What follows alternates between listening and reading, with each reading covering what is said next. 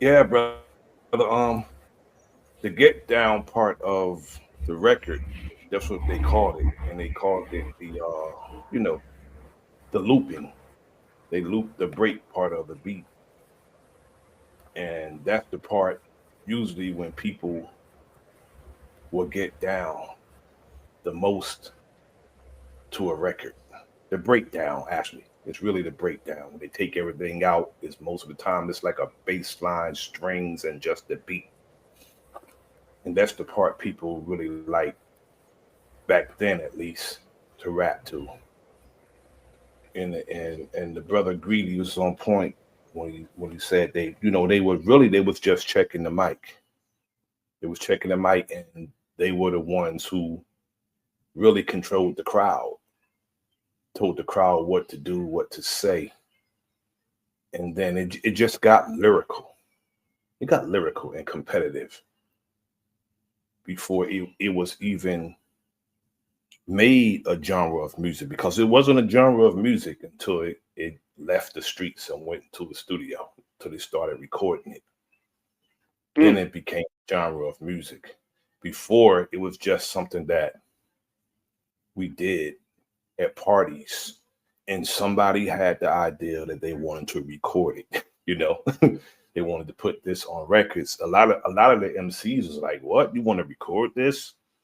Though they was recording it, but they didn't want to record it on that level as far as putting it on records and stuff. And Mm. you see where it's at today. You can barely find a genre of music without its influences. But You that's know, interesting. That's from what you say. That sounds like that's probably why a lot of James Brown was the background music for a lot of the initial rap. Other people's music was a lot of their background music because they were just doing. They were just transforming at that point. yeah. I mean, they used.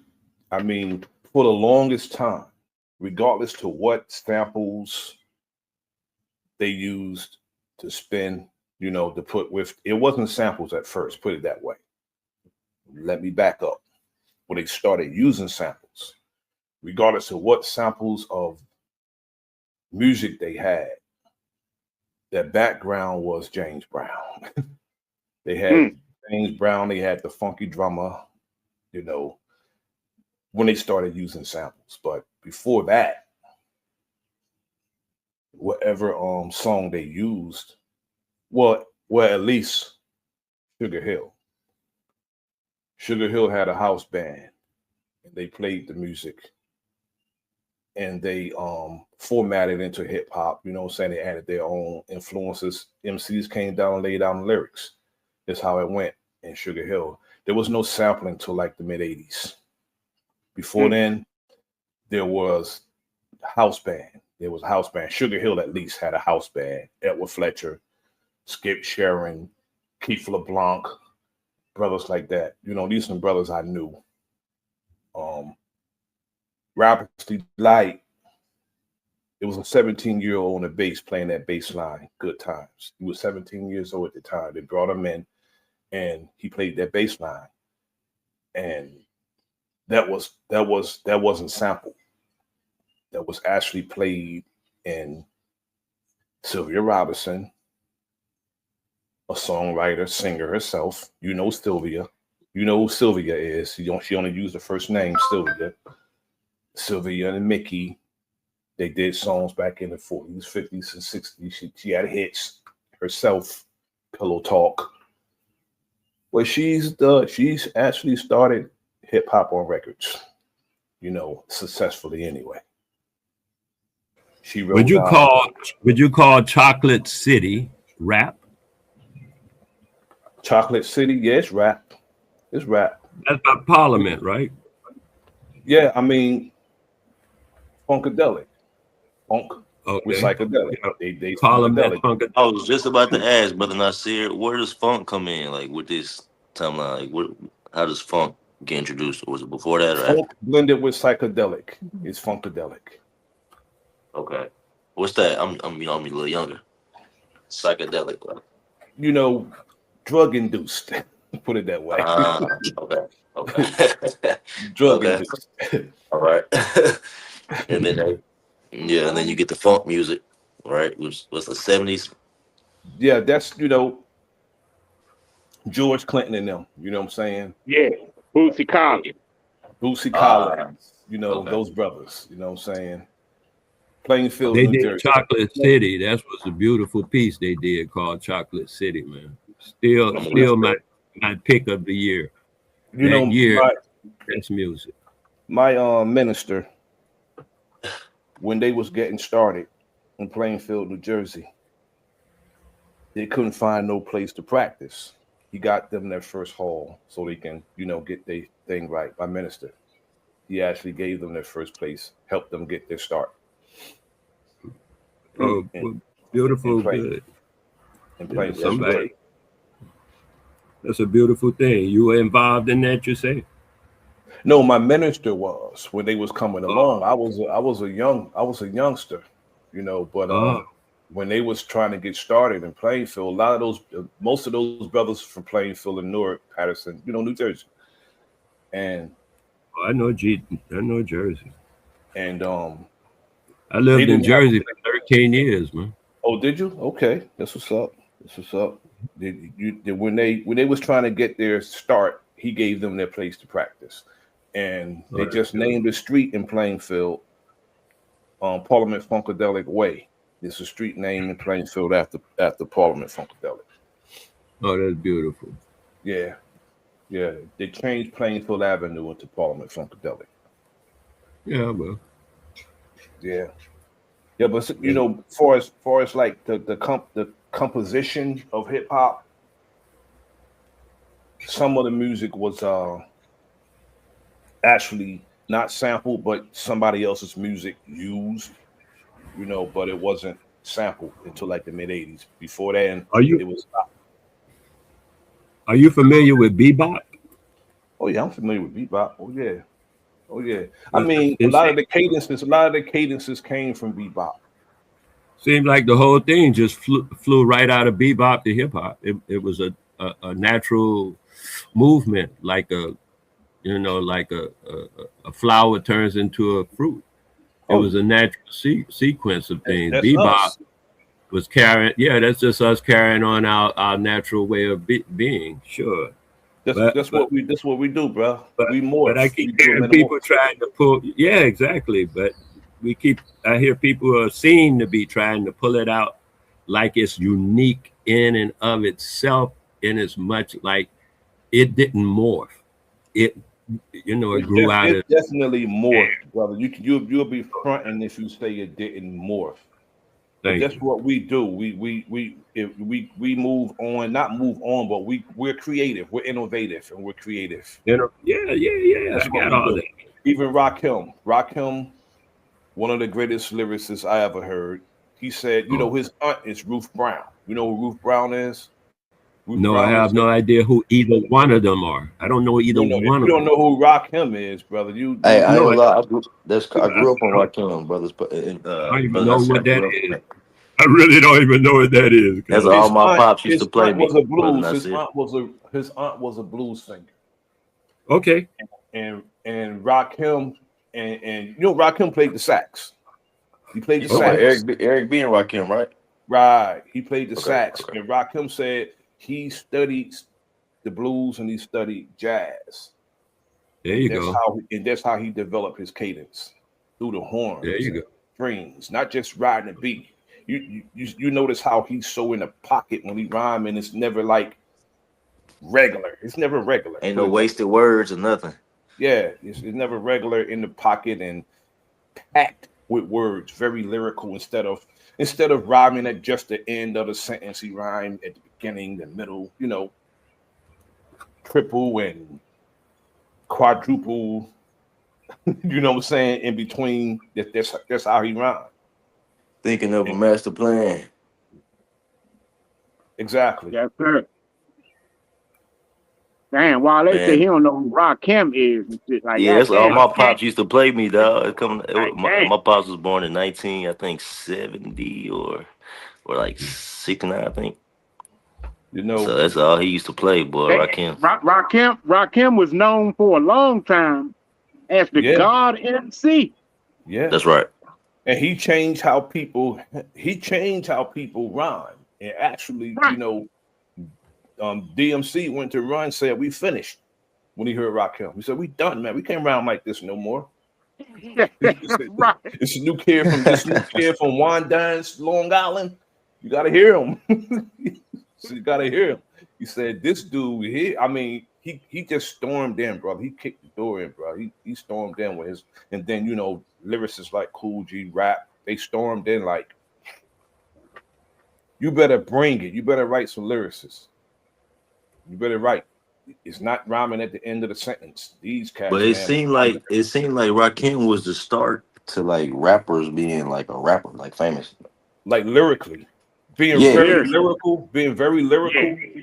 Outside of a band or outside of the instruments, it's like just being lyrical. It seemed like Rakim was the first one that was like, oh, this is a guy that's just rapping. Like he's got it, you know. Yeah, the cadence and the wordplay. The cadence and the wordplay. He had that cadence and wordplay. It wasn't just, you know, somebody put a beat on and you rapping to the beat. No, he was just different. Kool G Rap too. Big Daddy Kane too. Those brothers is different. Very different.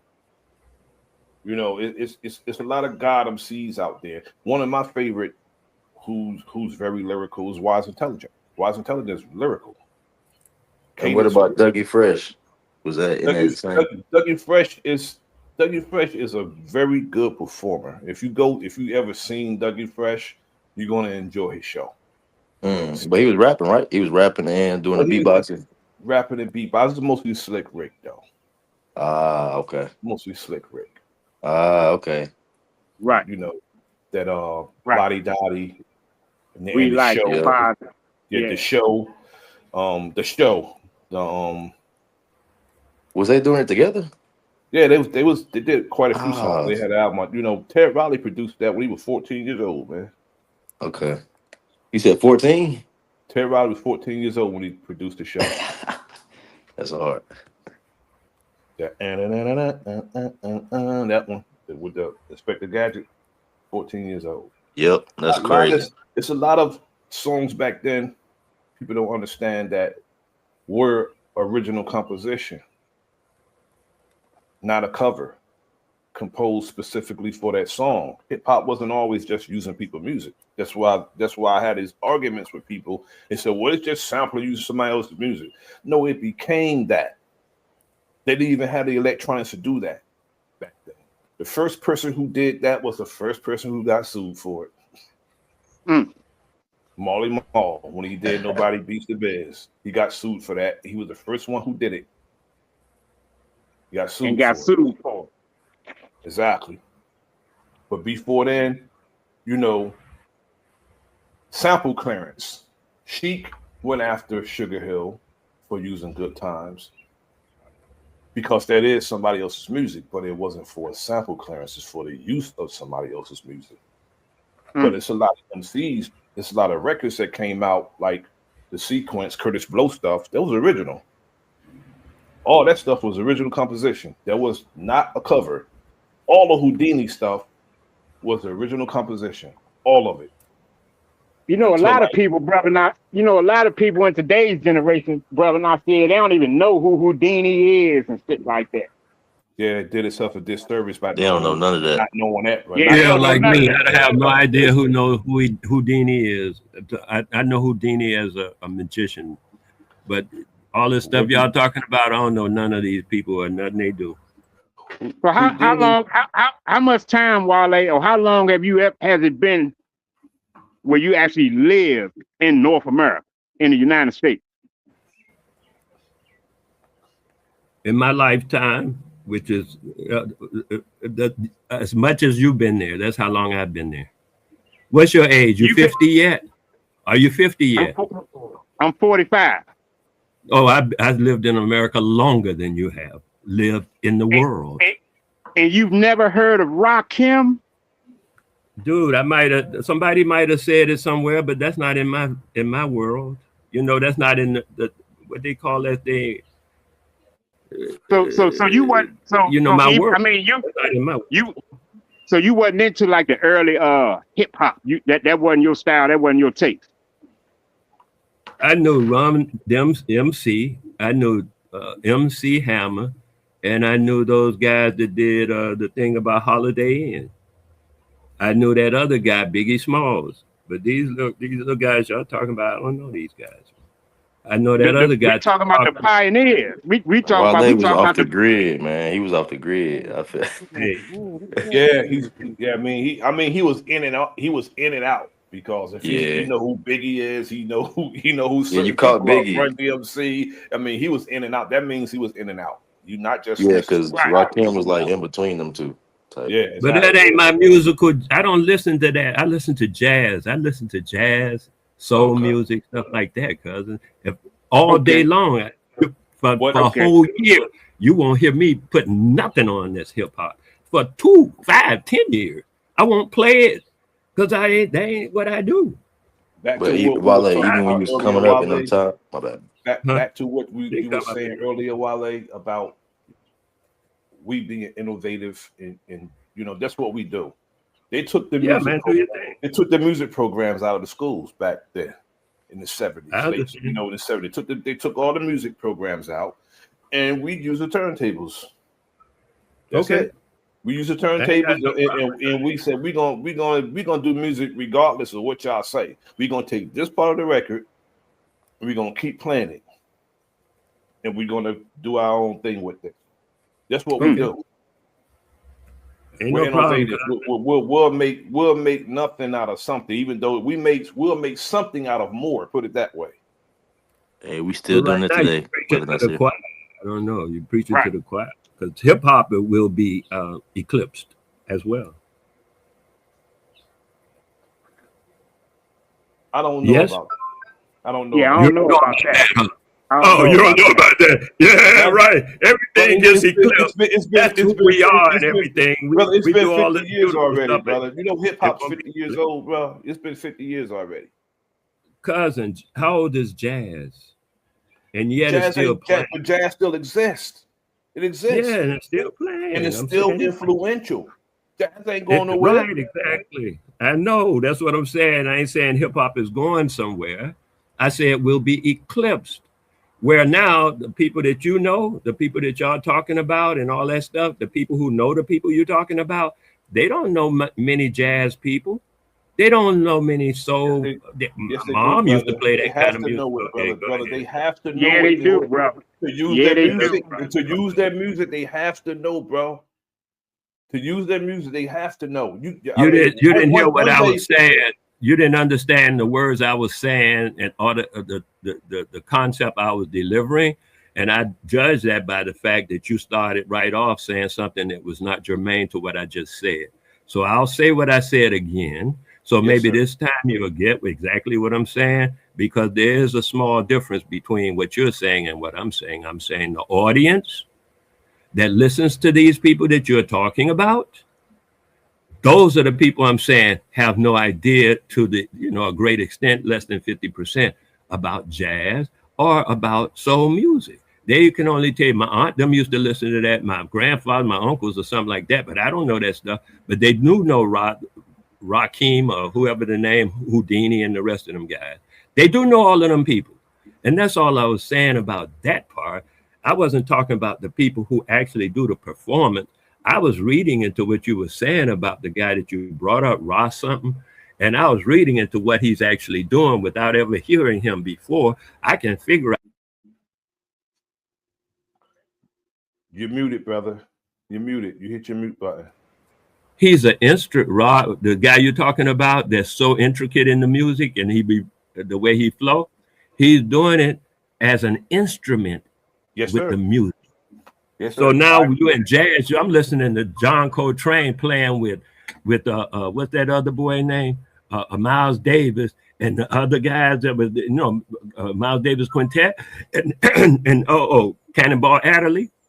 And they playing, and one of them will play off of the other one, and then they play off of the bass line, and they all playing their own runs off of that. And I see guys doing that even when I see collaborations.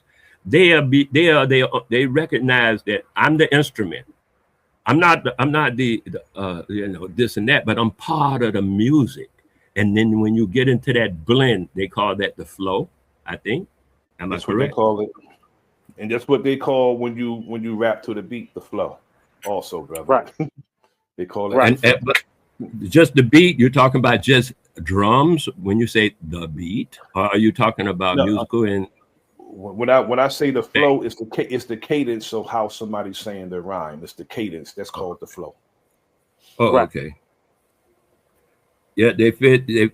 So each one, just like you were saying, John Coltrane plays different than Cannonball Adderley, who plays different than that other boy Grover Washington, and all of them play different than Kenny G, but they all play the same horn. So you know what I'm saying? It's just how they play in that horn. Grover, my man, though. I love Grover. Idris Muhammad and Grover Washington, my favorite. Those two. Who? You know Idris Muhammad? I've heard of that, but I'm not familiar with the music. That's a bad man. Get into him, brother, when you get a chance. He's bad. Okay. I'll check it out. But are you familiar with Yusef Lateef? Are you familiar with Yusef Lateef? Yes. That's a bad man. They did work together. Idris and they did work together. They did stuff together. I'm telling you. But then I might have seen him on a Yusef piece because I like Yusef. Yusef, the dude. So yeah, I might have seen that. Is it IDR like Idris like that? Yes, sir.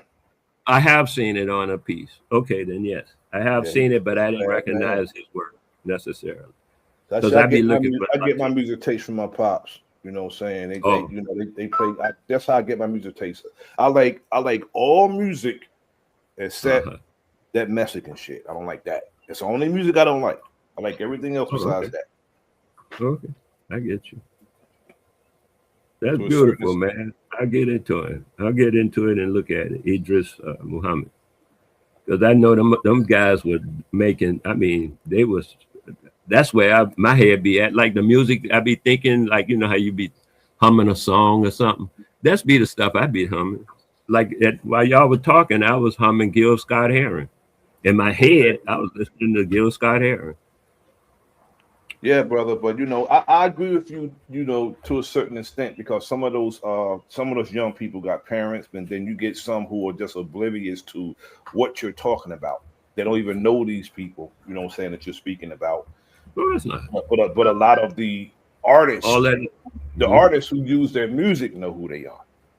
Oh yeah, that's what I'm saying. That's why I said I get what you were saying. The artists who use their music know who they are, but like today, some of the young folks are exceptional, but then you get some who don't even know who Houdini is. They don't know who Rakim is. They don't know either. They don't even know either. You know what I'm saying? They don't know either. So that ain't in their world. But you know what a world is. It's just that some young people think the world began when they got here. Put it that way. Of course. They was born in a world that existed already. That's how it is. And all of us is guilty of that to a certain extent until we start learning. Sure. That's why I say, of course. I'm still working with that assumption, man. Yes, sir. Because and the thing is too, I study words, like that, because I wanted to be able to speak the truth as much as possible. So I found out the world is your circle, because there are different worlds. And a person not in your world, that means they're not in your circle of life. You know what I'm saying? Exactly. There are different worlds. Some people, that's why I hear people say, yeah, but that's how it is everywhere. But that's not how it is everywhere, because in China, they don't do the same. And in Japan, they don't do the same. In India, they don't do, I can name all kind of countries. They don't do this thing that somebody would say everybody does, but because they have that's their world. They're talking about in their world. And in their world, which is a limited space and concept, it's not a full, it's not the full thing. Very few people have an unlimited world. Most people's worlds are limited within their scope of influence. Yes, sir, brother. But I appreciate talking to you, man. Go ahead. I'm going to move up for a few minutes. Yes, sir. My brother Greedy. Yes, sir. You've been talking about doing what you're doing for a while. Just want to let you know that it's appreciated. It needs to be done. Yet I want to present a sidebar, or add-on, because it is a build, and that's what a build is, the add-on to that's right. what you're doing. While we getting some straightening, we're doing some straightening. Some people are under the impression that we are going to do away with the indoctrination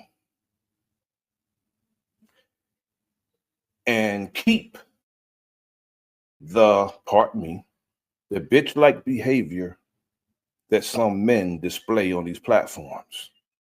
We don't want that either. Back. You know what I'm saying? Men behaving other than how men should conduct themselves, being overly emotional, crashing out, having no decorum or respect. You can tell when a man been around men because he behaves like a man. That's right. And love yelling and screaming out men who are respected, prominent men, when those particular men wouldn't even have anything to do with them if they were here. See, our people have a serious problem. We have what they call a dead worshiping concept. That's what we do. We worship the dead. And some of these brothers, a lot of these brothers screaming their name, you know, Huey, and they'll scream out Khaled, they'll scream out Steve Coakley, they'll scream out all these names.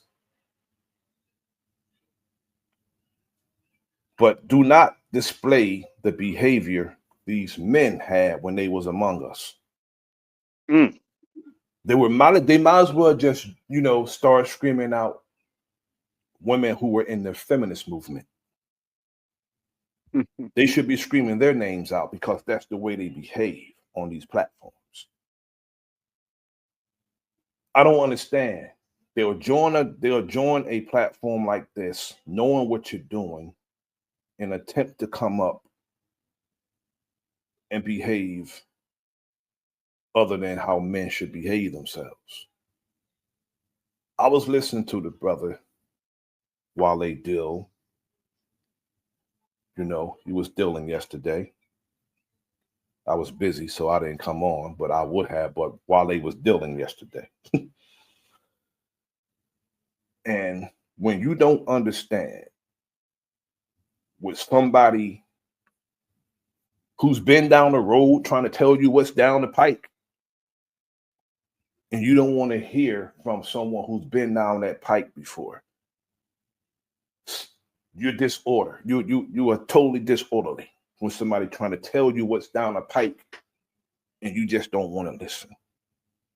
Some of us need to realize that how we learn is to realize we don't know shit. But when you think you already know, you're not willing to learn nothing from nobody. And you can say something a million times. You can say it as loud as you want. If that's not true, it's not going to turn into the truth. It's going to still be a lie that's said a million damn times. Loud.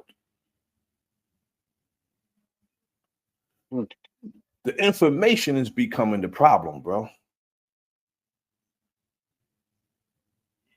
Not that it's falsehood, even if it's the absolute truth, but again, we said it before, Greedy, you know, on a lot of our conversations. Something beautiful can be delivered in the wrong way. By the one who's delivering it. If this person don't know how to speak to people, if you can't hold people, if people cringe at the sight of you or the sound of your voice because of the way you are, How are you going to deliver something that, and then the harboring of information? Just give the information. Just give it. And let it resonate if it would.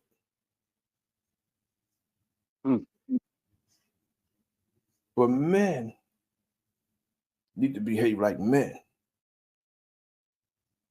Because I know what I was taught as a young boy, growing up, is you don't play with a man. Right. Either they're not listening to who taught them, or they've never been around none. One of the two. They're just defiant and don't hold on to what they was taught by other men, or they've never been around men. Because the behavior some of them suggest to me that they've been around vindictive, spiteful ass women. And a woman is not a bitch because she behaves like a woman. A man is a bitch if he behaves like a woman. He's a bitch, not her.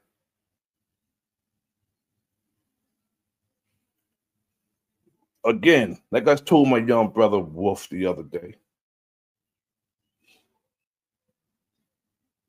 he checked cats real calm.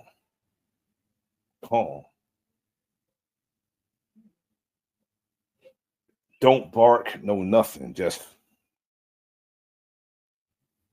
he call somebody a bitch ass nigga, man, in his regular voice.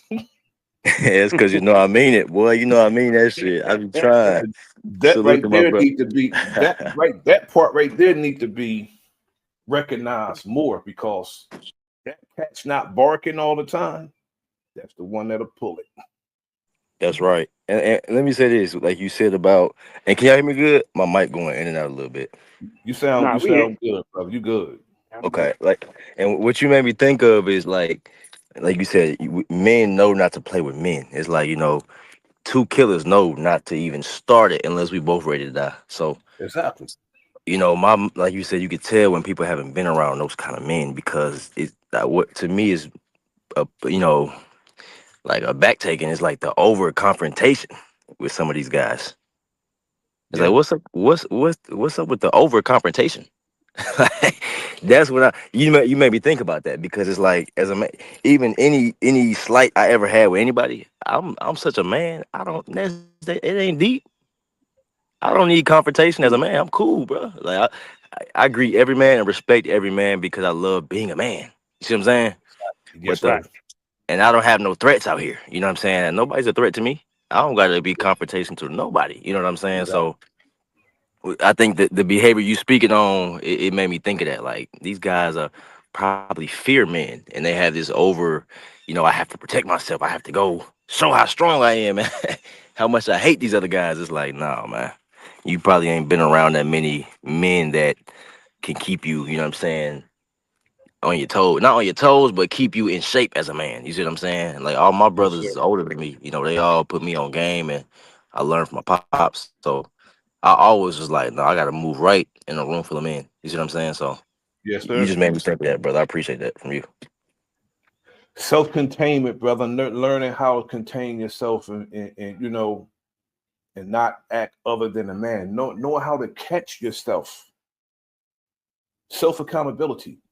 Right. Brother, some of these cats could be as wrong as, this is wrong. And they're going to stand on that wrong, brother. That's right.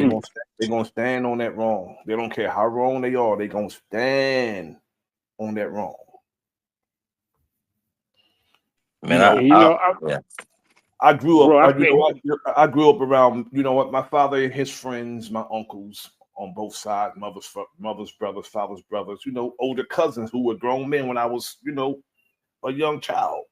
I was around that, and they displayed manhood among each other. So it wasn't all that, display of effeminate behavior that I suggest that some of these cats, were around because that's the way they act. Like they've been with their mom's sister girl and shit, being honey childing. That's right. Arguing with the women around them, so it's like it becomes normal. You know what I'm saying? As men, we like, I'm not used to all that arguing and stuff, and you know, once it go to a certain place, it's like, oh no, as men, we gotta, you know what I'm saying? Because I'm not good at. Women are good at that. We're not good at the talking and back and forth. And when a man is good at that, arguing and bickering and like being snooty, it's like, oh man, he too good at this shit. That right, right there, bro. Hey, you know what? I telling you and shit, bro. Like I said this shit numerous of times on previous live streams that, you know, as Brother Nasir said, you know, like this, the behavior of men online itself on these platforms and these panels, you know, even just in simple disagreements where it always got a, you know, previous fucking beefs, you know, internet beef that they done had with some other brother or something, this shit years ago, you know, pop back up, you know, this shit, I spoke on this shit the other day, motherfuckers carrying shit from platform to platform. You see a motherfucker or something, you know, you already know it's getting ready to go down, you know what I'm saying? Because I done been around, like, man, this shit crazy as shit, but I'm saying all this to say that if all of us was actually in the same state or the same city, the same town or some shit like that, you wouldn't get a lot of this shit. No, you wouldn't. That's right. No, sir, you would not. You would get, you know what I'm saying? A lot of this shit won't be going on and shit, man. You know, you got motherfuckers going here and shit, like you say, disrespect motherfuckers' parents, disrespect motherfuckers' family members, disrespect motherfuckers' deceased relatives and shit like that. Man, you in the real world, especially how I came up with, you know what I'm saying? Well, if a word get around or something and shit, man, you might have some cousins and shit that live over such and such and shit, man. They find out and shit that you know, you beefing with a nigga and shit in your neighborhood or something. If they catch that nigga on the other side of town and shit, they gonna do him in. Yes, sir. They gonna do him in. You see what I'm saying? It's gonna go down for real and shit. That's what I'm saying. Like if this shit was in some real time shit, man, you know, like, and everybody was actually close like that, within touch or in reach of somebody and shit within the same town, man, a lot of these niggas wouldn't even be around, bro. They wouldn't even attempt to do this shit they be doing online and shit quick. They wouldn't be so quick to stomp out there and say, oh, nigga, you a pussy. Oh, nigga, you a bitch ass nigga and shit like that. This gump ass nigga, all this crazy shit these niggas be saying. And then they do it with the intent as if they calling it smoke. You know, like I had to dress Truth on the other day about, you know, as soon as he jump on the panel, you know, not to single him out, but I'm just giving, you know, an example. You see what I'm saying, where I'm at with it and how I came up. Like, yeah, you know, there was never no beef or no smoke between us, nigga. This internet shit ain't beef and smoke to me. I don't know nothing about this type of beef and smoke, Trent. Nah, that's what I'm saying. Brother, let me tell you something, Greedy. That's the only beef that most of these cats will actually engage in. Because, that's right. Because you know, because they're where they're at, and the person they beefing with is where they're at. But as you said, brother, they wouldn't do it. I'm gonna tell you this straight up, bro. Most of these cats, I wouldn't even allow to talk around me. We wouldn't be in the same room, man. We wouldn't be in the same room. I would not allow them to talk around me. I would tell them to be quiet, and they will. That's right. And they will. I guarantee you, they will. That's right. They will be quiet. Or the next time they speak, they'll know it's a privilege when they take them. I ain't gonna lie. And let me say this, bro. In real life, like, my presence is gonna make people be quiet. My presence, you ever been around a quiet ass nigga? You gonna be it make you think. You like, what? Okay, let me see what he on. That's my energy. So any of these niggas, they be talking on the internet, in person, they would not do that, because I'm not going. Most of them, bro. Most of I'm gonna be looking you dead in your eye, and I'm gonna walk up slow. What's going on? All that. Yeah. As the brother Nasir was saying and shit, bro, the behavior of men. You see, like, because this is what it all boils down to. Listen what I'm saying to you, like, in order for you to actually engage in an internet beef, you know, a back and forth, an ongoing smoke. You see what I'm saying? An ongoing back and forth with another motherfucking man. You supposed to be a man. You have no choice but to get on some bitch shit. You see what I'm saying? Because it got you fucking arguing and shit and going back and forth, raising your motherfucking voice, foaming out the motherfucking mouth and all this shit. And then you getting personal with the motherfucking shit, you know, where some motherfuckers, what they call it, doxing this shit to where they want to stalk motherfuckers' other pages or other family members. Man, you see what they do with me, bro? They got my pictures everywhere. Man, you see what I'm saying? Like that shit that bitches do and shit. Men ain't supposed to move like that, man. Men not supposed to move like that, brother. But it's a lot of it's a lot of bitch made ass Negroes out here who display that type of behavior, bro. Yes, and you can tell who got time for that. Like real men don't got time for that, man. Real men don't have time for that. What? Nope, don't got no time for it. Got relatives dying and health and you know what I'm saying? All this other money, finances, taking care of people. Busy being a man. Busy being a man. Right. You know what I'm saying? A lot of us is busy being a man. You said busy being a man. Exactly. Busy.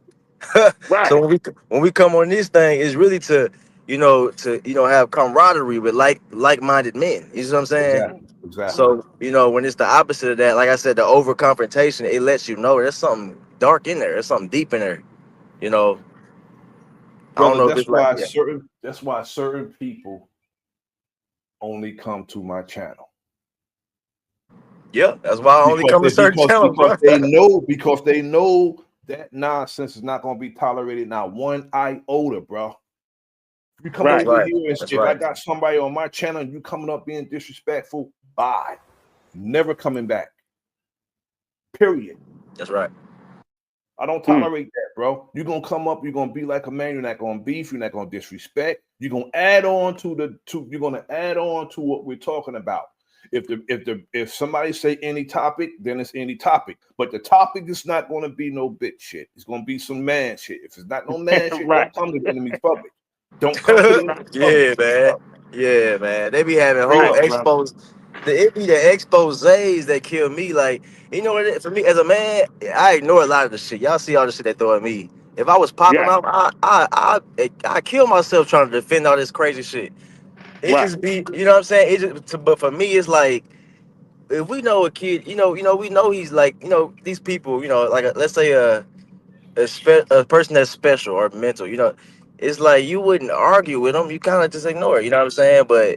Or even entertain it. But when it's like we got communities of exposés and other men that's, like a group pussy man think or some shit, like. Right. Yes, it's like a disease, man, sickness. You know how you single out? You know how you single out a bitch made ass dude? You let him be that by himself. And that's what I be trying to do, bro. That's exactly what you know what I'm saying? Let him be that by himself. Behold the bitch. But let me tell you what kills it. This is what kills me. Is that you start to see with this internet shit, it's 20 other bitch made niggas that like the bitch made nigga. Right. But you know what though? We need to fix it so you need to fix it so they over there and we're over here. Yeah, I feel that. Exactly. You can't come over here. Okay, once y'all gonna have to do y'all bitch thing over there. Yeah, that's cool. Do it over there, man. And where I don't know it exists, but when you bring it over here, it's like, damn, man. But that's how it is with me. If I feel like I gotta kick you off and block you, that's it. Yeah. Right. That's it. No coming back. And this is how I feel, Greedy. Like basically what you're saying is like they trying to taint manhood. You see what I'm saying? They taint manhood, and not just. I'm not talking about the community. It's like the system and like the world. You know what I'm saying? Where they, no, fuck that, man. We bringing manhood back, bro. I love being a man. All that weird shit. Absolutely. I love holding my tongue, bro. I love holding my tongue. You see what I'm saying? I love, even like dealing with your woman. Like I had to learn. I'm a little younger, but going into my man, I'm learning like even when your woman barking and shit, man, I ain't finna argue back. What? I can't win. Right, bro. You can't win. Yeah, you can't win doing female shit with a male. Like, nah, bro. I love being a man. Hey, Wolf, think about what you just said and shit, bro. Because it's some of the wisest shit ever in the mentality of a man and shit, bro. Yeah. How the hell you gonna be online arguing and going back and forth with a motherfucking another man and shit, man? It basically means that you're on some bitch shit. That's right, dog. Like what? But you know what? But when you are a man who wants to push the buttons on a man, you are a bitch. Yes, sir. Man, yes, that's what sir. I'm saying, You are dog. a bitch. Yes, sir. You want to push the You buttons call of another yourself, man? Or you yeah, yeah. call yourself Guess God. what? That's, Because sometimes your woman would man, do that. Sometimes your woman would do that to test your endurance. That's what I'm indeed saying. so, That's my bro. point. You know Yep, what I'm that's my saying? point. Indeed so, bro. And you know what I'm saying? Test your endurance of as being a man, but that's your woman. You know what I'm saying? And you're supposed to endure as a man. And she testing your endurance as a man. You're supposed to endure. But a man's not supposed to push the buttons of another man. I was taught you That's don't right. do that because somebody could get hurt or worse. Right. If you're in front of each other. Right. You know what I'm saying? But that's the only reason why they do it, like as you said earlier, Greedy, is because they're where they're at, and the brother they testing is where he at. Right. And we, like I said, you know, if we decide that we're gonna meet up somewhere, certain brothers can't come. That's right. They can't, bro. Hey, Not and if because, y'all, not because of what they may do, because of some of the things that they said, bro. Right. that's right. And they don't think words have consequences. I just told Yes, everybody sir. my two closest best friends, my brothers, they got into a fight like 3 days ago in the living room because the nigga said something about his grandma, and these my niggas, bro. They best friends. That nigga stole Yeah. off on him, bro. Because hey man, words have consequences, bro. As a man, as a man, maybe not females, but as a man, all that words and trying to spiritually hurt a man, it's like, hey man, I don't do that. And that's where I'm at, y'all. I don't do spiritual warfare Right. because as I don't men, do the button pushing on another man, bro. I don't do that. yeah, dog, because it's like we can get physical, but they try to tear your spirit down, and that's where I'm saying men shouldn't do that. You know what I'm saying? Even Right. any man I ever had an issue with on the internet, you see, I squash that shit quick because it ain't about nothing, bro. But when they trying to tear down characters of men, it's like, oh shit, that's a little That's when deep. that's when they move into the bitch shit.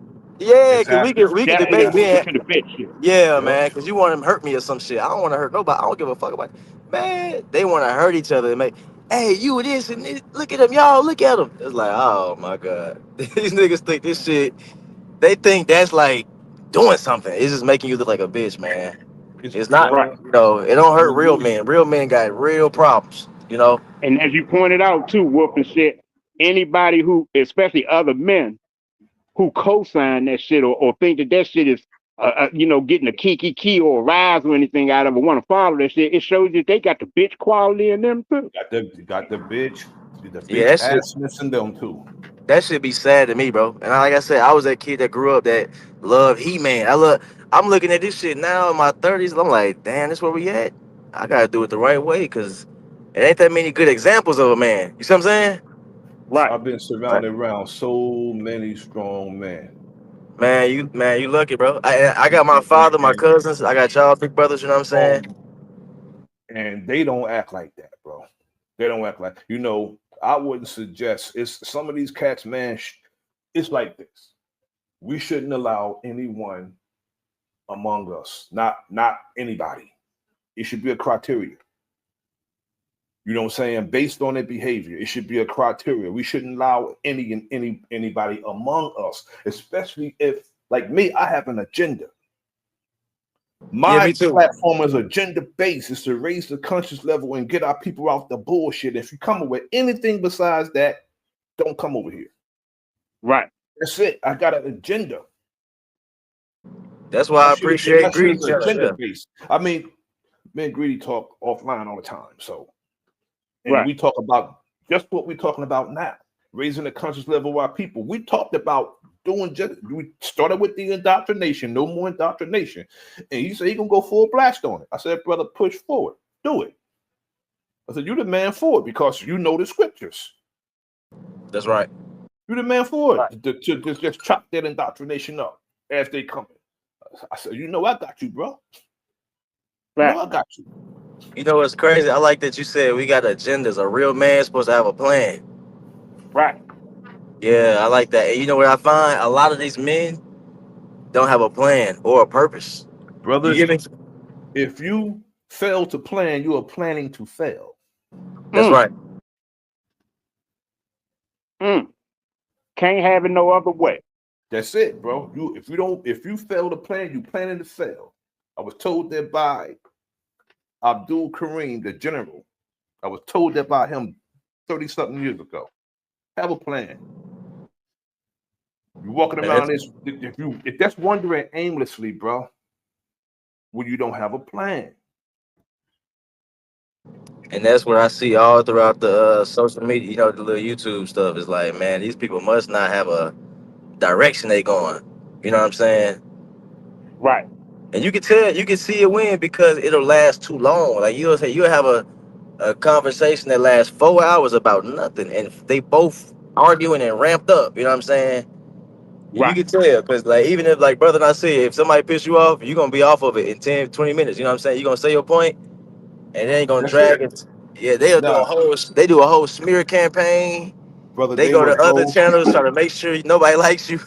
They'll go to platform. God damn, bro, ain't that deep. They'll do a stream. It ain't never that deep, brother. Nasir. They'll do all That's that. crazy. They'll do all that female stuff, bro. All that female stuff. It should never be that deep as a man, dog. You know. But that's why I appreciate your channel, Greedy, and Big Dog Philly channel. You know what I mean? Real man shit, bro. Yeah, bro. Appreciate you know what? Bro. And brother, not saying Greedy. I think you know what it is too, bro. I think they have too much fun being like a female. You know? Yeah. Right. Because as men, it's fun being a man. That's how we feel. You see what I'm saying? I love being a man is great. Nigga, I take pride in that. But I see now it's like, oh, these guys don't really have fun being a man. They have fun doing female shit. Like it's a giggle for them. Yeah. You know what I'm saying? Like, nah, bro. Push-ups is fun to me, nigga. You know what I'm saying? Like, brother, Greedy, what did I say to you? I forgot whose platform was on the other day in the chat. I said, yo, Greedy, get these niggas some Midolls. They got cramps. Right. Because that's the way they was acting, bro. Yeah. On the platform, like all of them had cramps. It was that time of the month. Let me tell you something. A woman has a period. A woman has a period spoken for. That's right. You know what our period is, bro? What's that? Spilling blood. Yeah. War is our period, bro. And men, a person who don't know what a man is don't know that. War is our period, brother. We spill blood, the blood of other men. Yeah. Not our own, nigga. Not our own, nigga.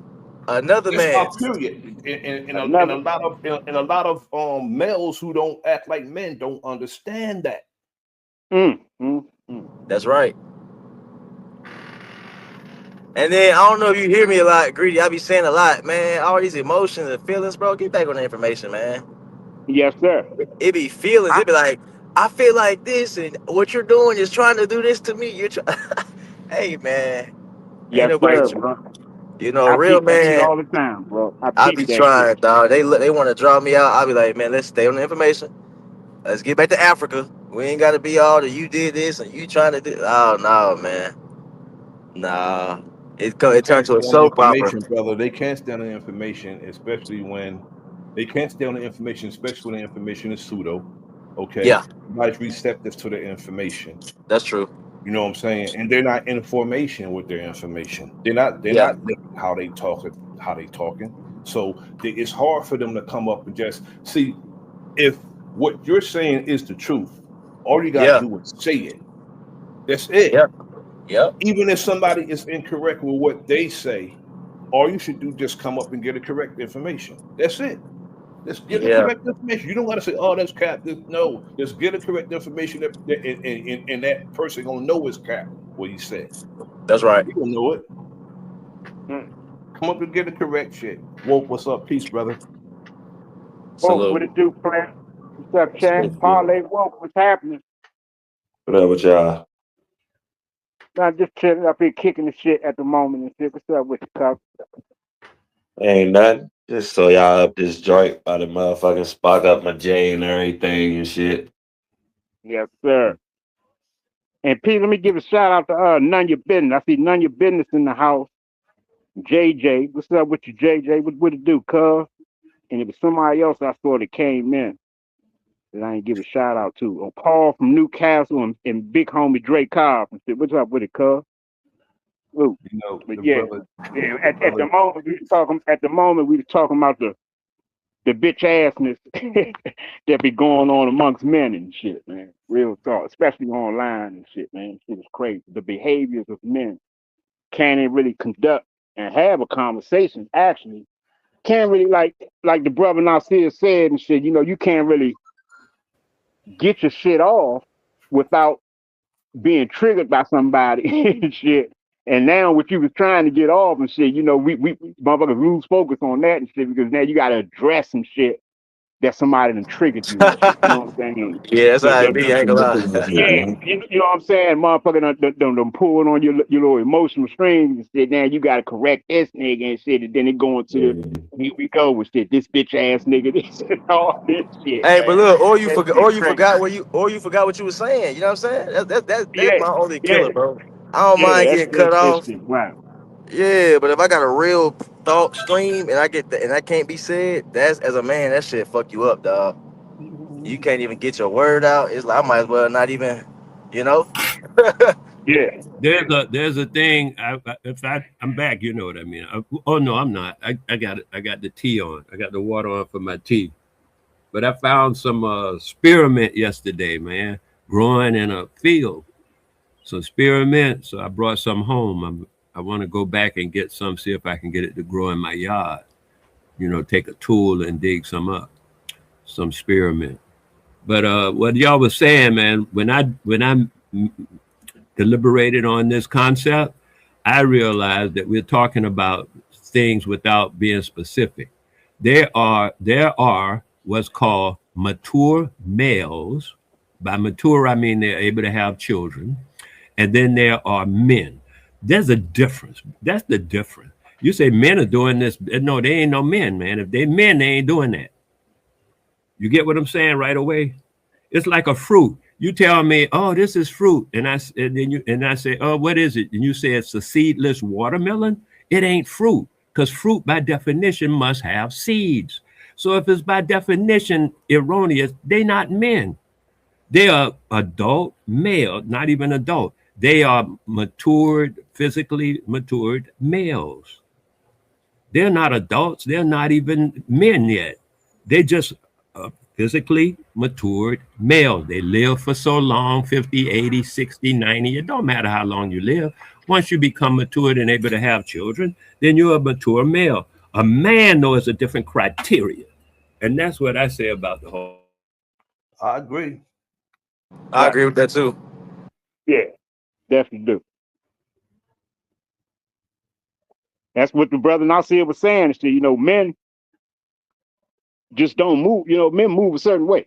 You know what I'm saying? Like, it's certain shit, you know, you just can't, how I want to say it, like, deduce yourself back into and shit, you know, like moving as a child again and shit, you know, thinking like a teenage boy and all that type of shit, you know, letting certain shit trigger you. Just like a real man, or let me say a wise man, even understands that, you know, you even got to pick and choose your battles. As you were saying, shit, even with the women and shit, like, you know, yeah, man, you ain't gonna fucking win no motherfucking verbal back and forth argument with women and shit. That's you know what I'm saying? Just let them have it and shit. You know what I'm saying? Like, so, you know, and then there also comes a time to where, you know, you got to put some balance in there as well and shit. You know, you got to step up to say what the fuck you got to say and just let it stand on it and shit. You know, even if it grows some space between you two for a little bit, and that's what it is gonna be and shit. You know what I'm saying? But you know, you even pick and choose your battles, all of that and shit. You know what I'm saying? Like, it's a time for everything and shit, man. All that shit is a part of the criteria of a man too. The way that the man think, the way that the man react to shit, the way that the man respond, when to respond, how he responds. All of that shit plays a factor in that shit, bro. And I say a man is not only responsible for his family, he's responsible for his community. Without that that's part of being a man. Otherwise, you're just a mature adult. You raise your little children over here, go to bed, y'all die and go, and everything's cool. But a man is responsible to the community, not just to his family. That's how I see it. If you want to just be, like I said, just a mature adult, then I mean a mature male, then that's what I see mostly happening. Yeah, I just take care of me and mine. And, that's what you're doing. Do that, no problem. But that ain't, you know, that don't make a man. A man is responsible for his community, his family, and his community, his nation, because that's what a community is, a small nation, his nation. That's what makes a nation, is the men being responsible for the nation. If each man is just responsible for his own little household, then there ain't no nations. All them people would fall apart. Them people all around are responsible. Yes, sir. So a man should have a good grasp of responsibilities, huh? Without a doubt. Yeah, man. I feel like a man should be responsible, or at least exemplify they have some responsibilities, you know, whether it's a financial, spiritual, physical, you know what I'm saying, family, you know, you should exemplify you have something to be responsible for, because when you see people acting out of manhood, it shows you they have nothing to be responsible for. No ability to respond, brother. Yeah, it's like you just out here rogue, like nobody. You know, my pops used to say you a reflection of us. Like what you do, it don't just affect you, brother. It affects your, you know what I'm saying, your whole lineage. You know what I'm saying? But your whole community. It reflects your entire, not That's just right. your lineage. It's not personal at that point. It's your whole community. Yeah, so another nigga right. do that. You talk that what you do way over there gonna affect me. We have to realize that we are representing our people. Every time we think, move, and breathe, we are representing not only our little personal attitudes and, you know, myself, we're representing our people, whether we know it or not, whether we believe it or not, whether we realize it or not. That's what's actually happening. That's right. Wale, you know, a lot of these Negroes who come among us, they want to be kept like women. That's a good point. They want to be kept. They want to be acknowledged. They jump up and down. They crash out. They get all loud and belligerent because they want somebody to acknowledge them. They act like they you know when you know a chick put it on and she walked through the party and nobody checking her out after all that work she did, you know what I'm saying? Nobody looking at her. You know, Pam. You know who Pam is, right? Please acknowledge me. Her. That's how some of these Negroes are. Pam is crazy. Please acknowledge me. That is crazy. Hey, that is a crazy one. That's good. That's good. Oh my God, dog. That was a nice one right there. Was that Nasir? Nasir. Yeah. I contemplated on that thing that you're talking about too. And I realized that a lot of these guys that I see and deal with, they were raised by their mothers. Exactly. That's not their That's the unfortunate truth. That's the truth. That's not their fault. Unfortunate truth. Wait a minute. The fault is the man that wasn't there. The fault is still the man. Yeah, the fault is still the yeah. We can talk about that. I don't care. The fault, I don't care how it go. The fault is still. Yeah, what? My bad, Wale. No, you good. I actually want to get into that conversation. No, I wanted to say I muted up. Go ahead, do your thing. Yeah, I just wanted to say this real quick. Like, I'm one of the most unbiased niggas on this joint because, you know, y'all know I don't fuck with a lot of people. So, but I'm a person that's like, I'm about the truth. The truth don't have an owner, you know what I'm saying? So, like, a person making sense, it could be somebody I just argued with yesterday. If they make sense, I'm gonna go ahead and give them their credit. And by saying that, I want to say the nigga Wolf, me and him clash all the time. One thing that the niggas say that always made sense to me: stop telling both parties they gotta chill when it do be the nigga that's, because it's a lot of times it's one nigga that's it's clear where the shit started. I'm so used to that shit.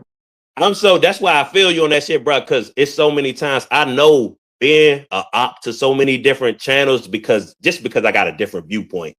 I know that when I come in, I gotta come chill. I gotta come like, yeah, let me just talk on this subject, blah, blah, blah. But as soon as somebody call me a bitch ass nigga, you know I'm gonna turn up. But it's like, why you won't check the nigga to call me a bitch ass nigga though? Why you don't check him? Why you don't tell him if he don't call me a bitch ass nigga, we still keep the conversation going? So I get it. I agree with that.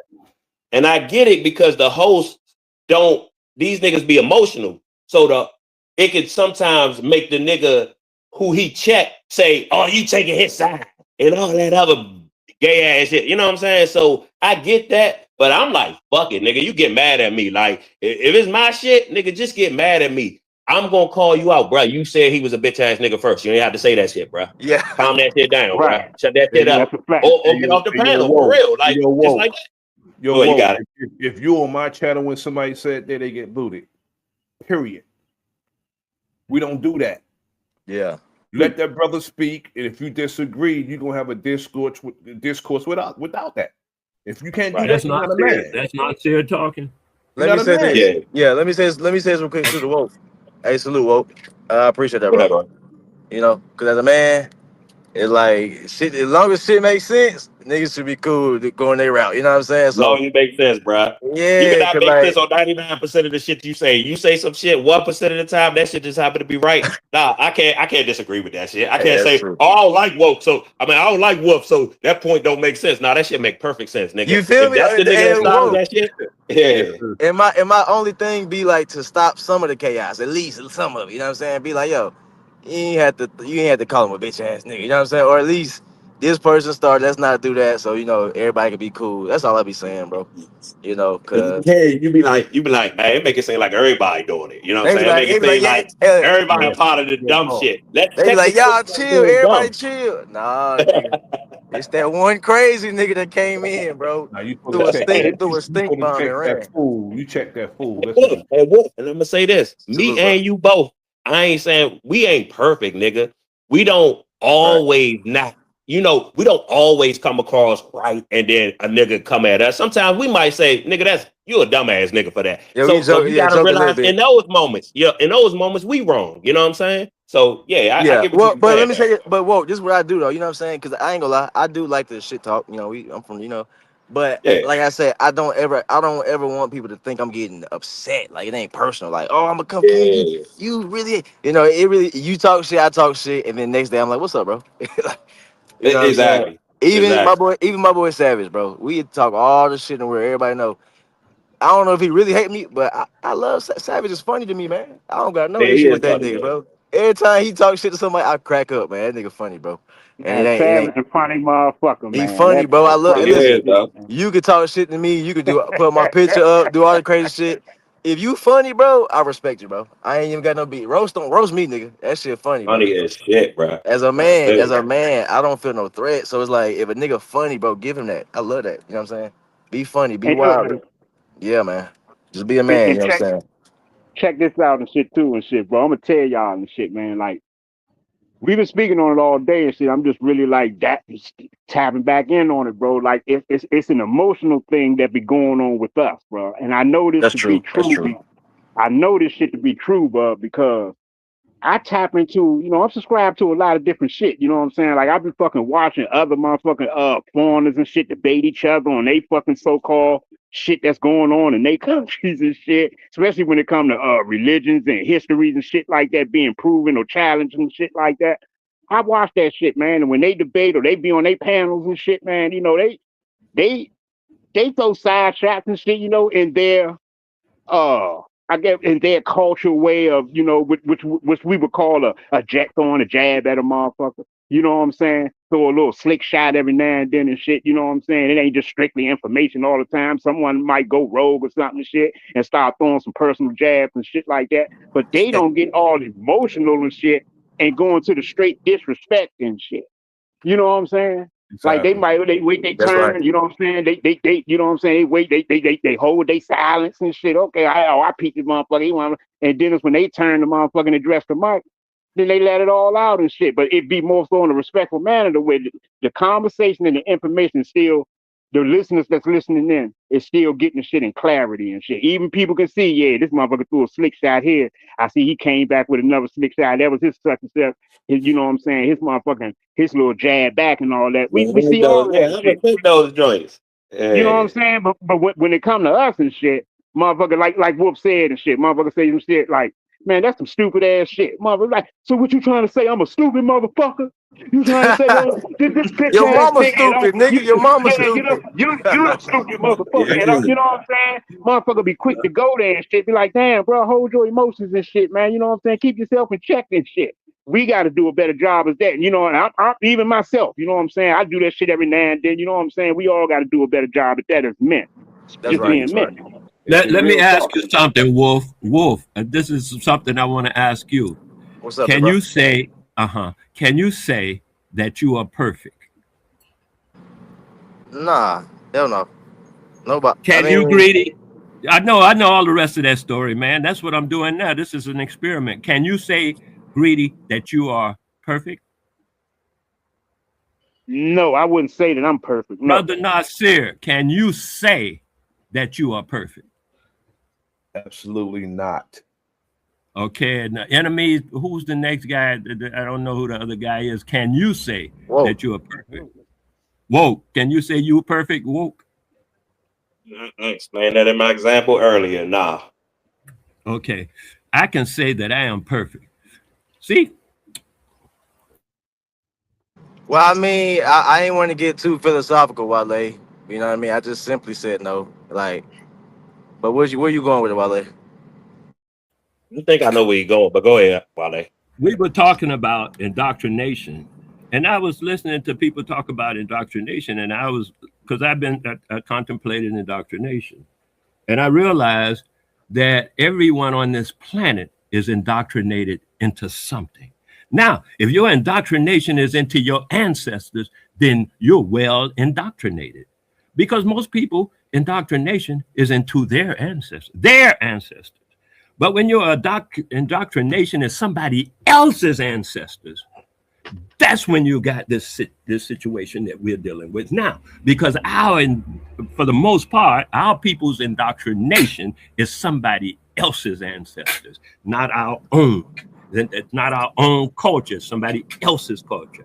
And therefore, we spend days, weeks, months, years, countless time, wasting time talking about crap and stuff with, have a good time. I like to shoot the shit. And because we're not building no nation, we're not building no communities. We just sitting around wasting time. That's what, and why? Because we think of ourselves as not being perfect. The moment you think of yourself as being perfect, you know that every movement you do matters.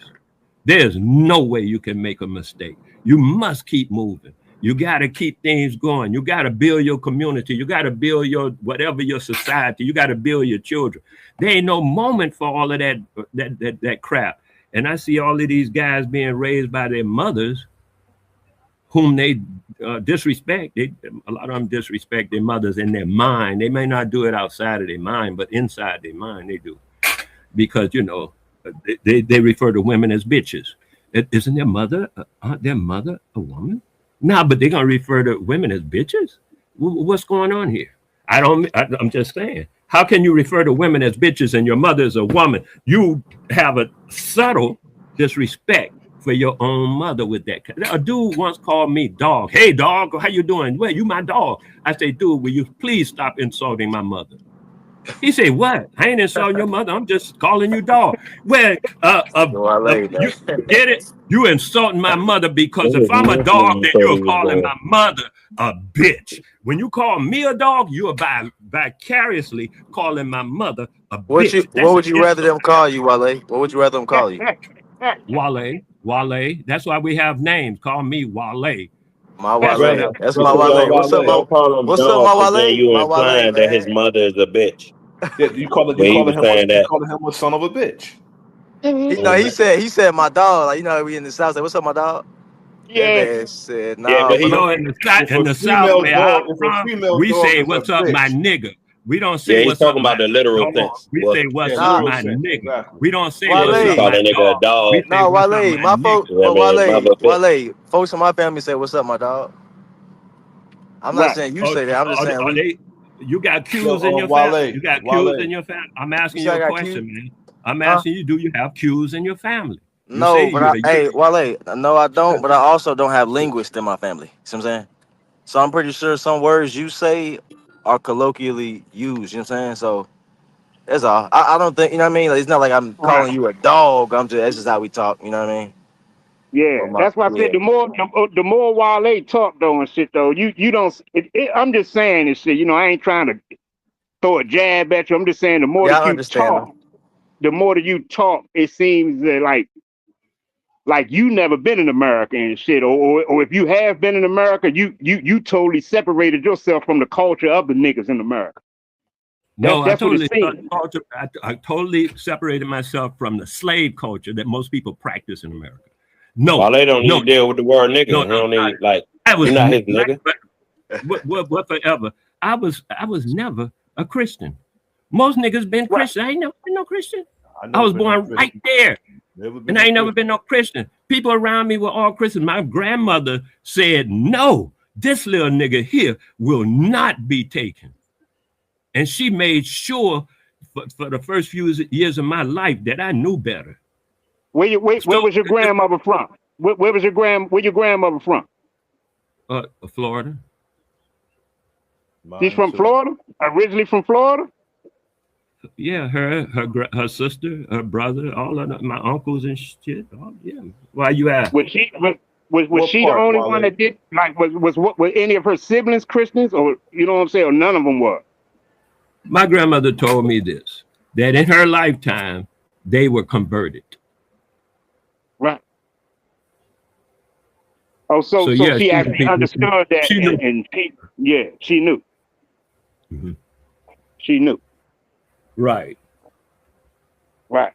As far as, but still, though, I mean, you growing up. I mean, if you grow up in America, you know what I'm saying. Especially, you know, I don't really know. I ain't gonna say in particular, but I'm thinking this shit in Florida. It's a bunch of niggas. This shit, you know what I'm saying. You hear niggas come no doubt. Niggas, you know, what I'm saying, all kinds of shit. You know what I'm saying. It's like like Wolf was saying, shit, ain't nobody no damn linguist. You know what I'm saying. Ain't nobody researching this shit like that. You know, you mentioned certain shit. I'm telling you and shit, bro. Like my whole life growing up. Even though I had people in, you know, family members, you know, that were active churchgoers and shit like that, I had never heard of the word Israelite. I had never heard of that shit until I went to jail. Okay. You see what I'm saying? But all the other terms above and shit, you know what I'm saying? It was some common shit. Mm-hmm. It was some common shit. It was like, you know, a part of the culture and shit. It's like a part of the culture and shit. Like, if I, you know, like my grandmother was a Christian and shit, but her brother, my Uncle Stevie, he was like, man, like, nah, I ain't fucking with that shit. That's the white man's religion and shit. You know what I'm saying? But like you said, he was turned on to that understanding, or it was something in him where he just never accepted it. You know what I'm saying? Because he probably knew that they were converted into some shit. He probably was under the understanding that his mother or his grandparents were converted into that shit. You know what I'm saying? But particularly like American culture, shit. Somebody in the family got that shit in. Shit. Brother, you know what I say about indoctrination. You don't believe in this because you believe in that. Right. Yeah. That's just all it is. Yeah, and Wally, I wanted to answer your question better. You said, "Are we perfect?" I wanted to re-answer that question for you, brother. Right. Let's get back to that. I'm glad you brought that up. Yeah, because Go ahead. I'm here. I think what I was gonna say, Wale, my more, I guess intellectual answer. I do think we are perfect because you only born one of you. I think we don't make perfect choices. You know what I'm saying? I think we make choices that might not be the best for us. But I think as an individual, only being one person born, I guess you would be perfect because there's nobody else to compare you to. See what I'm saying? There's no other version of you. And, so and also that's that kind of how I wordplay thought. too, Brother Wolf. That wordplay also, Wolf. He said, "Can you say that you're perfect?" Yeah, I can see it, but I mean it's true. Right. That too. Yeah. But even you said you couldn't say it. Yeah. Even though you heard me emphasize when I asked you, is that not serious? Wale, I caught you. I caught it, brother. I caught it. I emphasized. Yeah, I did too. I emphasized the word "say" when I took it to you. Yes, sir. Yes, sir. I caught it. I emphasized that word. After I can't even say it. I said that brother tricked me. See where I was going to say. All I'm saying is you can't even say it. Yeah, what you saying? Well, yeah, what I was going to say, I thought he was going is that because when he said that, well, I can say I'm perfect. So, and I was thinking in a sense of because even in conversation, like Wale don't really allow himself to like turn up and throw insults back at other people.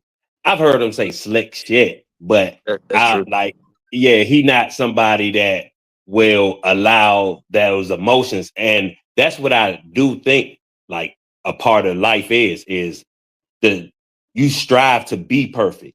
And being perfect don't mean that you ain't gonna walk through a crowd of people and step on somebody's shoe. That's an accident. You know what I'm saying? Because you're not trying to do that. You just did it. That don't mean you're not perfect. Exactly. Perfect in a sense means the shit that you know that you premeditate and then you say, I ain't even gonna do that shit. You know what I'm saying? I ain't even gonna stoop to that. It's being able to get to that point in your life. You know what I'm saying? Where you don't let petty shit affect you. And or you don't allow yourself to be like, well, because this nigga said this, that's why I popped him in the mouth. Like, you know what I'm saying? When you start getting to that point where you start saying the things that I know that are a detriment to my life, if I can like find a way around or stop doing those things, especially if they are a detriment to other people, then that is like you being perfect. That's like what the ultimate goal is to be like really just a good person for real. Just an overall good person. Like everybody can say no matter what walk of life, no matter where they met you at, they can be like, man, that's a good motherfucker. Whether they met you with some money or you was a bum on the street, they was like, man, that motherfucker always was the good ass motherfucker, always had a good heart, always did the right thing that I seen. You know what I'm saying? So that's what I think perfection is. Indeed. I feel that. I agree with that. Hey, I'm about to head to this lunch with my family, y'all. Salute to y'all, man. I'm gonna tap back in when I get out. Yep. Good building with you. Have a good building with y'all. Hey, whoa, salute, brother. Sure. And I see bro, be Ali safe, Baba in the all right, chat, y'all. man.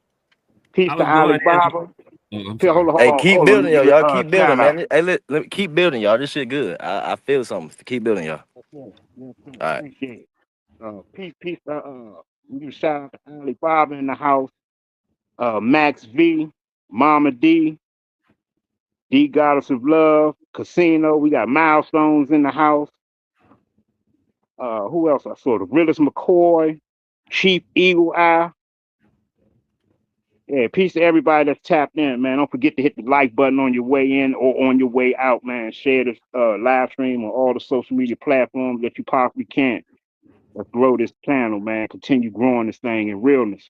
But yeah, peace to Naughty too, man. We got Naughty on the line, man. What's up, Naughty? Been a minute. What's good with you? What's happening with you? Brother. Peace. Big up, hey. Yes, I to all and every. Yeah, I just come over to, support. I fuck with who fucks with me. You know what I saying? Yes, sir. Yeah. Just eavesdropping. Yeah. That's what's happening and shit, bro. Yeah, we like you say, we just up here just chopping it up, man, speaking on man stuff, you know what I'm saying, manhood stuff. Wale brought up the perfect thing knowing shit though. Like I understand it in the sense from, like you say, I'm unique. There'll be nobody else. There ain't another Greedy. You know what I'm saying? Like, yeah, I'm perfect in that sense and shit. You know what I'm saying? But I do realize that there's also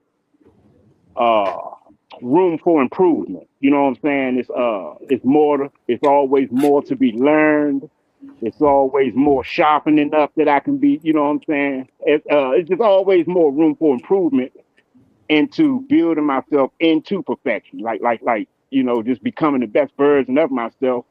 And that's, like I could tell myself and say, I could let myself be and not have any problems. Don't stress, don't worry about anything and nothing like that. You know what I'm saying? But at that time, also, I can just say that I'm being complacent in myself too and shit. Like I can have goals and shit. I wanna lose weight or I want to gain weight. You know what I'm saying? I want to get my body in shape. You know what I'm saying? I want to appear to look better and shit. You know what I'm saying? That's to say, it's always some type of room for growth in areas of your life. You know what I'm saying? Like someone might be a chronic smoker. It's just someone, I'm even speaking with marijuana. You know what I'm saying? Motherfucker can be abusive with that. So you know what I'm saying? Like motherfucker might realize, you know what I'm saying? Maybe I need to slow down a little bit or something. Shit, I realize I'm smoking an ounce of motherfucking day and shit. You know what I'm saying? They just keep killing my, you know what I'm saying? Whatever. Wait a minute. You know Whoa. You say you smoking an ounce a day? You don't need to stop smoking. You need to stop smoking bunk. been there and shit. No, I was smoking. I smoke weed, man. I can't smoke the weed I smoke. I can't smoke an ounce a day. It takes me a week at best to get through an ounce. That's part of your tolerance and where you at, bro. Like, I'm saying the weed I smoke though. If it ain't a weed that don't do that, I don't smoke. Tolerances, bro. Everybody got different tolerances, bro. And depending on how much you smoke and which you smoking and shit, your tolerance get to a level. Like, I'm at a point now, and I've been here for years. Like, it don't matter what motherfucking kind of weed I smoke, I ain't gonna get no different high. It's just gonna be a certain feeling I'm getting. It ain't no different high. Well, you see what I'm saying? Like, I have a whole different thing going on. It ain't no motherfucking, like, motherfuckers say, you come smoke. I done had the moon rocks, all that shit. You know what I'm saying? Like, it's just a certain feeling for me and shit. It ain't no different levels to the high no more for me. It used to be back then. Back then, I used to smoke certain weed and shit like, God damn, you know what I'm saying? This shit good. But then I smoked some other shit. This shit lay a motherfucker on his ass. Have a motherfucker be like, God damn, that shit powerful as a motherfucker. It used to be like that in my early stages and shit. But shit, you talk about a nigga and shit, man, who used to ride around and, yeah, in my street life, shit, we smoke, instead of spending $100, where I can go get an ounce for $100, I'm trying to contact the nigga that got that bomb shit. And I spend an extra 50, I spend an extra 75. Give me that bomb shit for 175. Ain't it? It's all about the quality, not the quantity for me. You see what I'm saying? That's where I was at with it. You know what I'm saying? So once you get accustomed to smoking that bomb shit all day long, your tolerance gonna grow to a point where ain't none of this shit gonna affect you no more and shit. But that's when I'm getting to a point to where that can become an abusive part of yourself with the marijuana and shit. And I realized that from experience and shit. You know what I'm saying? That can be abusing and shit. Ain't no motherfucker got to sit back and smoke an ounce a fucking day. You're abusing the shit. You ain't gonna get no fucking high. Yeah. How much high, you know what I'm saying? What you trying to achieve and shit? You just sit back abusing the shit. Yeah. So that's what I'm saying. Like it's always it's depending on your confidence and what you're aware of within your own self, which determines some shit that you possibly want to improve on. It ain't got, it could be any motherfucking thing and shit. Motherfucker might want to cut a certain thing out of their life that they eat every motherfucking day. So you know what I'm saying? Just to say, you're perfect in a sense because you're unique. But that's not just saying that you can, you know what I'm saying, that you're just a perfect version of yourself that you can be. Is all I'm saying. It's definitely some improvement that's there. Shit, motherfucker, so I gotta realize also the triggers I'm talking about. The triggers as well. You know what I'm saying? Like I said, your response and your reactions to certain shit. You know what I'm saying? Like that's some shit that still need to be worked on that I can say for myself in my life. You know what I'm saying? Dealing with the response with my woman and shit, maybe others in the community and shit like that, Sometimes you might have a bad day or some shit like that. Somebody get you off your shit, you know what I'm saying, and piss you the fuck off and shit. You might respond to the next motherfucker out in public in a certain manner or in a certain energy and shit. You work on controlling even that types of shit. So, I get what you're saying, but, it's always other ways to look at that shit as well. That's what I'm saying. And don't get me wrong, no shit. I ain't smoking no motherfucker whole ounce a day now. Shit, don't do shit like that now. Nah, I ain't moving like that. Wouldn't even try to be on no shit like that. Frankly, I have never. If I have to smoke 2 joints, I mean, for real, to get high, I'm probably not going to smoke that weed no more. At this point in my life. Hey, Wale. And that's what I'm saying and shit, bro, abusing, because I would smoke 1 joint and be high as shit through the first joint. Be high as shit. Mm-hmm. And in the middle of me already being high as shit, I'm already in the process of tearing the next backwood down, crushing the next motherfucker bamboo paper, getting ready to roll the second joint. Already high as shit.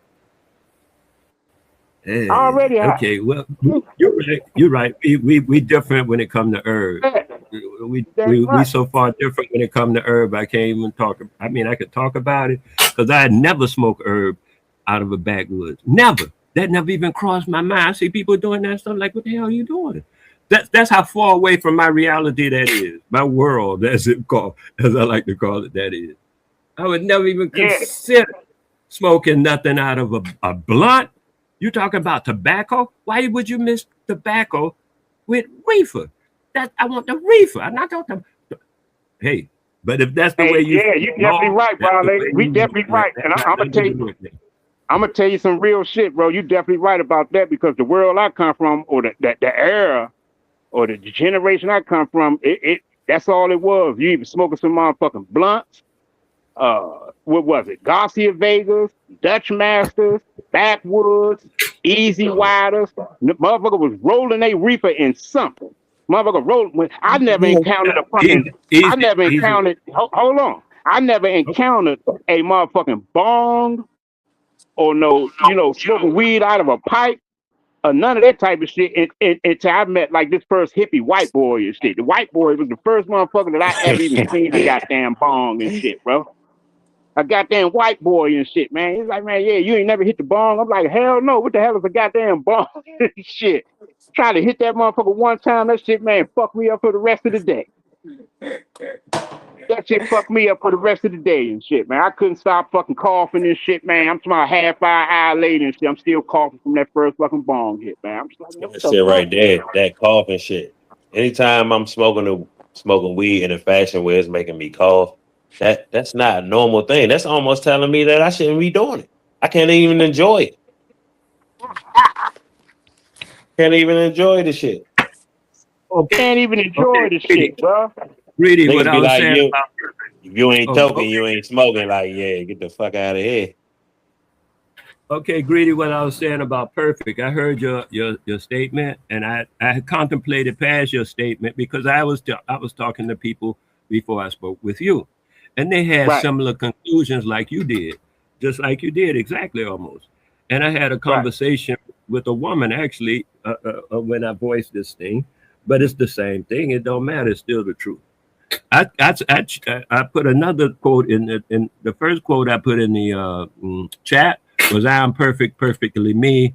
No one can be me more perfectly. That's what you say you can attest to. Yes? Okay, fine. Yes, sir. The next one I put in the chat says, I am perfect, created by a perfect creator who creates everything perfectly.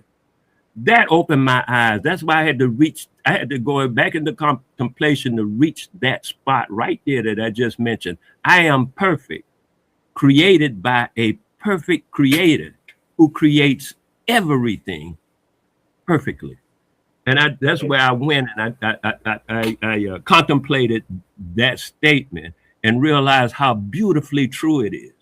Because I was walking down this, as an example, I'm just saying, and I'll keep it short because I do get long. Okay, so I was walking down the street one night. Well, it was like 2 or 3 in the morning because I was working nights over at UPS. And I was going home, and it was dark and stuff, and I was like, damn, I ain't got enough money. That's why I was working at UPS. I wanted to build my thing up. So I didn't have money I wanted and stuff. And I said, damn, I sure could use a $10 right now. And soon as I turned around, you'd be looking around or walking around and, looking nowhere in particular. But soon as I looked around, I saw 2 $5 on the ground in the snow. Because it was snow. Snow was about almost a foot high, 6 inches at that time. I was in New Jersey. And I saw these $5, 2 $5. I could tell it was 2 of them because they had kind of slipped apart, but they were still together, right? Like one unit. I reached down to pick up the $5, and on my way down, I was thinking, shoot, I could use another one of these. And before I even picked that up, I saw another one. I went to pick that one up, and as I got up to pick that one up, I was like, can I get another one? And I saw the next one. I found 4. Right. The thing is, though, the reason I said I'm saying this under this circumstances is to say even someone's mistake was perfect. Someone lost that money. You understand, or threw it out or whatever, but they don't have it. And I got it. And I say, you know what? They didn't make a mistake. They fulfilled my wish. That's different. I know a lot of times we think we're making mistakes, and I had to contemplate this for a while. I say a lot of times we think we're making mistakes, but the creator is creating, and we're part of creation. And we, like, ain't nobody ever walked up to you and gave you nothing? Of course they have. Because the creator is creating. People have to move around. The creator is using us in the creation. And sometimes we think, oh, I did that. One time I stumped my toe. And I was like, see, that's my daughter asked me, well, what about if you stump your toe? Are you perfect? Then I ain't perfect. And I said, I stumped my toe, and it stopped me from getting shot. The bullet went right past me.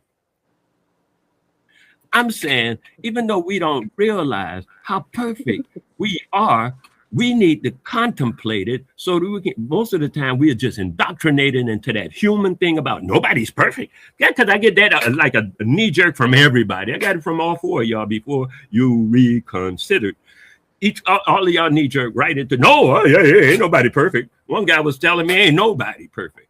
And I'm like, God damn, where you get that from? I know where you get it from. You get it from the Christians, you are the Judeo-Christian bull crap, and you get it from the human concept about being human. We are neither one. We're not human.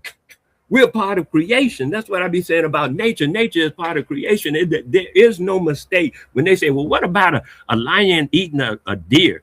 Well, that's perfect. I don't get it. What about a baby dying?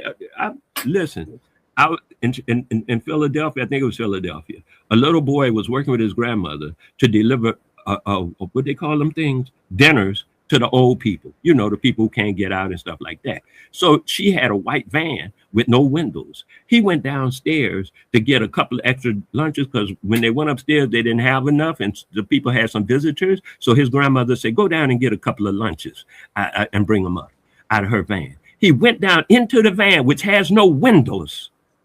One shot hit him in the head. Damn. Hit him in the head. That is perfect. That was perfect. The creator is perfect. How can you not see the utter perfection in that? That is perfect. What they got to do? Oh man. But that got to do with I'm saying we all are perfect. We are. I am. Let me speak for myself. I don't know you yet, but I'm perfect, and I know I'm perfect, and I am perfect not only because no one can be me more perfectly, but I am perfect because I was created perfect by a perfect creator who creates, and I say creates, not created, who creates, but the creator is constantly creating. The creator is creating right now. And I land my plane, as they say. That was like a 16-hour flight, y'all.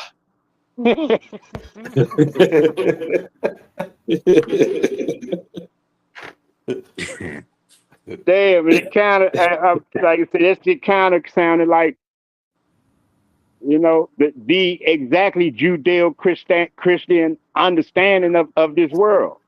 Just, you know, you say, your initial statement, you see what I'm saying? Like, I know I'm perfect because I was created by a perfect creator.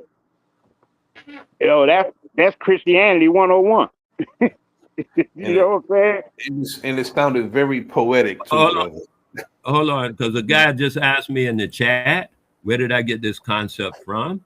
And I was about to type it because this typing takes forever, and I got certain keys that don't even work and stuff. So I'll just say it. He said, where did you get this concept of a creator? And I can tell you that I got the concept from my grandmother, first of all.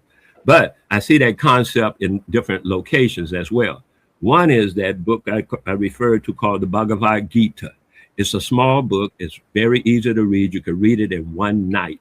The Bhagavad Gita. A Bhagavad, you know, however you spell it. Gita is G-I-T-A. You could just put G-I-T-A in there, give you the Bhagavad Gita. It's very well known. It's in Indian text from India. It's Hindu text from India. So when you were talking about Christian, I don't even relate to that because, like I said, I ain't never been no Christian cousin. I'm coming from somewhere else, even though the Christian, like I said, we both admit that the Christian Bible has plagiarized from everywhere. So they have a certain amount of plagiarism inside there about a creator from somewhere they got it. But then they morphed that into some Jesus and the rest of this stuff about God, and the rest of that stuff they do. Talking about he took a break and went and had to take a break and go lay down. That wasn't the creator, that was God. The God and the creator are not the same. That's what I was saying. God is just like, no. The creator is bigger than any one God. The creator is, who created the gods? The creator. So the guy asked me whether I just rather not. Okay. I can dig it. Stay there, man, because I ain't trying to convince nobody or nothing. I'm just telling you my concept and explain. We had the Decatur, and then we had a nigga that lived out in Decatur that was a former waiter, and then he said, "No, I'm fucking with y'all." I can dig it. Ain't no problem, man. So you basically saying your understanding of the concept of a creator, kind of like what you learned in the Vita, in the Gita text. No. This thing on. I didn't say that. I said it's amplified in the Bhagavad Gita text. I didn't say I learned that from I said I learned it from my grandmother. I didn't learn this stuff from them. I see it repeated in the amplified, exonerate, whatever, in these different texts. I was going on to say another text I found it in, the creator, is in the Yoruba science of voodoo, the science of voodoo as purported by the Yoruba. And the China, too, they got another science over there that also involves the creator in their science. You said the Yoruba people in Africa? Yes. Yeah, mostly in West Africa, yes. I study Yoruba. What they call it, voodoo, the science of Yoruba. Yeah. And you know what, too? Let me tell you this, Greedy. Most of the Yoruba I talk to, and I talk to people who speak Yoruba, were born in Nigeria, who know Yoruba all the time. They know the word, they got all that bullshit. And then some of them even know what I be talking about when I be talking about the culture. Some of them. But most of them have no idea about what I'm talking. And that's where they from and stuff like that. No, my grandmother was what they call a root woman. They did roots, what they call roots in hoodoo. But she did teach you that there is a creator. Oh, without a doubt, man. That's how. Look, I'm gonna try to explain this so it makes sense. I don't know how to do it because I've never been a Christian, so I never converted from Christianity. That concept, because it's more than just a belief; it's a concept of life. So it says. Can I ask Greedy a question before this Okay, go ahead. 20 minutes. But hey, Greedy. So, how do you think the first anything got here? I don't know. And who's to say it got here? Who's to say it just wasn't always here? So that would just be like infinite. So where did it come from, though? If it's like, infinite, I'm just saying, if it's infinite, no. Listen, what you're saying. If it's infinite, then that means it's infinite. It don't have no beginning or ending. It's just infinite. I'm not saying that I know that for sure. I'm just saying that that's a possibility and shit. Like when we think about the universe, as Wale has stated too. I don't want to quote him wrong, but he said like even nature itself was created. You see what I'm saying? Like how do we substantiate that and know that for sure? How do we know that it didn't just always exist? How do we know that? But always existent would imply that you still have some mind frame, because how do you know? Just like how you ask people, how do you have this concept, or how you know God, or how do you think of God in this way? Like, do you only know this because they brought it up? And you only know infinite because of what they say space is. They say space is infinite. It's just never ending. We don't know where it really truly started. It just goes on and on and on and on. That's the same argument. That's the same exact thing. So I don't subscribe from that stuff just comes out of nowhere. That's all I'm saying. Like in our reality that we live in, for things to happen or manifest, for lack of a better word, we have to make it happen. Like I can't just be like, damn, man, I need some furniture in my place. Like, shoot, I'm just going to think about it and, you know, it's just going to appear. Something. Nah, we got to either make the chair or go buy the chair from somebody who already made it. So I'm just saying, like, where do we, like don't it got to come from somewhere? Stuff can just come out of nowhere? I understand what you're saying, woke. That's all I'm saying. Everything, anything and everything has a beginning. It has a beginning, but we can't say for certain when. Right. And we can't say for certain what and how. Exactly. Mm-hmm. All we can say is I'm with you on that. I'm with you on that. All we can say is in the beginning. That's it. Yeah, I'm with you on that. I'm that's why I said even when it come to this, like, you know, I argue people down on other subjects about stuff that we know, like in the life that we've been living and the stuff that we see. But like that type of stuff is just like, yeah, like you can only really speculate.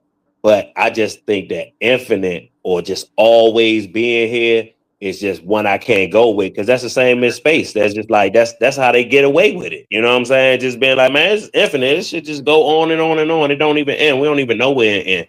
And that's what got a lot of people who are like on the Pan-African side. You see that they are atheists, but they are high into science. They believe all the science shit. Yeah, because they tell you it's an infinite space. So where the fuck is God gonna be if it's an infinite ass space up there? It's just infinite, go on and on forever. Okay. You know what I'm saying? Okay. You know what, you said something real significant, brother. You said it's infinite and it's on and going on and on and on, and that's synonymous to the argument, bro. Mm-hmm. Right. The argument goes on and on and on and on and on because nobody knows for certain when. Nobody. Mm-hmm. Right. Yeah, and I ain't. That's what I say. I ain't here to argue when. I ain't here to say that my definition, because even when I go to the creator, I'm with Wale at the it's a creator. But then if somebody asks me, like, well, who created the creator? I don't know. The other creator, like, you know what I'm saying? I'm gonna be stuck too. So I ain't gonna sit there and try to act like I know at that point. And like you said, at that point, it does make it kind of infinite, doesn't it? Right.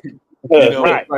The enemy's public. Yeah, he made the argument right there in itself just became infinite, because if you ask me, who made my creator? And I'm like, shit, I don't know. The other one. Then the other one made him. Then the other one. Absolutely. It's like this, bro. Right. It's a case. It's a case of bro. When it comes to God, did God create men or did men create God? Oh, man definitely created God, especially the God that we know, because God is Satan to me. Exactly. When they talk about it in the sense of religion. Exactly. And that's just it's just more of a mind frame. Like Satanism is more of a it's a I don't want to say it's a spirit, but it's really because it all comes to your mind and what you ultimately think is right to do or right to follow. So like it's just really just mind tricks. Like I always say, it's no such thing as magic, but yeah, you could trick a nigga mind easy. You know what I'm saying? Yeah, exactly. The thinking and the optical illusions, brother. You trick their mind. I find that people who are ignorant of science refer to applied science as magic. That's applied science. You know, like hypnotism or just other things that's a part of applied science. They see that in some kind of magical framework because they're ignorant of how it's being applied.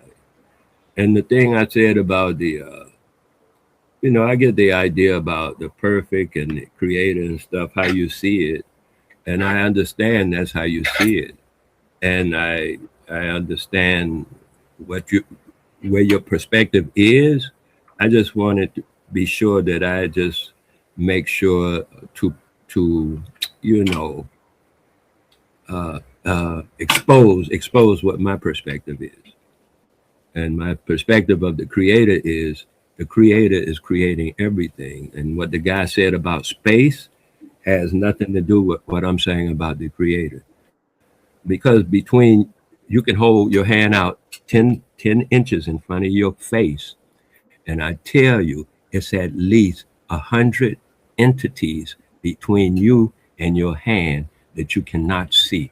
And they are physical, living entities, but you can't see them. They're physical. Most of the time, you can see them in a shaft of light. Like if you create a shaft of light with a flashlight, or you see it coming through your window, you'll see them in the shaft of light, just floating through the shaft of light. And you'll see how many it is in there, how many things are in that shaft of light. And then you have to realize those same things are right in front of your face as well as they are in front of that shaft of light. They are everywhere, not just in that shaft of light. Moreover, when you do that shaft of light thing I just mentioned, and you concentrate on those things in the shaft of light, within 5 to 10 minutes, you won't see them anymore. They will move out of that shaft of light because they realize that you see them. And so they don't want you to see them. They will remove themselves from that shaft of light. And you could take that shaft of light and go to someplace else and you'll see them again because they haven't moved. They don't know you. Once they realize you watching them all the time, they'll stop moving. So running away from the shaft, they realize, hey, he's on to us. What can we do? Just like that movie called They See Us. What was the new movie called? They're Here or something, where the guy put on the glasses and he could see everything. And when he took the glasses off, he couldn't see nothing. And when he put the glasses back on, he could see the aliens and all the cold stuff under the advertisement and stuff. And when he took the glasses off, it was regular, like, Sharp at Coleman's, regular stuff. It's called They Live. They Live. They Live. Okay, that's the movie. That's what's happening. And then you're talking about space, and I'm talking about the space that's 10 inches. I ain't talking about millions of miles and all that crap they be talking. I'm talking about, let's deal with this 10 inches right here. Something we can manage right here and deal with that. Not all this space stuff, you need this and you need a telescope. No, we don't need a telescope for 10 inches. So I'm saying we realize hold on, Wale. So you're saying the shit that in between your hand, you reach your hand out. You know how you see in the summertime, like little areas in the air where it be like full of nets and shit. They all gathered around the street light or something like that. You just see them up there all just buzzing and shit, or flying around in circular motion and shit around that light area and shit. You saying there's some shit like that going on? But it's from like some spiritual, type shit. No. You can see it when you form the shaft of light. Only they are a lot smaller than gnats. Matter of fact, you breathe them in, then you don't even know it. They be like, because I'm saying, even though you use the shaft of light so you can see what you know that's in the atmosphere. You use the shaft of light. You see all that stuff in the atmosphere, right? You breathing it in and out. It's within that 10 feet in front of your 10 inches within front of your face too, just like it is everywhere else. But the gnats are only around that light bulb. I'm saying the things that I'm telling you about are all over the place. They everywhere all the time. That's why I say use a flashlight, or sometimes you can notice them in a shaft of light coming from the sun. If you got a direct small shaft of light coming from the sun, sometimes you could see them and they will disappear. They'll move out of that shaft. When they realize you looking at them, they're going to fled that shaft of light because they be like, oh, he can see us. And they will move out of that shaft of light. And when you tell somebody, they waiting on somebody to tell you, oh, nigga, you crazy. And then go back to that's it, man. What you sound like, it sounds like you're describing particles or like micro particles just in the air. You know what I'm saying? That's what it sounds like you're describing, but you're adding that these particles that's just in the air has an intelligence and it's aware that you're on to them or something like that. That do sound a bit crazy. They are sentient. You are correct. I agree with everything you just said, because that's exactly what I said.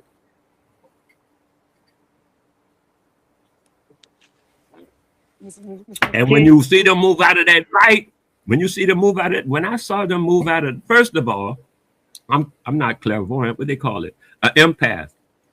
I'm an empath, right? I learned that when I was going through, training, that I am an empath. Everybody got their thing. My thing was that is empathy.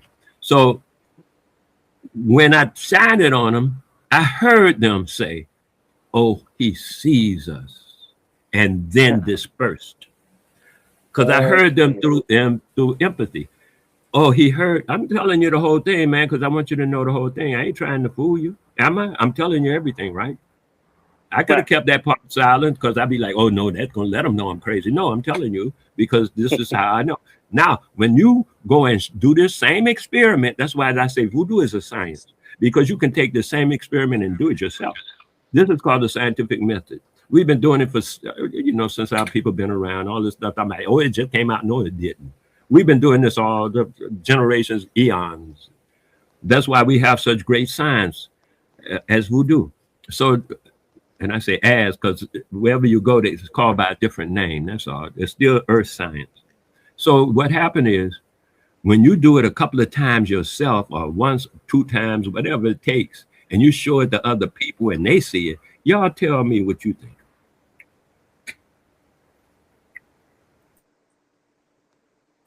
After you do it, don't just tell me before you don't do it. Do the shaft of light thing, see the particles, and hold it there long enough in your consciousness long enough to see whether they disperse. 5 or 10 minutes. That's all it takes.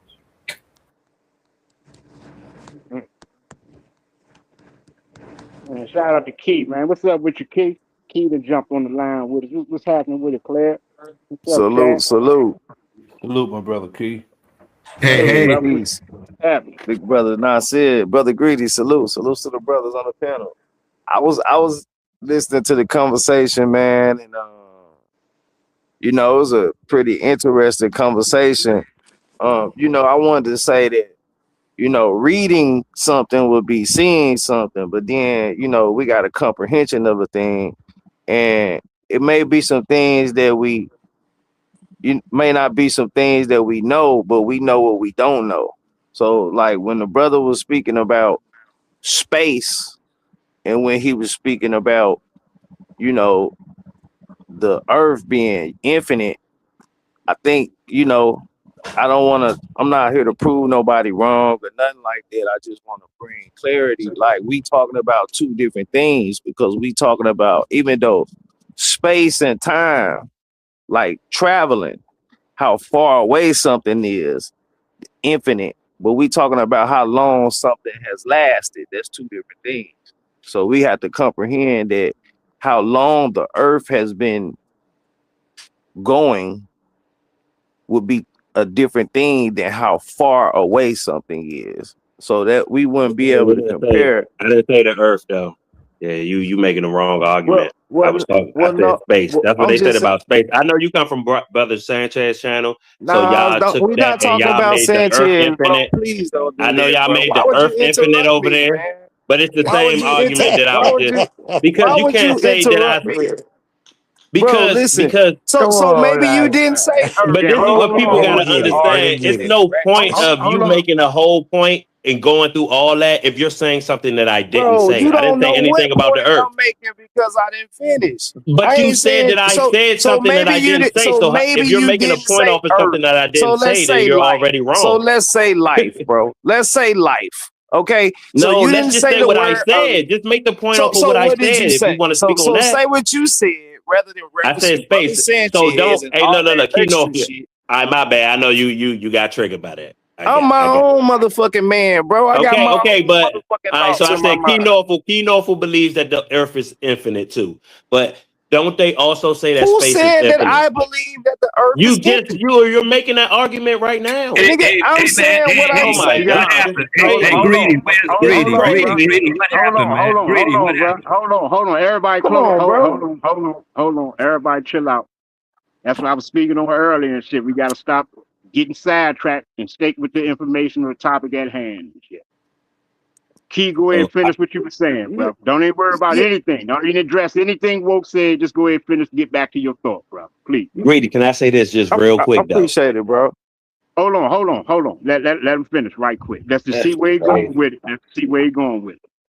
Go ahead. Bro. So you know, I don't want to misclarify, but what I'm saying is how long that things have been going, you know, it can be manipulated. So we know it can't be destroyed. So we know that if it can't be destroyed, then obviously due with the laws of polarity, then it couldn't have been created. If it can't be destroyed, it can be manipulated.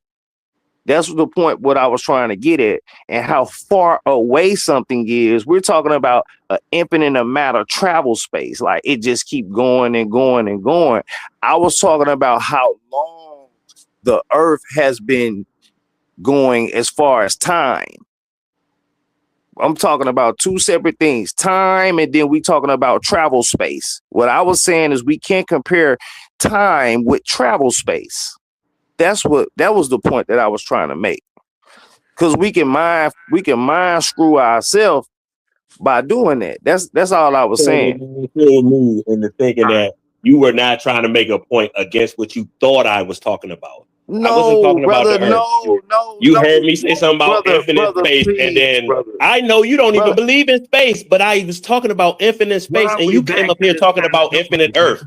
That's not the same thing, bro. You came to defend something that didn't even need defending, bro. It's all good, bro. You believe that the Earth don't never end. Tell you, brother, what I'm trying, brother. Please, can I say what I'm saying? Back up here, bro. Brother, I don't really got time for the drunks. Greedy, I wasn't talking, nigga. I don't even drink no more. So you drunk. You don't know nothing about me, bro. You don't know nothing about me, bro. And it wasn't nothing personal against what he was saying, Greedy. I wasn't talking about infinite Earth. Infinite Earth meaning the Earth just keep going and going. I was talking about how long the Earth has been going. You see what I'm saying? If we can say the Earth 1 million years old, that's what I'm talking about. I'm not talking about the Earth keep going and going and going. That's why I said we can't compare space to what we talking about the time with the Earth.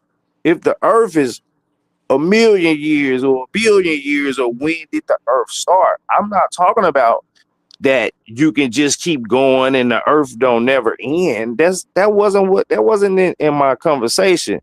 I was saying that it would be an injustice to us to compare the infinite travel space of space, you know, whether I agree with space or not. Some people do. So they want to say that space is infinite. What I'm saying is when we comparing how long the Earth has been going, we cannot compare how far the space stretches. Like, do that make sense?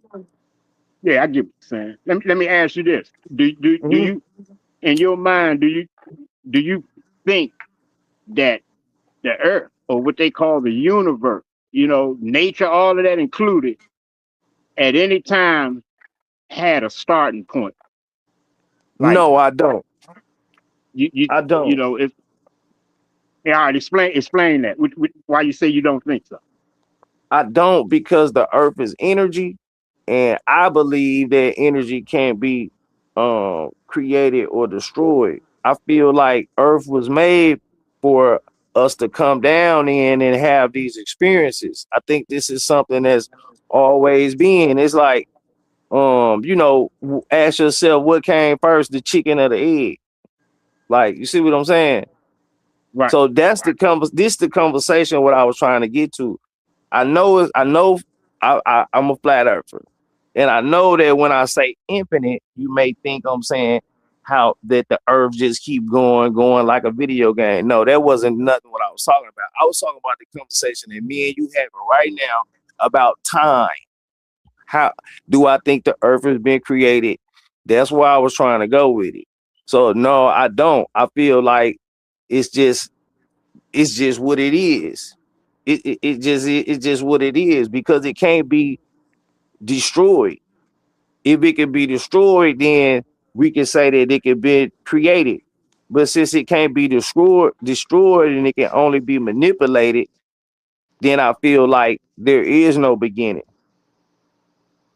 I mean, how you feel about that? I was listening earlier. That's what brought me in on the conversation. This ain't got nothing to do with no flat earth or none of that. No, I feel and get everything you're saying. What I'm saying is, like, you know, just the earth and everything, you know, the universe, everything that we see, even us, you know what I'm saying? Like, we all this shit, you know, makes you come to a thought that it had to be a beginning. You see what I'm saying? Like, even down to people and shit, you know what I'm saying? Like, it had to be, you know, someone asks you, you know, how did you get here? You like, yeah, so I got here through my mother and father, and so on and so forth. And then, you know, it always come down to the, you know, that very same thought process or train of thought. Okay, well, who was the first people? You see what I'm saying? Who was the original or the first mother? Who was the first father? And stuff like that. You know what I'm saying? All that was always come to be and shit. You know what I'm saying? And I'm not saying that I have an answer to it, but what I have concluded to in just my research and my experience, like, it's on some to be determined type shit to me. I feel like it's some shit that don't nobody know and will never come to know. Like that's where I'm at with it and shit. Like, and we can't just place, you know, like I feel like the attempt or the approach to what the religious teachings of it is, I feel, where the very concept comes from, that a so-called deity or a god or a supernatural force like created everything. You see what I'm saying? I think that's all the thoughts of man. You see what I'm saying? Just trying to make some sense or logical sense out of what the fuck we are experiencing and shit. But it still is not no absolute truth that it was created, bro. I agree. I agree with you, Greedy, because when you don't have a definitive answer, all you can do is go to belief. That's all you can do when you don't have a definitive answer, because there is no definitive answer. It really isn't. Or you can say, okay, face, which one came first? Like the brother Kinoko said, the chicken or the egg. All you know is you here and you was brought here by your mother, so on and so on, their parents, but there's no definitive answer. And we have people that will try to explain it, and all they can do is go to belief. That's all they can do. They can't go to nothing but a belief when it comes to that. But that is not the answer. Because belief comes from not knowing. You back to not knowing again. So you might as well say, I don't know. That's it. That's right. I think it's a higher intelligence. I think it's a higher intelligence than the mind of a man or the powers or whatever you want to call it of a man that created this. I think this was a man's dwelling place. You see what I'm saying? I think that this has been here for us to come here, learn, build, manifest, you know, and experience the things that we experience. And so that's what makes me go to. Now, I'm not saying this is facts, because once again, I don't know. I don't know nobody that's 1,000,000 years old. It's just like the Jesus Christ conversation. I'm not finna argue with somebody about somebody who's supposed to have been alive over 2,000-3,000 years ago. I don't know nobody 2,000-3,000 years old. But what I can say is that I believe that it was an archetype for a code of a way of a map to live, to do righteous things. But people don't want to look at that because that'll hold self-accountability.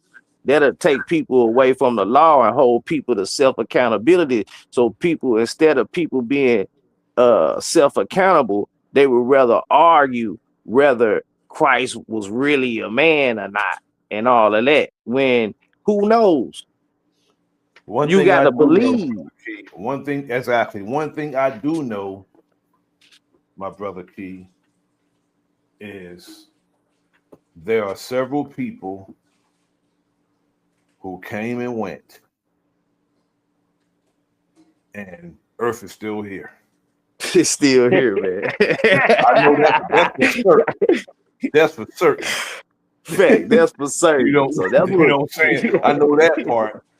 It's for certain. People have came and gone. Right. Now I got ancestors. I got ancestors who are grave site in Holly Grove, Arkansas, that's 300 years old. So, they came and went. Exactly. Even though that's not a long time ago to what we're talking about. Yes, sir. You know how many people came and went in your lifetime, bro? Man. In your lifetime. My lifetime. And this thing's still here. You know what I'm saying? Brother Nadi. So many people have came and went in our lifetime. Right. That is the course right there. Right. Like, when you really think about it, bro, like, and I'm gonna credit this one to the King of High Self, man, the bro God, man. King of High Self said this on the stream years ago and shit, man. He said, if you really think about it, it's gonna always be difficult to understand the true history of the earth and all of that, because nobody really knows how old the fucking earth is. Exactly. Nobody really knows how old the earth is and shit, man. You know what I'm saying? You got scientists attempting to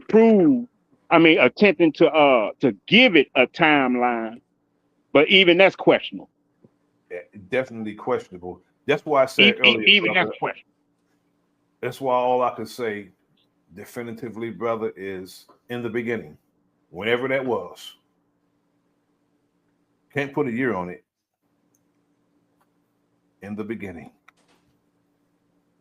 Oh, really, like, I know it might sound crazy and shit, but if like he was saying, in the sense of, hold on, let me get my mind right before I say this, because if all is energy, right? If all is energy, and at some point, I don't even know if it was even at some point, because that's still bringing this beginning type of thought process on it, but energy somehow took on what they teach in science as a matter form. You know what I'm saying? With like the physical matter of the energy.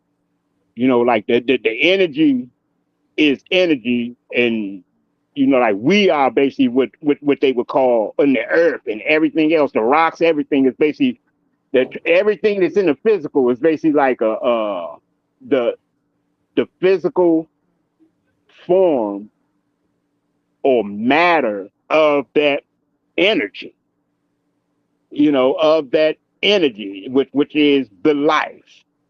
You see what I'm saying? Somehow Yes, I do. The life, the energy itself, that charge that's given life, or that's able for life to even exist somehow, some way, right? But in the so-called Big Bang theory, which evolution and all that is attached and comes down the line of that, it doesn't explain the beginning of the world, or the beginning of the universe, or the beginning of that matter, that physical matter of an energy. It's only, what they're saying is that they can see, I don't know how, but what they're explaining is that there was at one point in time where there was like a separation of the physical matter, which they call, you know, the earth, the planets, you know, the sun, the star, all this shit is supposed to be physical forms of an energy that was all once in conjunction and then somehow separated at one point in time, or at, you know, has a point where it's separated or some shit like that. You know what I'm saying? All this shit is just like, but like, all I'm saying is that, like, even that's not explaining the origin of the energy. No, it's not. It's not. You see what I'm saying? That's still not explaining the origin of what created the energy. Was the energy created? You know what I'm saying? You know, like, you know, like, Well, this still like you can explain that sort of, but it still don't explain the origin. Yeah, or you can explain. I know I can explain my beginning, right? And because it began with my parents. That energy. Greedy, sound like you were talking about yin and yang. When you were just speaking just now about how the energy was all one and then something happened and then the rest of that story. There's an old story in the Chinese science referred to as yin and yang. And yin and yang is the Tao. That's the Tao. That's when things started moving. When the thing that you're talking about happened, because there were in the yin and yang, there was already that singular thing, and then something happened within that thing, right? That caused the yin and the yang to it's like our brain. We got one brain, but we got two lobes now. But some I don't know, maybe some animals that I haven't checked out have only one lobe still. But you see what I'm saying here? That we're part of the creation in that sense. And I just wanted to mention for a moment the merging of the physical and the non-physical together. And that's what I was gonna ask Brother Nasir when he said, you know, his beginning. Now, do you believe that the energy inside of you was created when you were born, or do you think that your energy always is and always was, that like your energy inside of you? Not necessarily the energy inside of me, the energy inside of my mother. I put it the way that you ask it, that I can answer it the way that I usually answer it, goes a little bit like this. I am an immortal being enjoying brother a mortal. May I finish the sentence, man? Who are you? What is your brother? Excuse me. Kinoko asked me. Man. I'm gonna leave you alone. He asked me and you interjected, brother. The energy inside my mother, that's the energy I speak about. Okay. You know, that created me. Okay. You know, I mean, I kind of. Oh, I'm sorry, brother. No. You. I mean, go ahead. I was done. Yeah, because I agree with. I think that's Wale. I agree with. What he was saying. You know, I feel like my mother. I know I'm driving. I'm not my body with a soul. I'm my soul with a body. That's how I feel. So, you know, I feel like my energy is infinite, and I feel like after I leave here, then my energy gonna still be. It's gonna still be progressing and moving forward. We can see that when we see, like, after people die, they still have life left in the brain. You see what I'm saying? Yeah. And past life experiences. I mean, after death experiences and things of that nature. You see what I'm saying? So that's what little research and little clues and things like that lead me to believe that the energy inside of me was already what it was before my mother and my father created the baby that was inside of my mother. My energy goes inside of that casing of that vehicle. You know, that's this body is just a vehicle for me to navigate through this universe or this earth with. You see what I'm saying? I got But that. the energy of who I am is infinite. This is infinite energy that we're speaking about. None of us would be able to be created nor destroyed. So we live in a body. We dealing with a patriarchal system that has us focus on man itself, so that we don't focus on the spiritual nature of things. They want us to focus on what we can see.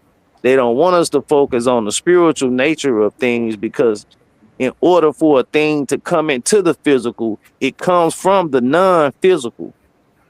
That's when they say, as it is in heaven, as it is on earth, as it is in the mind, as it is in the body.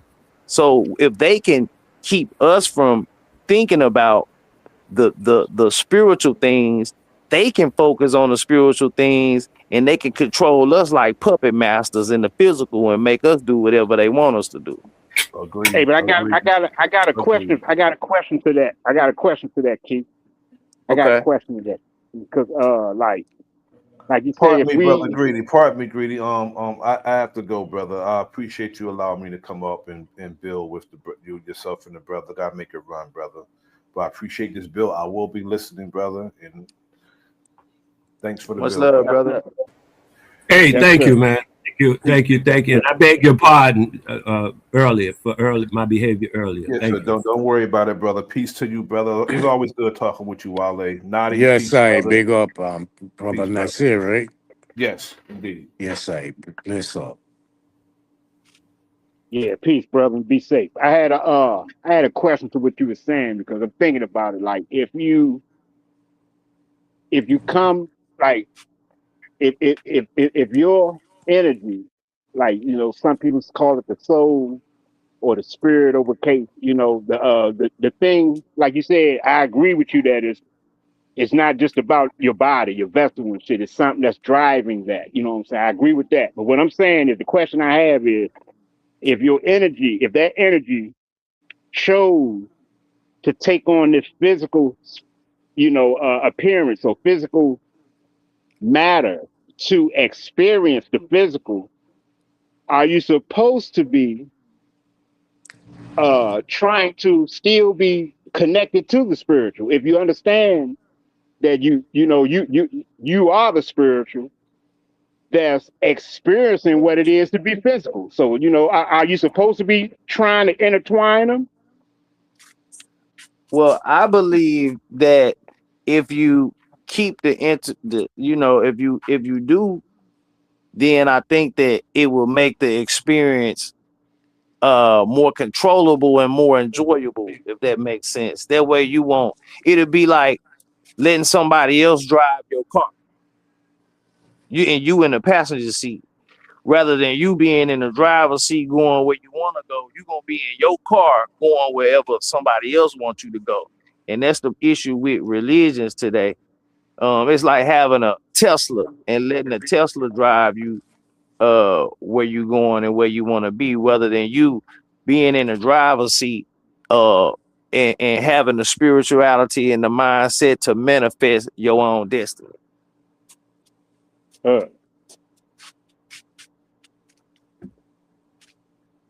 It's a lot of people. I kind of see it. My bad. I'm saying, I kind of see it as like you said, I want to put it in the most simplest form, like the creation of like light bulbs. You know what I'm saying? Like in a light bulb sense and shit. Like light bulb once turned on, you know, you click the switch on, the motherfucker stay on and shit. If nobody never clicked that switch off, that motherfucker light bulb gonna run and shit. It's full of energy and shit. The energy flowing through that motherfucker shit is gonna run. And at some point and shit, that motherfucker gonna die out and shit. You know what I'm saying? And light bulb will go out and shit. You know what I'm saying? I see that. Yeah. That's kind of the way I see everybody's fucking, time in the physical.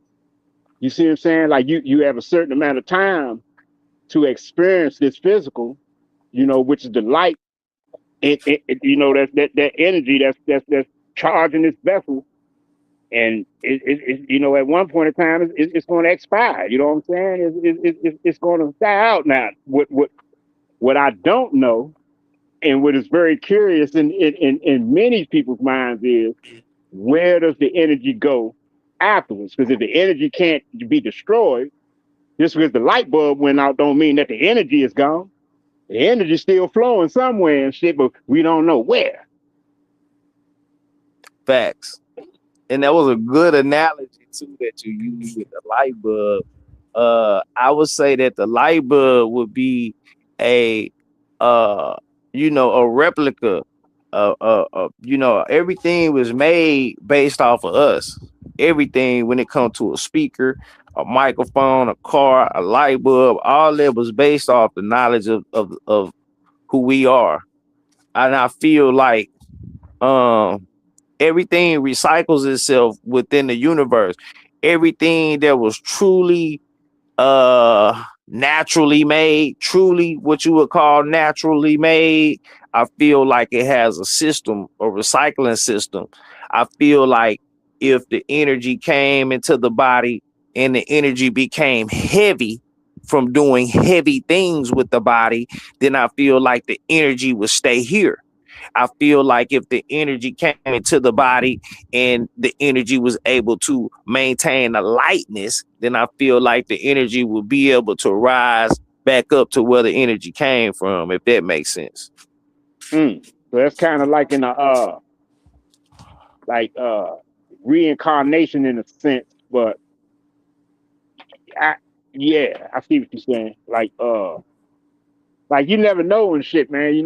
Cause think about what we're saying and shit. Let's try to, use some logic with this. You know what I'm saying? Like, as the brother Nasir said earlier and shit, the earth remains. You know what I'm saying? Life of what's on the earth is what comes and goes. You see what I'm saying? Which comes in cycles and stuff like that. And even down to the point where we talk about our ancestors and stuff like that, is still somehow connected to the same earth. The same earth. You see what I'm saying? Like when we talk about our ancestors, you're not disconnecting yourself from the earth.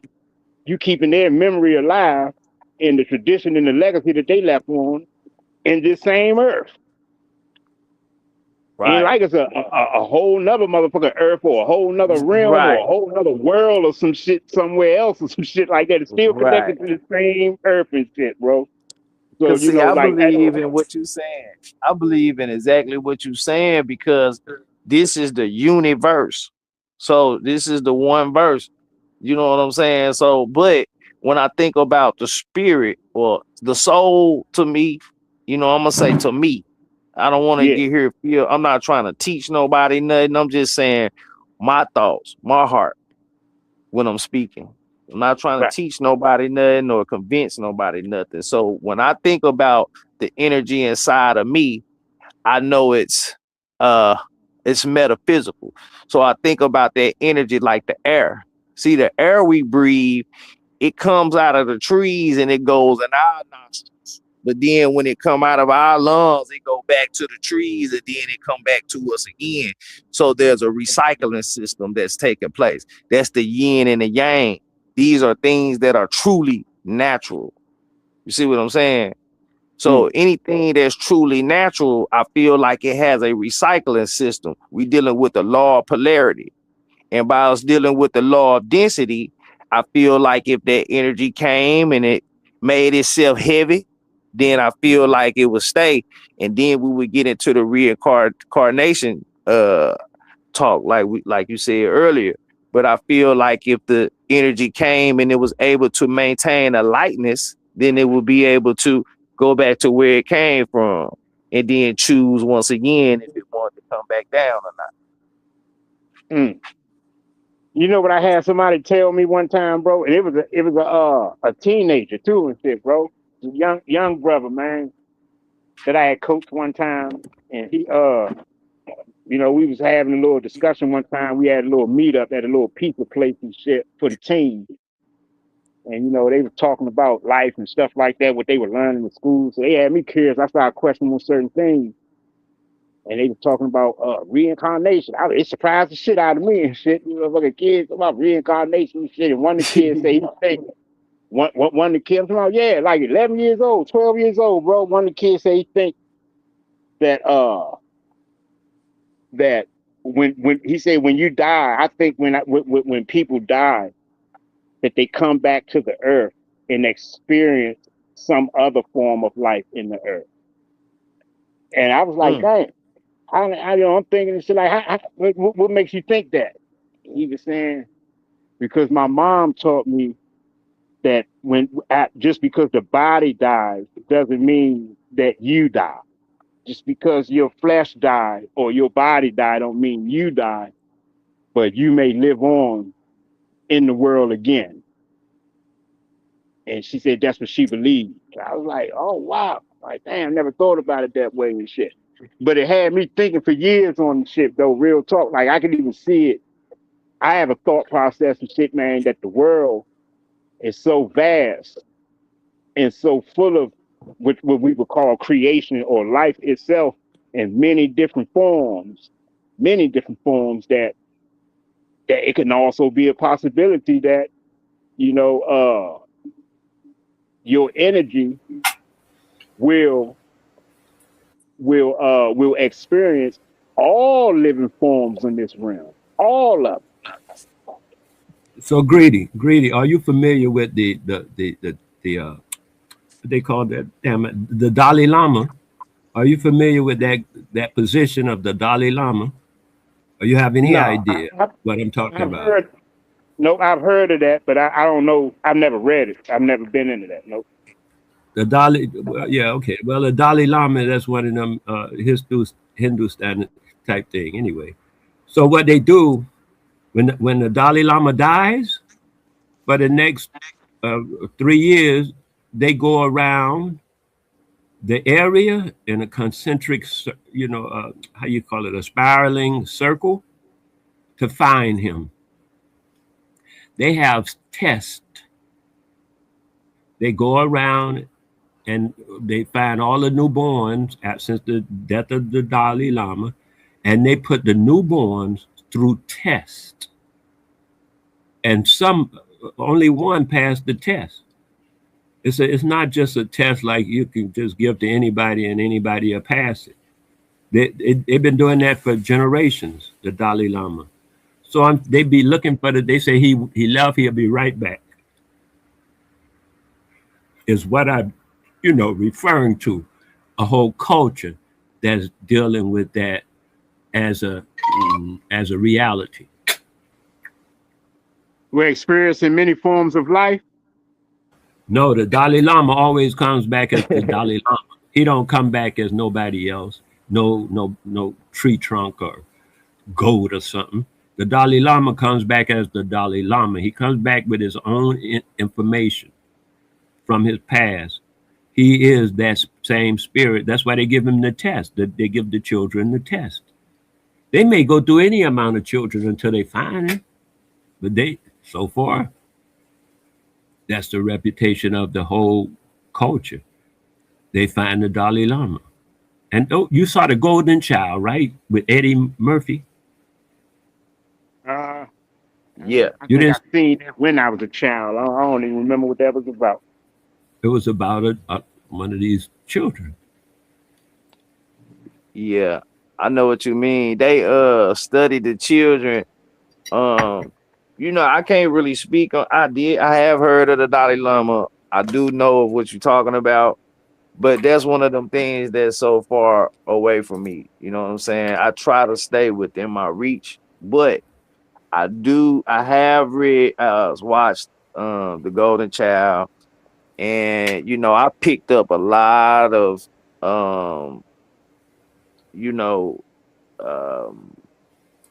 things in that movie to where it kind of showed me, they was trying to put blood in the Golden Child's. Well, first They study children today with the Gates program, gifted and talented education, gifted and talented program, and things like that. I was in the gifted and talented program. What they're doing is they're trying to measure the level of psychometrics within these children to see if they're clairvoyant.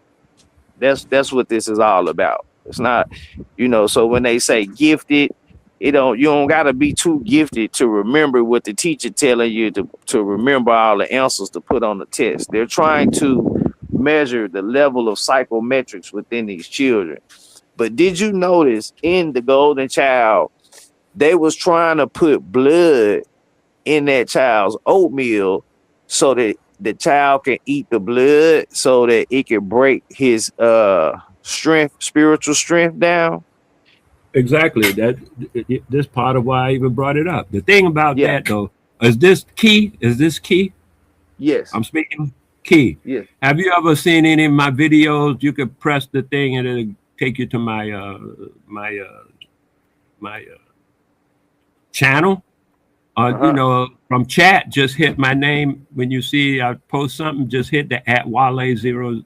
000. And I have videos that talk about all these subjects that you're talking about now. What are we talking about now? Oh, the blood thing. Dr. Sebi tells the story about the gorilla. Have you heard that story? I heard him speak about the gorilla, but not about the blood. I heard him speak about the bones and the gorilla. No, I'm gonna tell you about it. The story about the gorilla. Gorillas are vegetarians. Did you know that? I didn't know that necessarily, but he clarified in his story. Gorillas are vegetarians. So and gorillas have a very gentle society.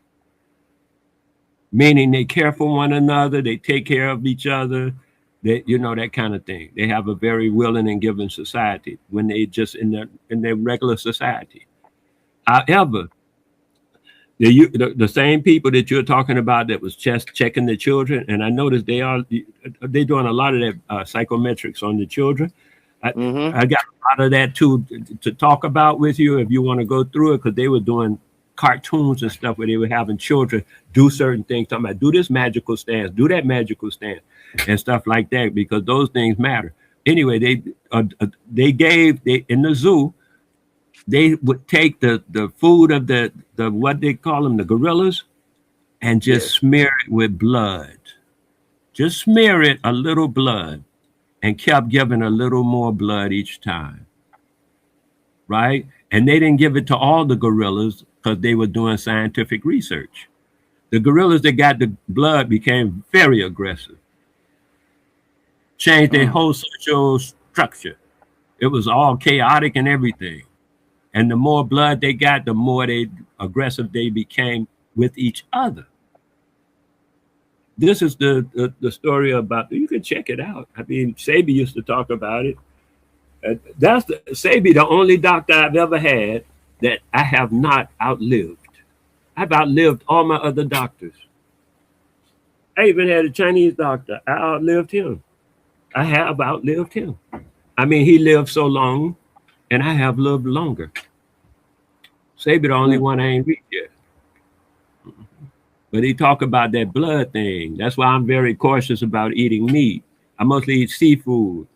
And I be careful not to eat the blood of the seafood, because they leave it in the stuff, and because I cook my own food and clean it myself to get all the blood out of it. I don't eat much chicken and stuff, because they want you to eat all that stuff. It's got blood in the doggone bones of the chicken. Ain't no way you can eat a piece of chicken meat and don't see the blood. So you do your thing, but I'm just saying, because it defiles the body, that's why it defiles the spirit. I mean, there's a guy, So that's why the boy didn't eat it. You notice he was eating a little flower. I mean, a little leaf. Right. He wouldn't touch that with the blood in it. It would break his auric field down, and it would take his spiritual strength, because he knew telekinesis, and he knew he could know things before it happened and things like that. So he wouldn't eat the blood. You see what I'm saying? It would tear his auric field down. And you know, when you was talking, it made me think about how the sun is affecting certain people and the sun not affecting certain people. And we talk about people having a soul and people not having a soul, and your aura, it sits on the outside as within, so without. So the people with a soul would have an auric field outside of themselves. That field will protect you from sickness, the sun rays and stuff like that. And we can see the people who being affected by the sun and who are being victims of these sicknesses and stuff like that. I want to watch my words since we streaming. So yeah, I'm on point with you. I'm tracking with you. What you saying? Yeah, I'm with you 1000% on that.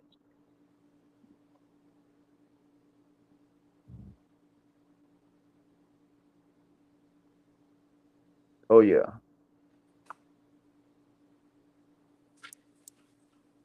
Mike check, can you hear me?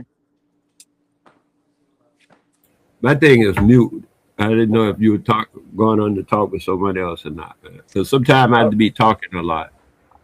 Anyway, that's what they tell.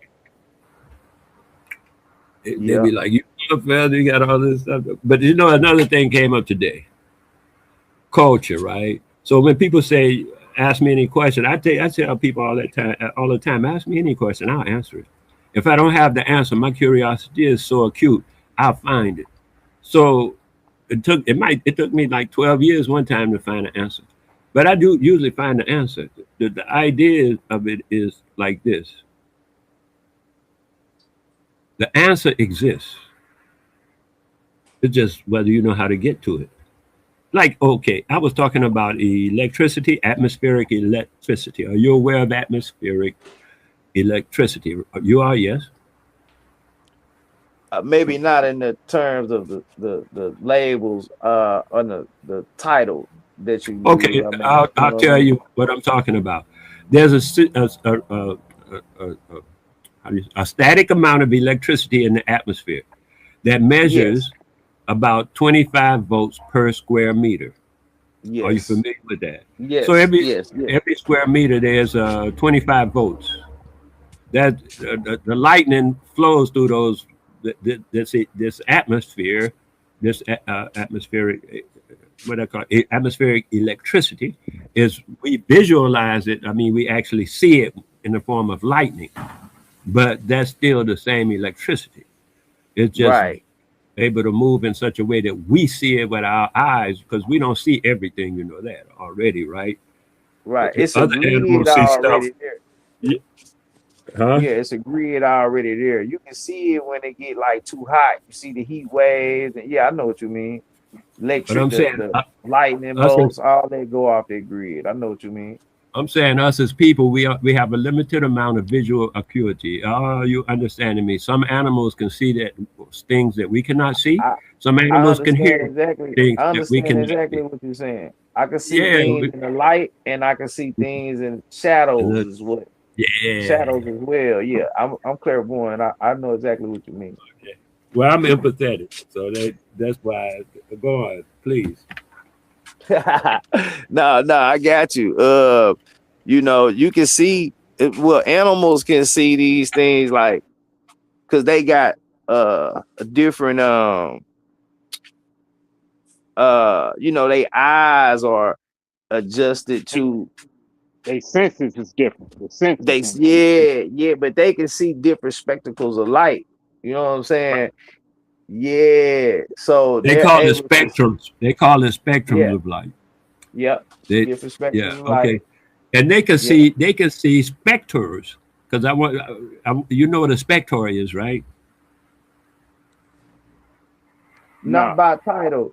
If you tell me what you're talking about, then I may know what you're talking about. I don't read a lot of stuff. I have experience with stuff. So, you know, if it touched my experience, but I don't really look up things by title and, you know, follow, you know, things like that. So if I know what you're talking about, I'll be able to tell you I know what you're saying and I'll be able to converse with you. But if it's by title, I may not know what you mean, but no, it's okay.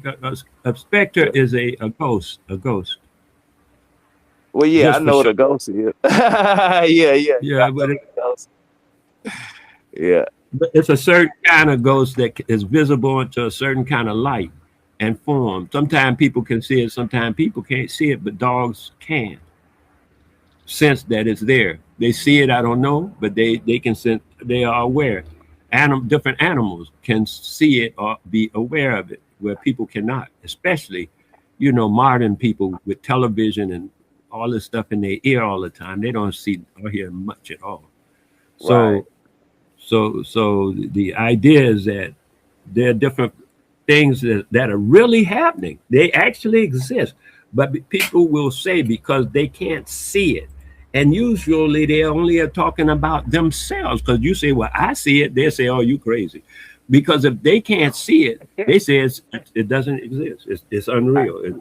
It's like your conversation that you was having earlier. Like, this why the cell phone is able to know what you thinking, because your thoughts don't actually sit inside your head. Your thoughts actually sit on your auric field. That's why when you walk in a room with somebody, you can feel it's a problem. You say, man, the tension filled up in here. You know what I'm saying? You can feel it. It's you wear the weight of the world on your shoulders. Your thoughts sit on inside of your auric field. So the cell phones is able to read the auric field. Oh, you think so? What I'm saying? Yes. I think they just be tracking your voice, man. They never turn the mic off. Yeah, they doing that too. They doing that too. But I feel like I don't think they got it as far as deep you're talking. Okay, because in World War II, I'm just well, peep this. You can walk in a room and you can tell if what's on somebody's mind. Like when you have a thought in your mind, that starts to create. I heard you saying about these entities and stuff like that. Every thought is light. So every time you thinking about something, it's pouring out of your head and it's filling the room up. You can feel it. You are able to pick up on some of it. Is that correct? Yes, that's okay. Correct. Everybody ain't doing that though. Everybody ain't doing that though. Nah, you're right. Everybody can't do that. You're right. I'm not saying they cannot. I'm saying they are not. Right. Right. It's a blockage there. You know what I'm saying? But I'm saying it's all about attention. If you Jesse Jackson said that thing, I don't know why he was very astute with this thing. He said, if you play basketball 10 hours a day, you'll be good at basketball. If you study math 10 hours a day, you'll be good at math. Whatever you put your attention to, you'll be good at it. You understand what? Right. I think that's when they start talking about a mind is a terrible thing to waste, because it's what you direct it to, you'll be good at it is all he's saying. It's not that you dumb or you got a blockage. No, you just not paying attention. That's what I'm saying. What I'm saying is like how they say that I'm not calling nobody dumb. Everybody got the same potential. What I'm saying is it's not there, because that's not what I'm saying. What you saying, but I don't want you to think I'm saying nobody better than the next person. It's like you got to use your mental and your spiritual bodies just like you use your physical body. When you go in the gym and lift weights with your physical body, you got to lift weights with your mental body. You got to lift weights with your spiritual body. Like, that's what I'm saying. So I'm not saying nobody's better than the next. I'm saying it's not happening because they like Voodoo Child always say, they have different values. Some people don't care to hear about nothing mental or spiritual. So, they gonna be bony on that side. But I know that my spirit is bigger than my body.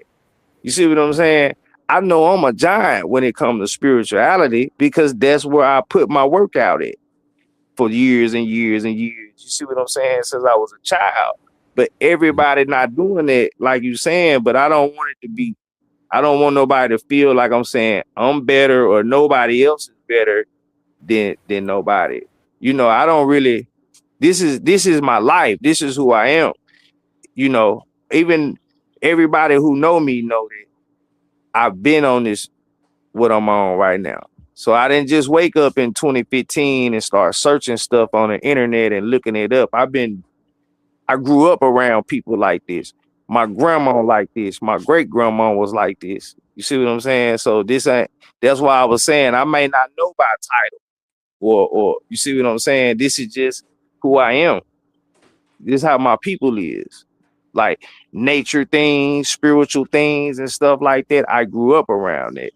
You know what I'm saying? So yeah, I don't want nobody to think I'm saying nobody better than the next or none of that, because these are the things that we need to be paying attention to. You should know if see, like an animal can sense if it's finna get ready to storm, you're gonna see them deers running, or you're gonna see them birds flying for safety, or you're gonna see the insects starting to dig a hole in the ground so they can cover their babies up.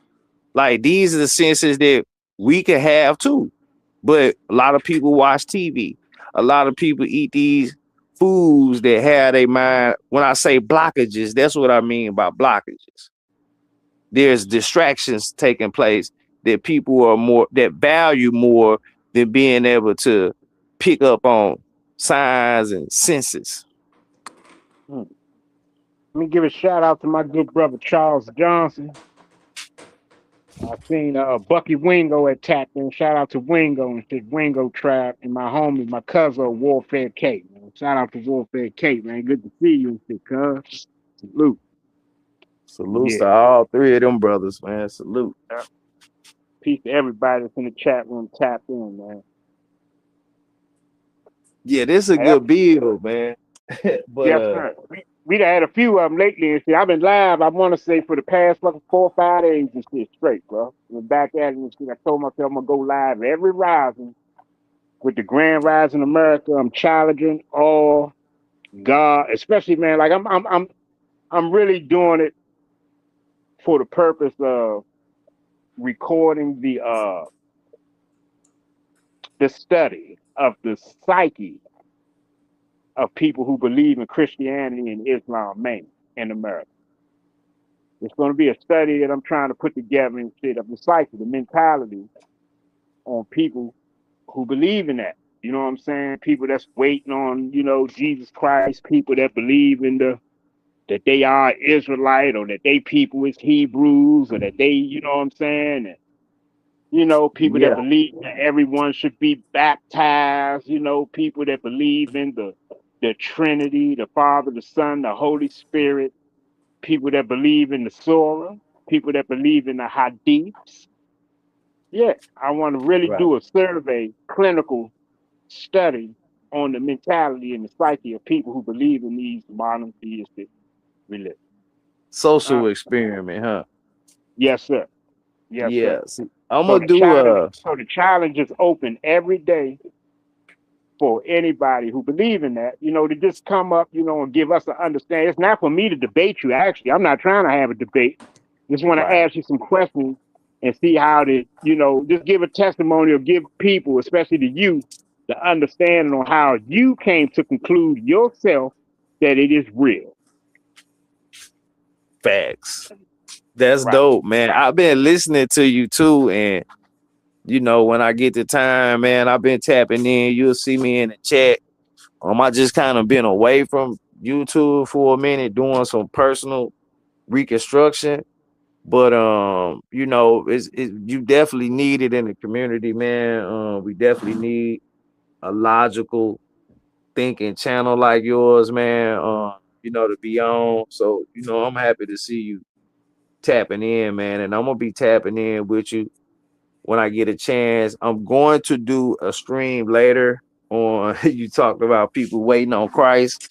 I got a stream for that a little later, man. So if you can, man, pull up. I gotta go, but man, it's always a pleasure building with you, brother Greedy.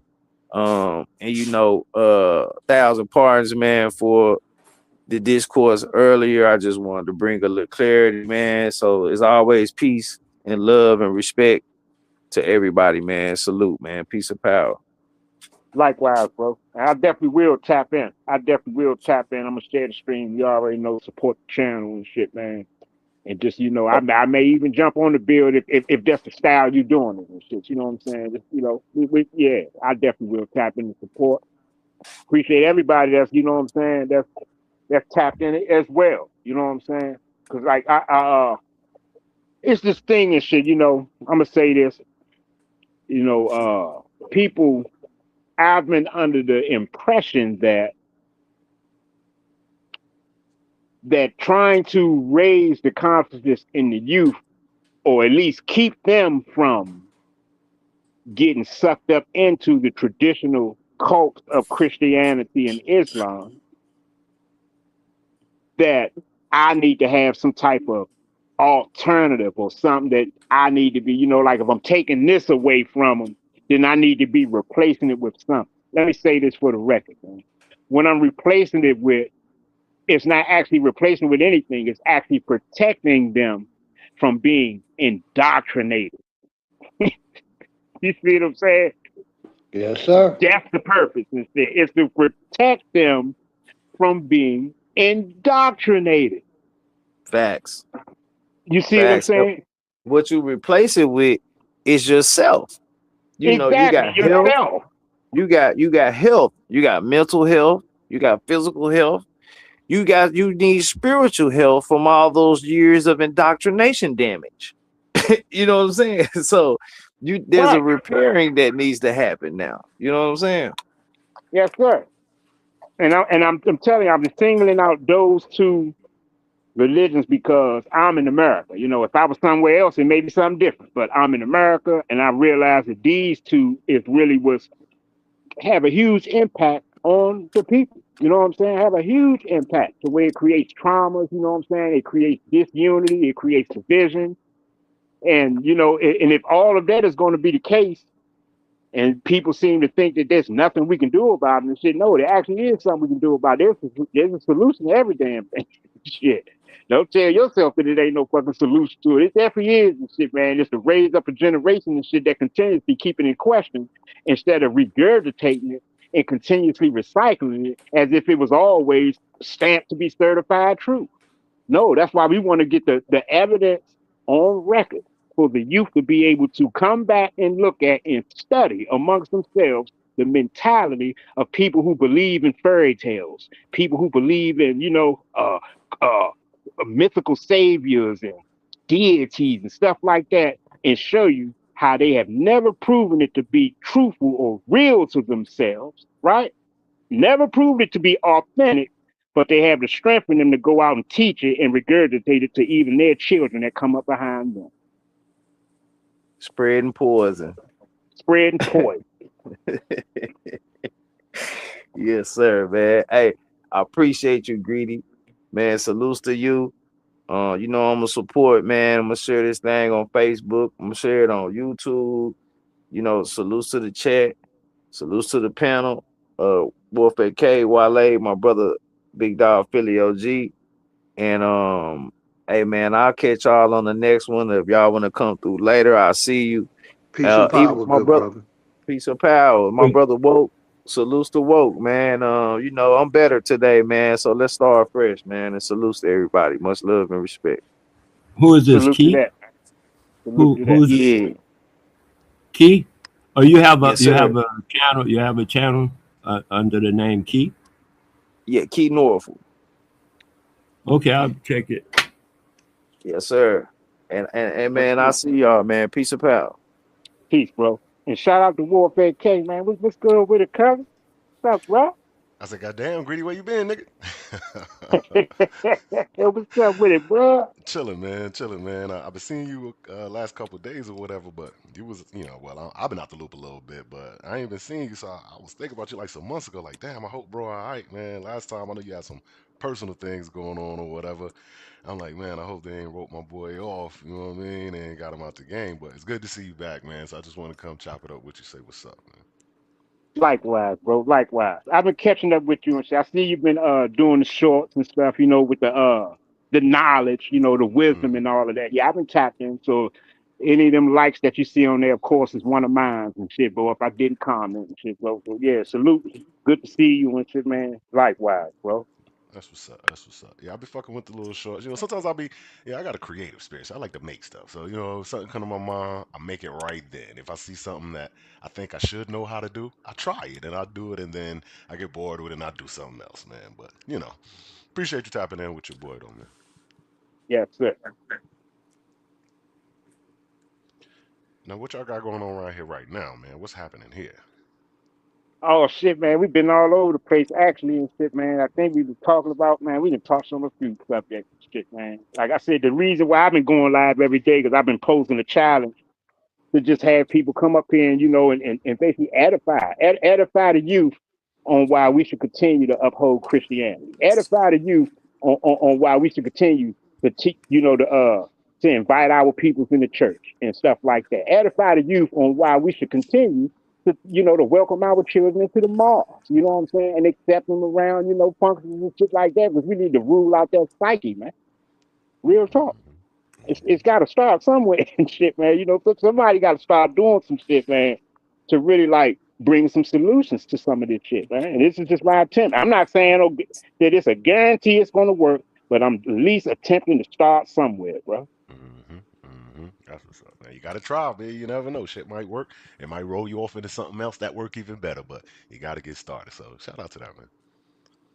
Yes, gotta try. And like I said, it's not to be debating nobody or to actually try to prove somebody wrong. Just, you know, it's basically a survey thing. I'm surveying how the questions of the validity of these things, not only the validity, but the proof of it and the moral and ethic code that follow it. You know what I'm saying? So if all of that is attached, which is how it impacts the mind and the perception of life on our people, if it is a problem, then we need to actually prove that it's real for once. And let's move out of the, you know, we're going to regurgitate, continue to teach our people to believe and have faith in something that is not working for us. That's not working for us. As OG point out all the time and shit, man, you know how many of our people is donating to these fucking churches and these religions and shit, man. You see what I'm saying? Greedy. You see what I'm saying? So if we can start teaching the children to be in a mind frame that ain't none of this shit is real and shit, then that's a generation that's going to rise, that's going to be, I ain't no telling what they're going to do, but they're not going to be taking that money and putting it into no false religions anymore. Okay, Greedy. Yes, sir. Yeah, okay. Do you see it being implemented in a political field as an attribute or political identity? As You far as what have the religion? the religion. You have certain sites like the Vienna Convention or the Geneva Convention, the Hague Convention. You have certain things like this that put in place on the religion so it can eliminate or minimize slavery and human trafficking.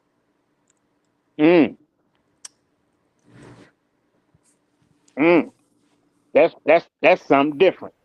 Are you saying the Hague is a religious concern? Yes, sir. The Hague fall up under the ecclesiastical of the church, where all identities are adopted and identified as Christian members. So the Christian faith is always not leaving their members behind. Okay, so are you talking about their members or everyone on the planet? Everyone that's up under that act, by way of birth certificates, by way of contractual agreements, by way of treaties. Mm-hmm. So you're saying everybody on the planet? Basically. It's a couple of countries that's not part of the Hague. Jamaica, Ethiopia. How you get the Hague to be a religious joint?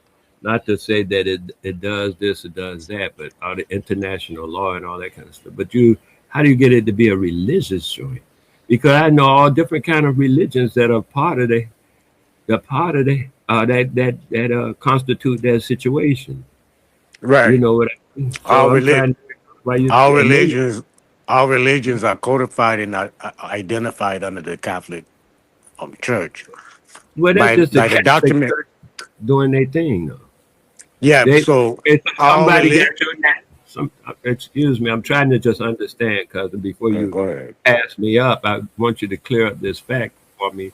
So you're saying if somebody codify your name, that means you got to go by their codification, or do you still have jurisdiction and sovereignty over yourself? Well, if you're implementing for us the article of the Vienna Convention, Article 5 gives you representation of your identity of yourself as a national, separate from a citizen, or apartheid to their Christianity identity. If you have to use certain notifications to actually identify yourself separate of their communion. It's within the documents, but you got to use those articles or clauses specifically to identify yourself separate than the rest of the act In itself. order to, in order to what do I want to say? Access. In order no, in order to interact. I don't want to say access. I ain't into that. In order to interact with them, they want to hear it in this fashion, form, and so forth. Right? Is that what you're Well, telling? you that was a good word, interact. That's true. But once you involve in the interactions, it's accessing the document required for their convention, i.e., Okay. birth certificates, representation of a citizen, them things.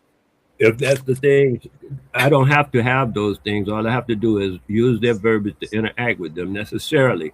So now, if I'm of a different nature, a different nation, and we're not playing that game, and so I want to interact with them, then yeah, I don't mind talking their language, which is what you were saying about Article 5.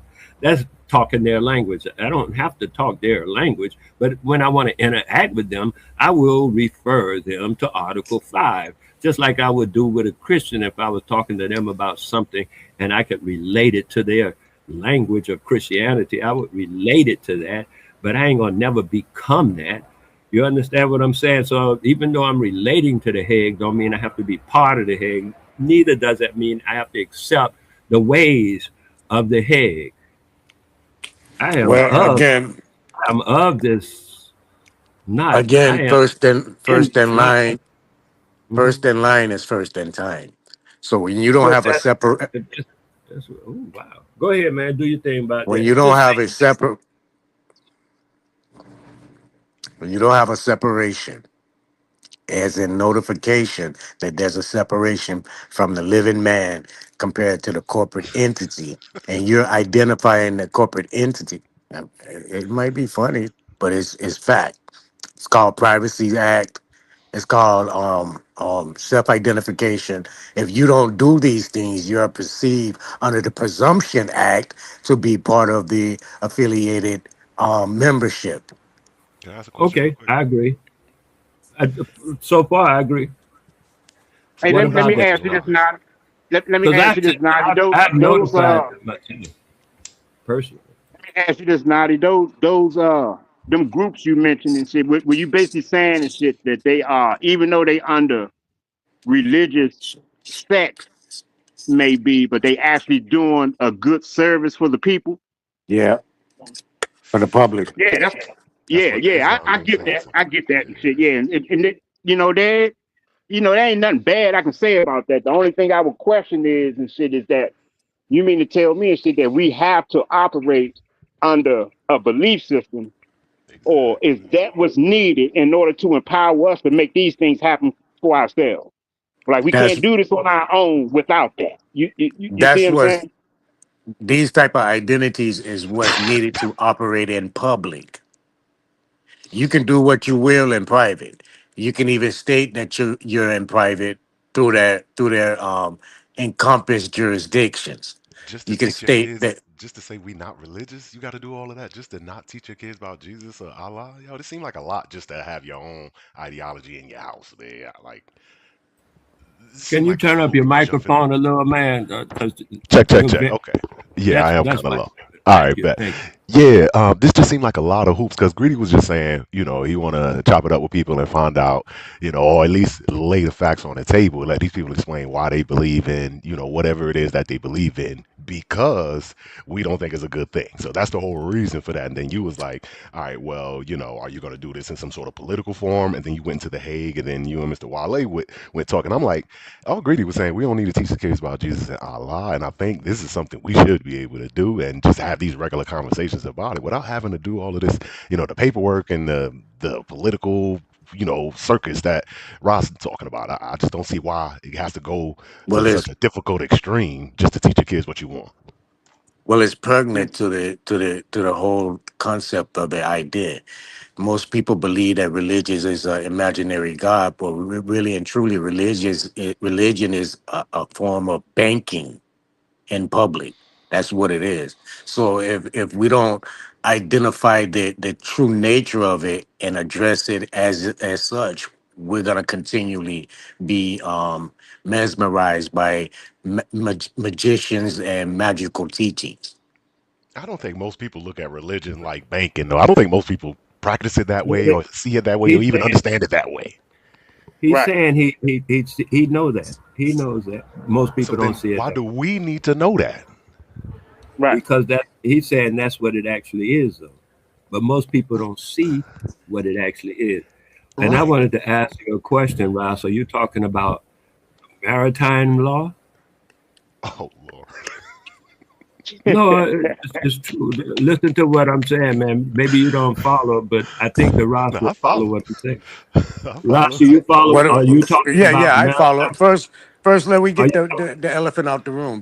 Bridget, okay. What is your digress against this type of information or in any clause of that? The brother who has a humor behind his truths. Yeah, so once again, the conversation that I understood was, hey man, we just want to make some information simple for our kids to understand and let them listen to people who believe in Jesus and Allah so they'll know not to go this way. Very simply put, seemed like a very simple concept. But then you added to that concept and said, hey, but you got to take care of the political side of it. And then y'all went way over here. Now we're about to go to maritime law. We're just talking about handing some information to our children so they don't, you know, run down the Jesus lane. And I just think, you know, and that's why I asked him, like, is that necessary? It just seems like a big hoop to jump through just for this base level, you know, mission right here. Like, now we way in the political sphere when this ain't nothing but a couple, you know, pieces of documentation to pass to the kids, you know what I'm saying? So it just seemed like a lot. And now we in, you know, maritime law. And I'm like, come on, you know, and that is hilarious to me because, you know, this is what the conscious community do. So I'm learning here. Y'all keep going.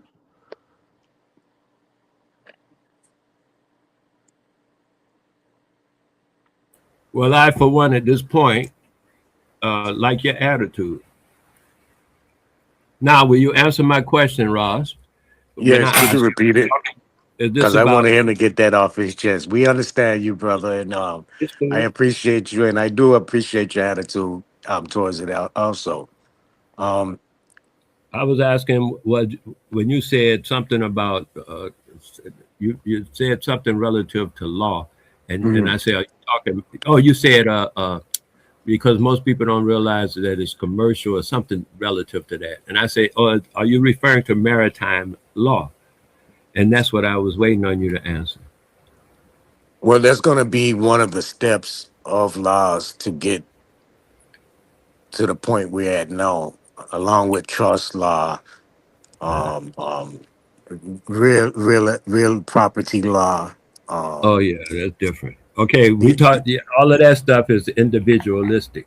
I thought you were talking about on the religious thing on only, and all the religious thing, as far as you were saying about the law, is maritime law, and maritime law has found is what a Catholic law is based on. I mean, whichever one, the chicken or the egg, they're based on that maritime law. Maritime law is based on Catholic law. So when you said Catholic or religion and stuff. I'm asking you, are you dealing in maritime? So once I realize you're dealing in maritime law, I can just say, look, there's a way out of that. And what you were saying about notification, yes, I sent a notification because you're correct. The maritime law, according to them now, not according to me, according to them. And since I deal with them, I have interaction with them, I had to set them straight. You understand what I mean? So I still interact with them, but I set them straight. I say, look, I'm not into that with y'all.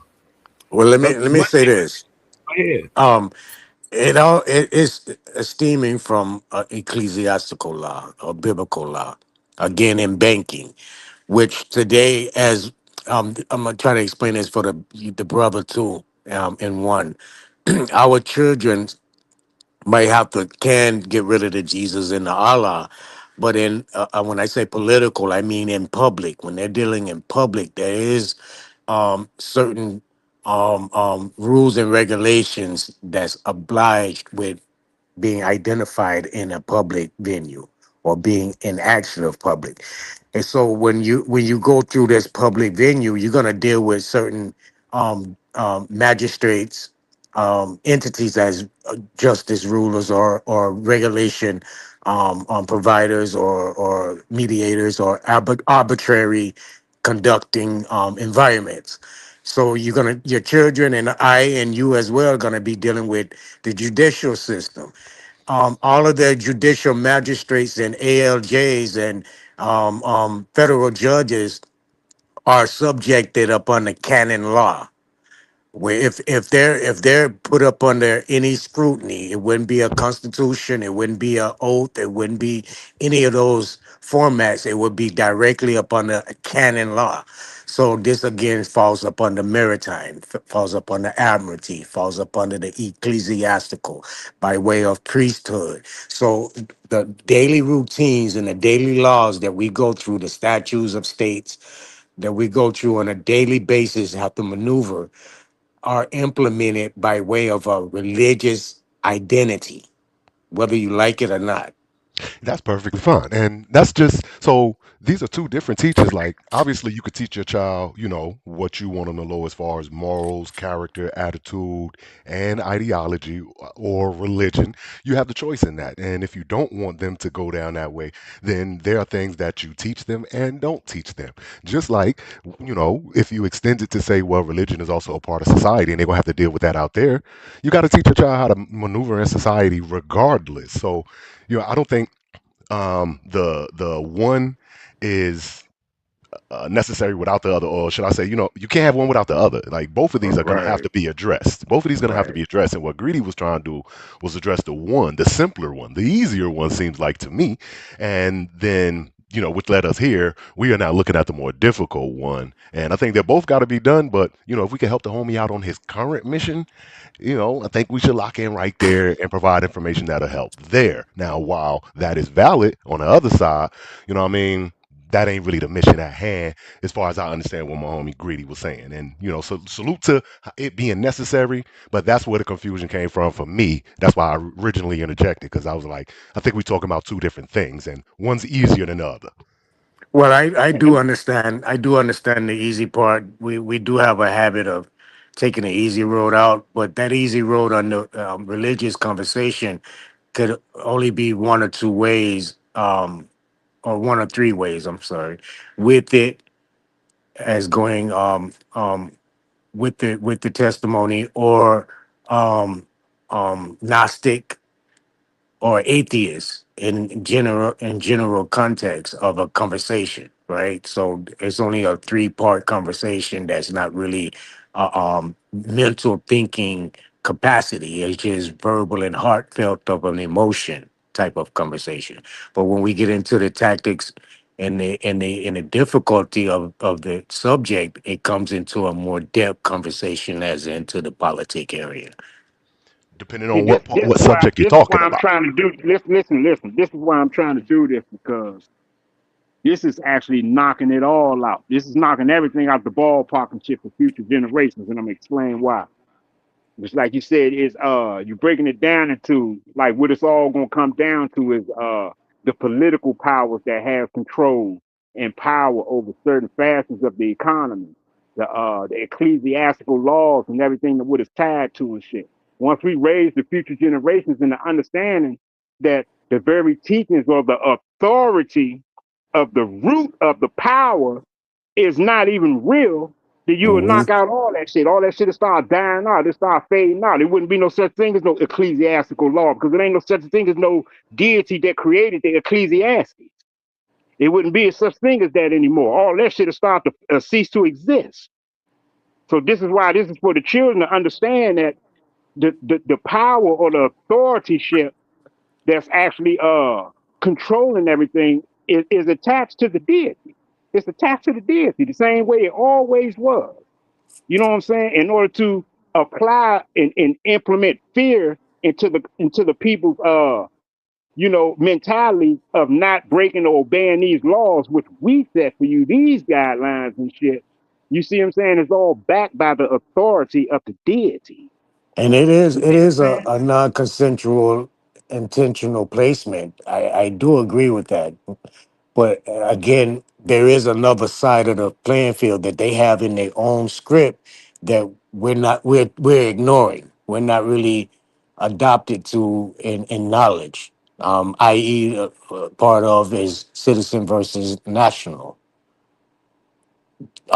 In their own constitution and U.S. coding is also the U.S. codes derive off of canon laws, what Europe go across, which is based off of the Ancestor Cuvée, another religious document, the But see, here's the original thing, though, right? religious document. Those religious documents, which they tell people it's all, backed by God, right? But the thing is, all right, so just like Greedy said, if we bust it down and make sure they understand ain't no Jesus behind it, then what's really behind it? A bunch of men with guns that's willing to put the work in.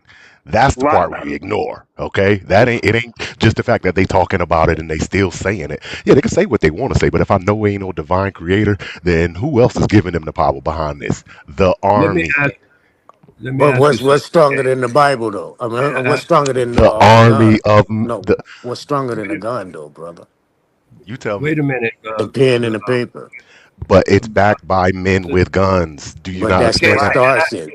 That's what starts is the pen and the paper. Okay, but That's see, what okay, start so men two people with pen to and paper, right? Two sides. align. One side gonna draw up a decree and say we gonna run down on them niggas over there. Them niggas over there don't write a paper. They say bring your ass, come on with it, and we body them. Who was stronger now? You can write what you want to, but The somebody got to the go the fight. the conquering evidence is the literature that's left behind that we're still following today. Backed by men. We backed by men because they That's took it. alignment to the contractual agreement. It was If they don't want pen to and do that no paper. more, they can stop doing that too. The paper But don't that keep ain't them in that line. ain't that ain't that ain't what's gonna happen around the world. You Now you're might get predicting. one group. You might get nah. It's not gonna happen. I mean, but that's because the book tell you it ain't gonna happen.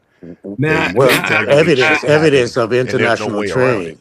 Evidence of international trade. You're not gonna stop international trade, and that's We're what not May it's trying to all stop built international off of. trade. No, no, but see, why we gotta go so far? We're not trying to stop But international that's trade. We're where trying to stop the it kids from going leads, to though, bro. Jesus. You got to understand the whole narrative instead of just one wall you want to put up on your own. It's a complete gesture of this thing that's going Is on, there and not one you step? have to Does agree. A come before B? Like you do one thing at a time, right? A before B. So we can't take over the world if we can't even teach our kids what we want to in the house, which is what we talking about here. Well, Why we talking yeah, about maritime, international law, and all of that? We can't I even guess take A care of what's come happening before here. B. I guess yeah, you're right. A come before B, and I might be in a different class that I don't belong in. Speaking.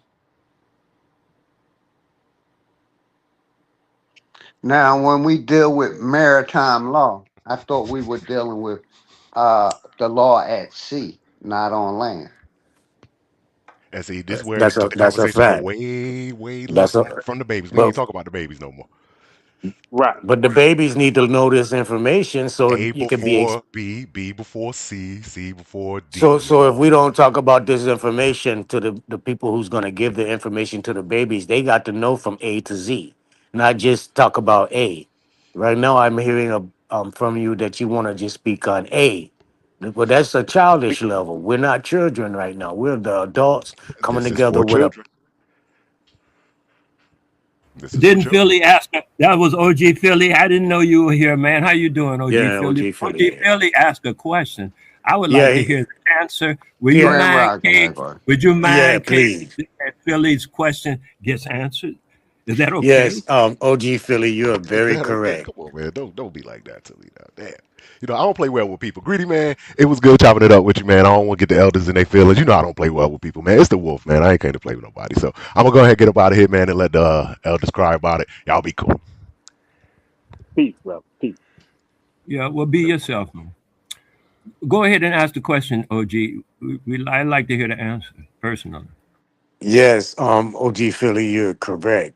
It is dealing with C ventures. America is actually cited in documentation, sea to shining sea. So they veer or view, I'm not sorry, I'm not veer, but view that every piece of this um, shoreline is actually underwater. And they're operating in a international event. So they have you identified as an international a trade commerce, themselves as international regulators or identifiers of letters of marquee for property and transport of trade. That's why you have a tag on your vehicle. It's a tradable identity or commercial identity. Your driver's license is a commercial identity. No matter how limited it is, if it's a Class A or Class D, it's still a commercial identity. This is why one of the reasons you can go and run a Uber, drive a Uber Eats, or drive a Uber Lyft in your personal vehicle, because you're identified as a commercial property in an international commerce. So everything that they're working under is in a maritime event because everything is labeled under maritime jurisdiction. When the president does a executive order, that executive order actually doesn't go for the domestic until it goes through the Ministry of Foreign Affairs, the director of Ministry of Foreign Affairs, which consists of different ministers from all over the world under one roof, making identifying gestures or laws or implementations for the domestic part of the Americas, but it's still in correlation with an international decree.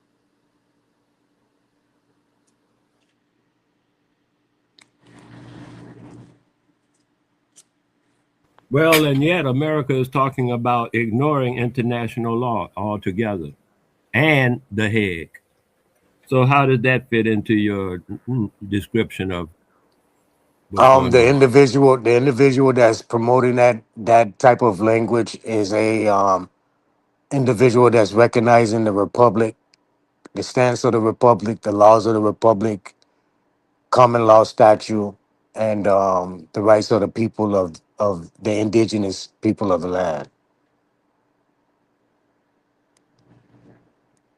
Yeah, it's a how do you say, a foreigner to the land who is a president of the corporation. Yeah, I have been watching what he's been putting down, and a lot of people don't see it. He just recently did a letter from the DOD, in the conjoining DOJ, to all ALJs, which are administrative law judges. These are judges of your state courts and things of these nature. These judges are now being abandoned by the government for the actions that they're taking by doing administrative law procedures on the people illegally without the people knowledge. So they're implementing things in Washington to have a security net for nationals, We the people. That's who nationals are. We the people. The citizens are the people who the Constitution grants amenities and privileges to. The nationals are the original we the people, the first class citizens, the private citizens. The slave holders, right? Well, the beneficiary and the settlers. You said settlers, right?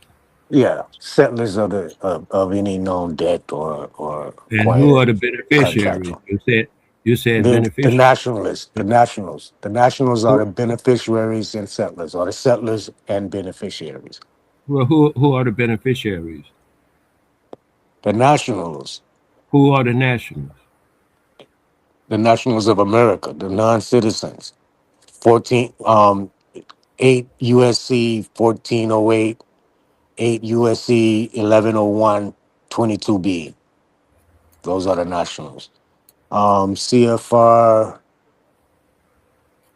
Can you just tell me in 917. street talk and not tell me in documental talk who are the nationals, man? Just tell me in street talk who are the nationals, please.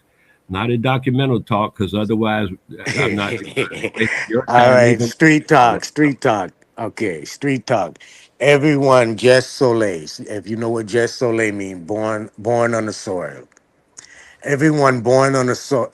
Mic check, because someone just came in and might have jacked me off. Mic check. Yeah, you're on. All right, okay. Jess Soleil is born on the soil. You have the right to, as being born on the soil. 8 USC 1101 22B gives you allegiance as a non-citizen to the United States, but recognized as a national. That means born on the U.S. soil, got all the amenities, got the right to create businesses, got the right to your own nationality identity, a nation identity outside of what they're representing as a United States citizen nation, or nationalized or naturalized under.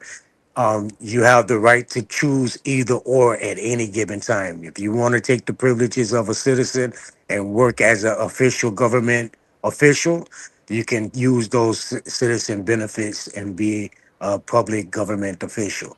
If you want to be a national, which is in private, where your identity is and you're not on their radar and on the intercom when they pull you or run your information through them system, you identified as a private nationalist. That's 1101 22B. For statute 8 1401 is the same thing without the holding allegiance to the United States. That's strictly for um, um, tribal identity, basically.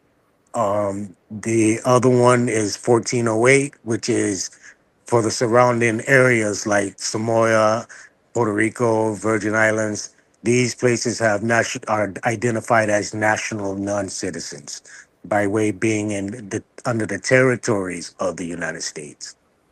So they have the identity also to be both. In both instances, you have the right to be as a citizen in clarity or and national. The national would be the first identity of a first class citizen under the Constitution. Identities of the Constitution. What brings this to power is Amendment 9. Amendment 9 gives you the right to your own nation, whatever laws that's not implemented in the United States Constitution or rights implemented in the United States Constitution are not the only rights that the nationalist has. The national has rights outside and superseding anything that's implemented in the Constitution. Amendment 10 is identifying that no states or government can inflict you to be as a citizen or under any administrative codes or conduct or implement that some rights are under pushed on you for any type of reason. Doesn't give them that authority. Gives you the authority as we the people. It gives the authority to the state and we the or the people of the people. It just says. And that's the difference between a national and a citizen. Oh, that's beautiful, man. I was gonna say about the Bible thing too. When I asked you about maritime law, they called originally the word city meant a place of the Holy See, meaning it was a Catholic diocese. Right. Every city now has a Catholic diocese. I even looked at UAE over in over there in the Arab place. They got the biggest diocese in the east, over in the Arab joint. Yeah, it's that's what it's Catholic. So they're working with Trump. Those are the ones that's working with Trump.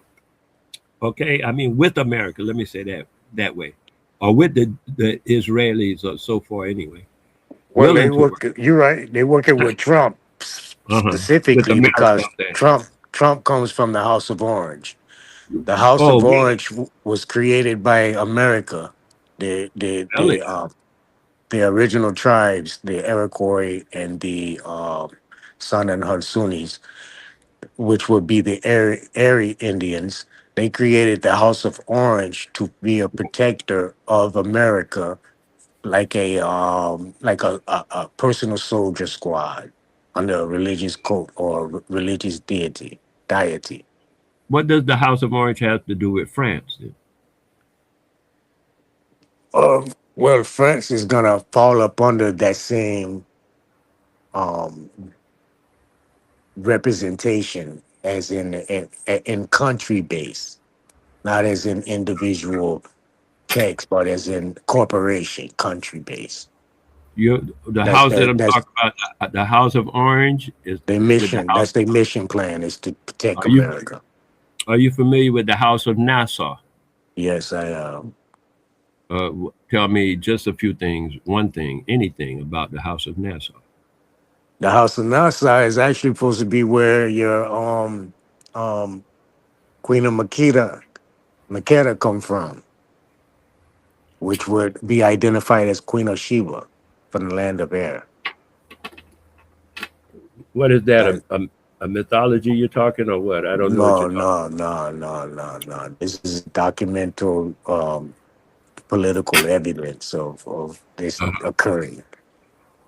This is more like in 6th century, 7th century AD. Of what occurring? Political stance through religious context. Okay. You had the law of Solomon. You had the law of Solomon being implemented throughout that land, what we call now Africa. It was the whole land was called at one time, at this time, Ethiopia. How did that come about? The law of Solomon being in the land of Ethiopia. How did that manifest itself? Well, the law of Solomon was something as what we say now, the canon laws and things of that nature. It comes off of the Akkadian laws. How did it? Yeah. But how did it get itself into Ethiopia? As you said, that's where you left off with me. Yeah, the Akkadian context when Egypt was supposedly been destroyed and all the information went up to Constantinople. It got split between Constantinople and the Library of Morocco right now. Those are supposed to be the two oldest libraries in the world as far as the information. So you were telling something about a Queen Makeda and something about Ethiopia. And I asked you about that something, and so far you've just been traveling. Like what you specific? I was trying to get to it, but what you specifically want to know about that? I did want to know what you're saying specifically about that. What are you saying specifically about? I'm saying, okay, so Ethiopia would be Solomon. You said something about the laws of Solomon, which were implemented in Ethiopia, and I say, how did that happen? That was a place and time of sequence without that place and time or sequence, it's like I'm gonna jump around with you or allow you to jump around. How now you're doing it, but I'm still at that place because that's when the sequence halted for me. Okay. Makeda had a father who was the general of the identity of Ethiopia, and her brother was the general of the lands what we would call Europe. At this time, you had a parable, a fable come through from Africa of a Christianity of an Adam and Eve story coming out of the fable, which was implemented laws behind this fable because it identified with the religious base that was coming out of India. Oh, I thought you were going to tell me a whole nother something. I am. Go ahead. When the laws of Solomon was placed by way of this religious text, which is the what we're going on, the ecclesiastic laws and all of these things here, the Israelites and Jews and this such banking technology coming up out of the teachings of Constantinople, it implemented into a law. It was like 7 different rulers ruling up under the law of Solomon. At this time, Makeda had went over from where her dwellings were, her original dwellings, and went to that land of Ethiopia and seen that this law was implemented in a good way and fashion. So she took this law of Solomon and brought it back to the land where she dwelled and then started implementing from that point forward. Oh, she was not dwelling in Ethiopia? No, she wasn't. Where was she dwelling? Some give her the name Queen Khalifa, which they try to. Where, not name. Yeah. It would be identified as the Nolians right here in Americas. Oh, okay, I get you. That's a whole different story from what I know. If you would like, I could recite the story I know. Yeah. And how I come about it. I came about it in like the 80s, the early 80s in Homestead, Florida.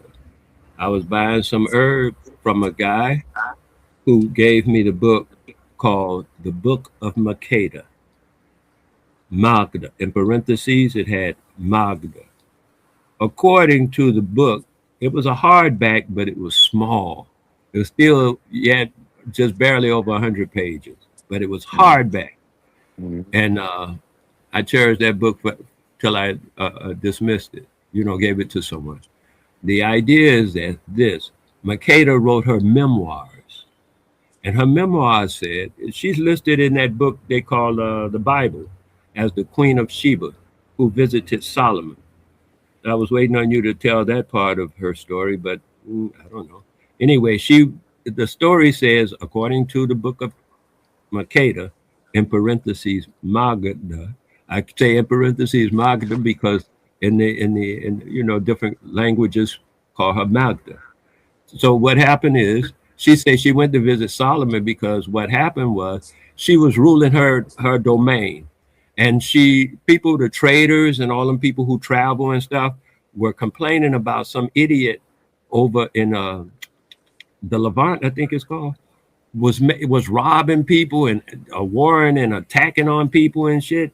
And she said, well, what did the boy want? She said he just like his father. His father was doing the same thing, talking about David, right? King David. And I said King David because there are 2 Davids listed in the Bible that I found anyway. I found 2 of them. One is this one I'm talking about, King David, the father of King Solomon. He was just, what a low life he was, piece of garbage. He sent his own friend out to die so he can covet his own friend's wife. That's a piece of trash. That's why when people say, oh, we Hebrew too, I be like, no, I ain't part of that trash. They trash. Okay, I digress. Anyway, Solomon was working, in the line of his father, attacking people and taking their shit. So the Queen of Sheba, as they call it, Sheba at the time, that's how they referred to the landmass the woman was from Makeda. They referred to it as Sheba, right? So anyway, she went on over. She was traveling one day. She said, "You know what? Why don't I go by this guy, see what he wants? If he wants riches or some stuff like that, I'll just give it to him. Maybe he'll stop warring on the, you know, causing problems in the neighborhood. And, you know, even though it was out of her jurisdiction, it was still affecting her neighborhood because people, immigrants were coming in scared of that fool, trying to get away from him because he warring on people and shit. You know, it was disturbing the neighborhood. So anyway, she stopped. She was touring her own domain. And when she got close to his area, she went outside of her domain, her jurisdiction, but she traveled in caravan. She went to visit Solomon, see what he wanted. Also collaborated in the book that they called the Bible. They will tell you in the Bible that the Queen of Sheba brought more wealth than Judea had ever imagined. Fuck what they seen in their whole life or knew of in their historic memory. They didn't even know that much wealth existed. She gave it to Solomon to stop him from warring. All right, because she said maybe he just needs, you know, he's a lonely child, needs some things. So she gave him that stuff. And then she stayed around because that same day she arrived, he held that court about splitting the baby. You heard that story about splitting the baby. She retells that story in the book of Magda, or Makeda. She tells that story herself. She said she knew he was a barbarian and a piece of shit, but that particular court case brought her empathy, and she was thinking maybe he's not so barbaric after all. She was thinking.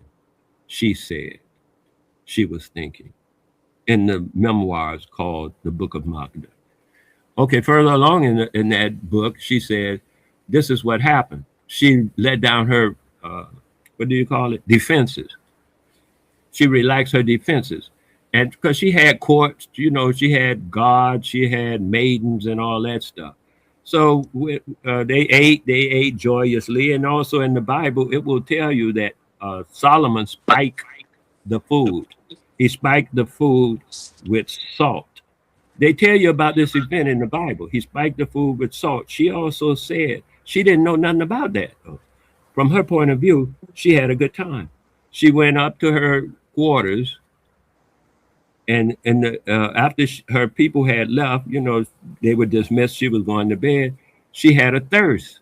So she was going out of her door to order some water. And it was a pedestal with water and a glass sitting right at the door. Well, Solomon had, she says later in the book that Solomon had set it up so he could arrest her. And she thought to herself when she saw the water in the glass, she said, oh, he is truly more than people give him credit for, as far as being wise and whatever. And she reached and poured the water for herself. And as soon as she drank any of it, the guards of Solomon dashed out from around the corner where he had them placed to guard the water. And if she didn't ask for it, to arrest her. And so when they arrested her, she said, hey, man, call Solomon. I don't know what y'all talking about. I'm above all that stuff about catching me for thievery. I'm no thief. Well, Solomon came. She said, oh, Solomon, tell these men, you know, what's up? And he said, well, did you ask for the water? She said, no, it was right here. He said, well, then, she said, but you told me I can have anything in your kingdom that I wanted. He said, no, that's not actually what he said. He said, anything you ask for, you may have.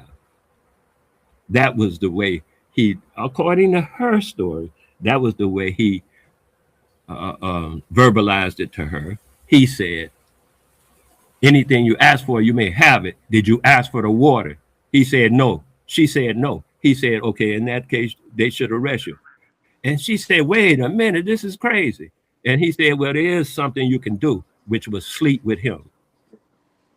And that's what that was the first date rape I ever heard of. Date rape by spiking the food and then, you know, tricking the woman into having sex with her because they had a little date, a dinner date. Anyway, I go on. When she said she did that because she couldn't embarrass her whole place with this thing.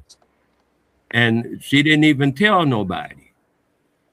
But the next morning when she got up, she left immediately. She didn't want to see him, have nothing to do with him. She called her God, her caravan together, and got ghost. But he impregnated her with a son, the one they call Menelik. Okay. Menelik went back to visit his father when he turned 18, 21 or 18, I forget which one, because the first time he wanted to go back, she said, you don't want to visit that dude, he's vile. She didn't say he raped her, but she was telling him his vileness. He's vile. So he said, but it's my father. By the time he was 21, she couldn't stop him. This is according to the book of Magda, right? That's all I'm telling you is a story I read out of a book. So he went to see Solomon. When he first got there, Solomon welcomed him, you know, because he had a ring that Solomon had given to the queen, Makeda. He had the ring. The boy did. Solomon recognized him as his son, took him in and gave him everything and wanted to make him the new king, to his successor. Solomon had no children, as you may know, according to the Bible. Right? So he wanted to put his son, his son, into that position. And when he brought his son to the elders of the Jews to get them, you know, they have what they call it, covenant, convent, or whatever they call that thing, the 13. He makes the 13th. It's a covenant of 12, and then the king Solomon make 13 because it's a covenant of 13. And he said, okay, I want to make this boy my successor. And they say, no, we can't do that. No nigger can be our king. He said, what? That's my son. He said, the 12 said, well, they don't care. He's still a nigger.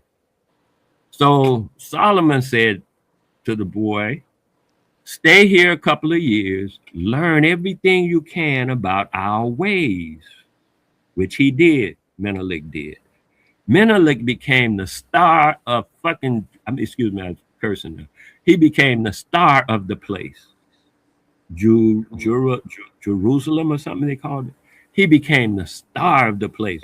All the 12 people who are made up the covenant with the king as the 13th, they all had sons as well, but their sons took over their position and you know, in their patriarch, the son takes over from the father. The Levites all do this, the whatever their names are. Some of y'all know them by names and what they do by their name. Just by their name, you know what part of society they function in. So, and they have their sons come up after that. Okay, fine. So Solomon came back 2 years later. The boy is now, you know, 21, 23 years old. Everybody's admire him. Because he's a physical specimen. He didn't run all of the physical stuff. I ran everybody. Nigga, I ran a horse. This is the story. Okay, so they come back and say, Solomon comes back and say, you know what? He's ready. And they say, no, he's still a nigga. Solomon say, but he knows our ways. He's ready. He conformed. And Solomon had baptized him under the name of David. This is the second David you'll find in the Bible. They're talking about this boy here. The first David they refer to constantly as King David. But when they only say David, they're talking about this boy in the Bible. This is when they talk anyway. They say David. So the boy said, the man said, the 12 people say, no, I don't care what you say, he's still a nigga. So Solomon said, look, if I got to send my son, you know, according to our religious tenets, father like son, you know, the father is the son is the successor, then y'all got to send y'all sons out too. And so the group of 12 went and studied on the matter, came back and told Solomon, okay, they'll send their sons too, but they ain't gonna have no nigga be king of the Jews. So they sent their sons with Menelik to Ethiopia. And that's how Ethiopia got so transfigured into Judaism, is because those 12 boys and Menelik took the whole culture to Ethiopia. They tore down all of the culture, all of the statues, all of the remnants of Ethiopian culture before they arrived, because Menelik took over as king. Even though his mother was still alive and she had it as king by the time he was a certain age, he took over as king. He tore down all our ancient, all his people's, because this is still a story, all his people's ancient ways, monuments, education and everything, and implemented all that Jewish stuff he brought with his clan brothers. Right? And that's the story I know about how Ethiopia got to be. Oh, as far as the other next thing, right? Because they were just doing Jewish stuff until then. And then a eunuch went over to Syria and came back with the Bible, the one they use now, the Ethiopian Bible. The eunuch brought that Bible over from Syria, I think it was. Yeah, that's what I know about those things in Ethiopia. Okay. So I'm familiar with something similar to that, but more in the upliftment of Solomon and upliftment of the story and the taking of the Ark of Covenant from the lost tribe of Judah, which would be the 13th tribe that dwelled outside of Jerusalem, wasn't part of that. Oh, let me tell you about that story, because that story is in the book. That story you were talking about, the Ark of the Covenant, I didn't go over it because you sounded like you didn't even know about it. But that part I know all them. See, but that's what. Let me finish. I know all them stories there, and it coincides with the Bible, which is a document again. If you're looking at a religious base of it, is more of a plan plotted or a play plotted for it to take action. This is why certain groups and certain identities of locations were being placed throughout the time period so it can identify with that script. Ethiopia didn't identify as a province state until 326 326 AD. The Council of Nicaea that took place at this time, 326 AD, your Ethiopian that was part of that council was Abba Alua or Saint Frumative or Frumative or something like that.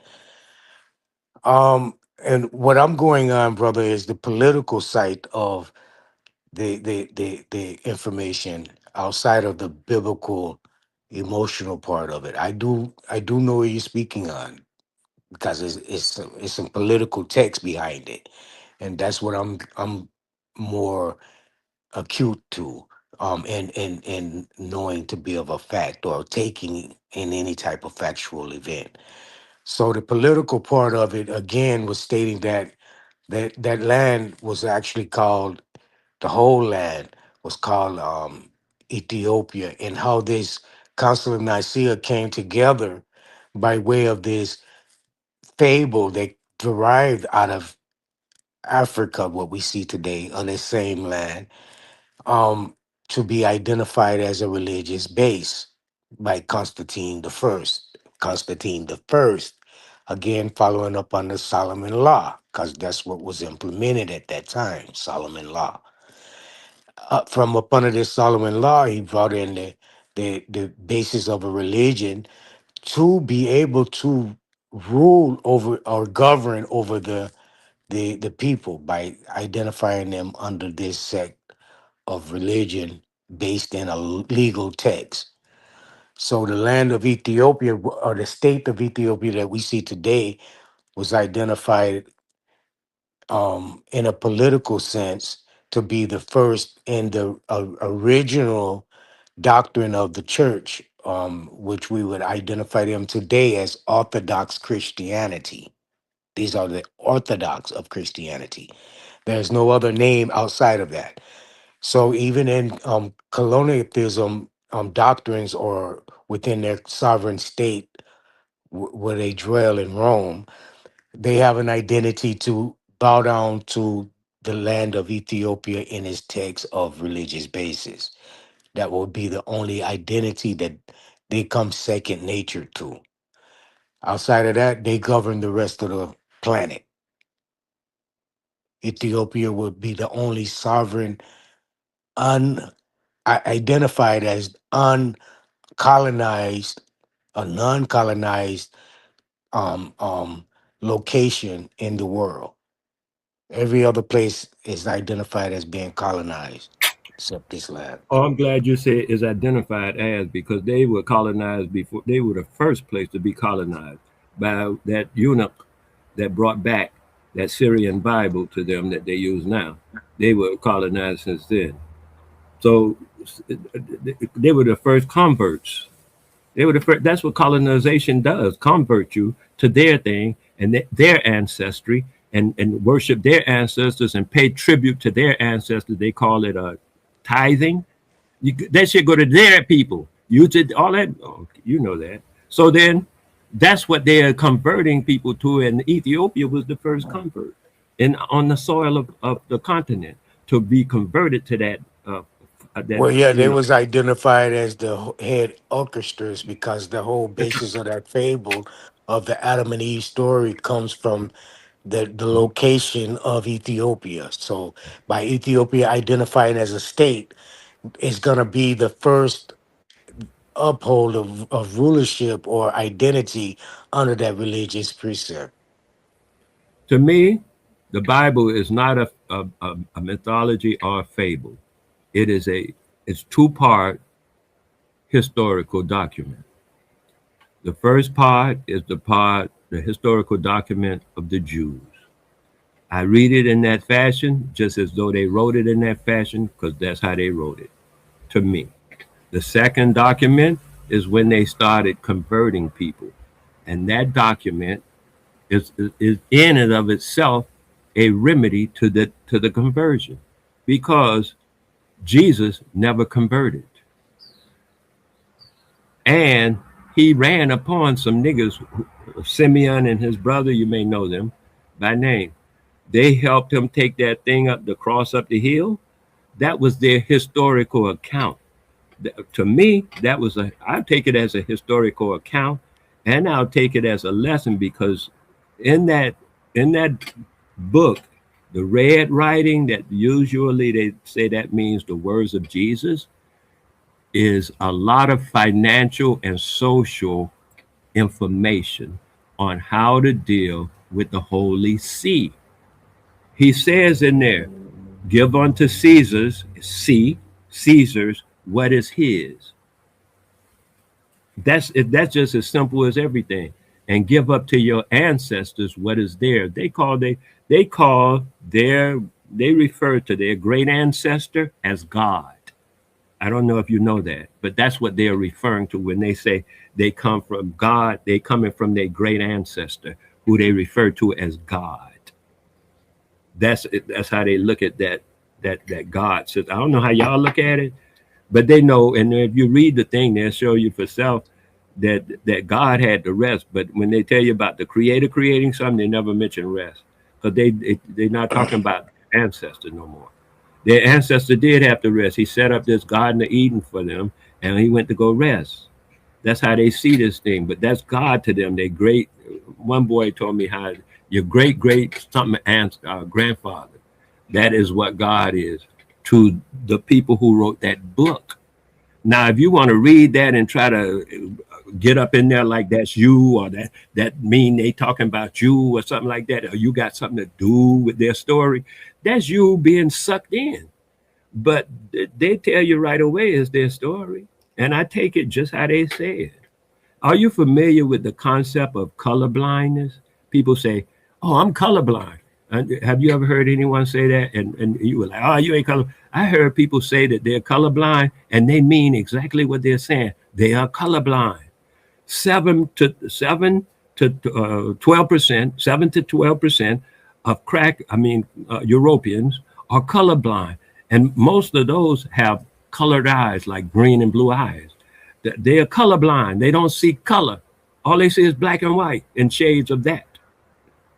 They don't see color. So when you be talking to I say cracker because Europeans are a different kind. But when you're talking to a cracker and they say they colorblind, why do you get mad? I believe them. I say, oh, I didn't know you were colorblind. Wow, that's fantastic.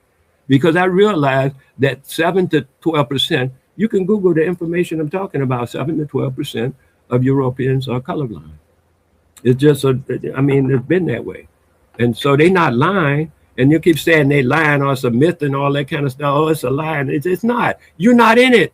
And when you are in it, they let you know. They tell you, like that dude that helped Jesus carry the thing up the street, up the hill, Simeon. I mention him often. They say that was a nigger. They even say at Antioch, when him and his brother went to Antioch, also in the second part of this history book, they went to Antioch. It says that you can Google it, just put "and they were called," and then Google will autofill niggers, and then you hit that and it'll tell you what chapter and verse in the Bible they were called niggers and tell you who they were talking about, Simeon and his brother. When they want to say niggers, they'll let you know. They ain't talking about us. When they talking about us in their history, their encounters or their interactions with us, they tell you. Like we three kings of Orient or some kind of garbage like that. If they tell you anything about that type of thing and it's in that book, they telling you them people came from someplace. And they may have, because some people chase the Dalai Lama. That's why I was asking the man if he knew about the Dalai Lama. People chase the Dalai Lama, the spirit, of the Dalai Lama. And they find it, usually they say, I don't know, that's their thing. It's not my thing. But they say they find it.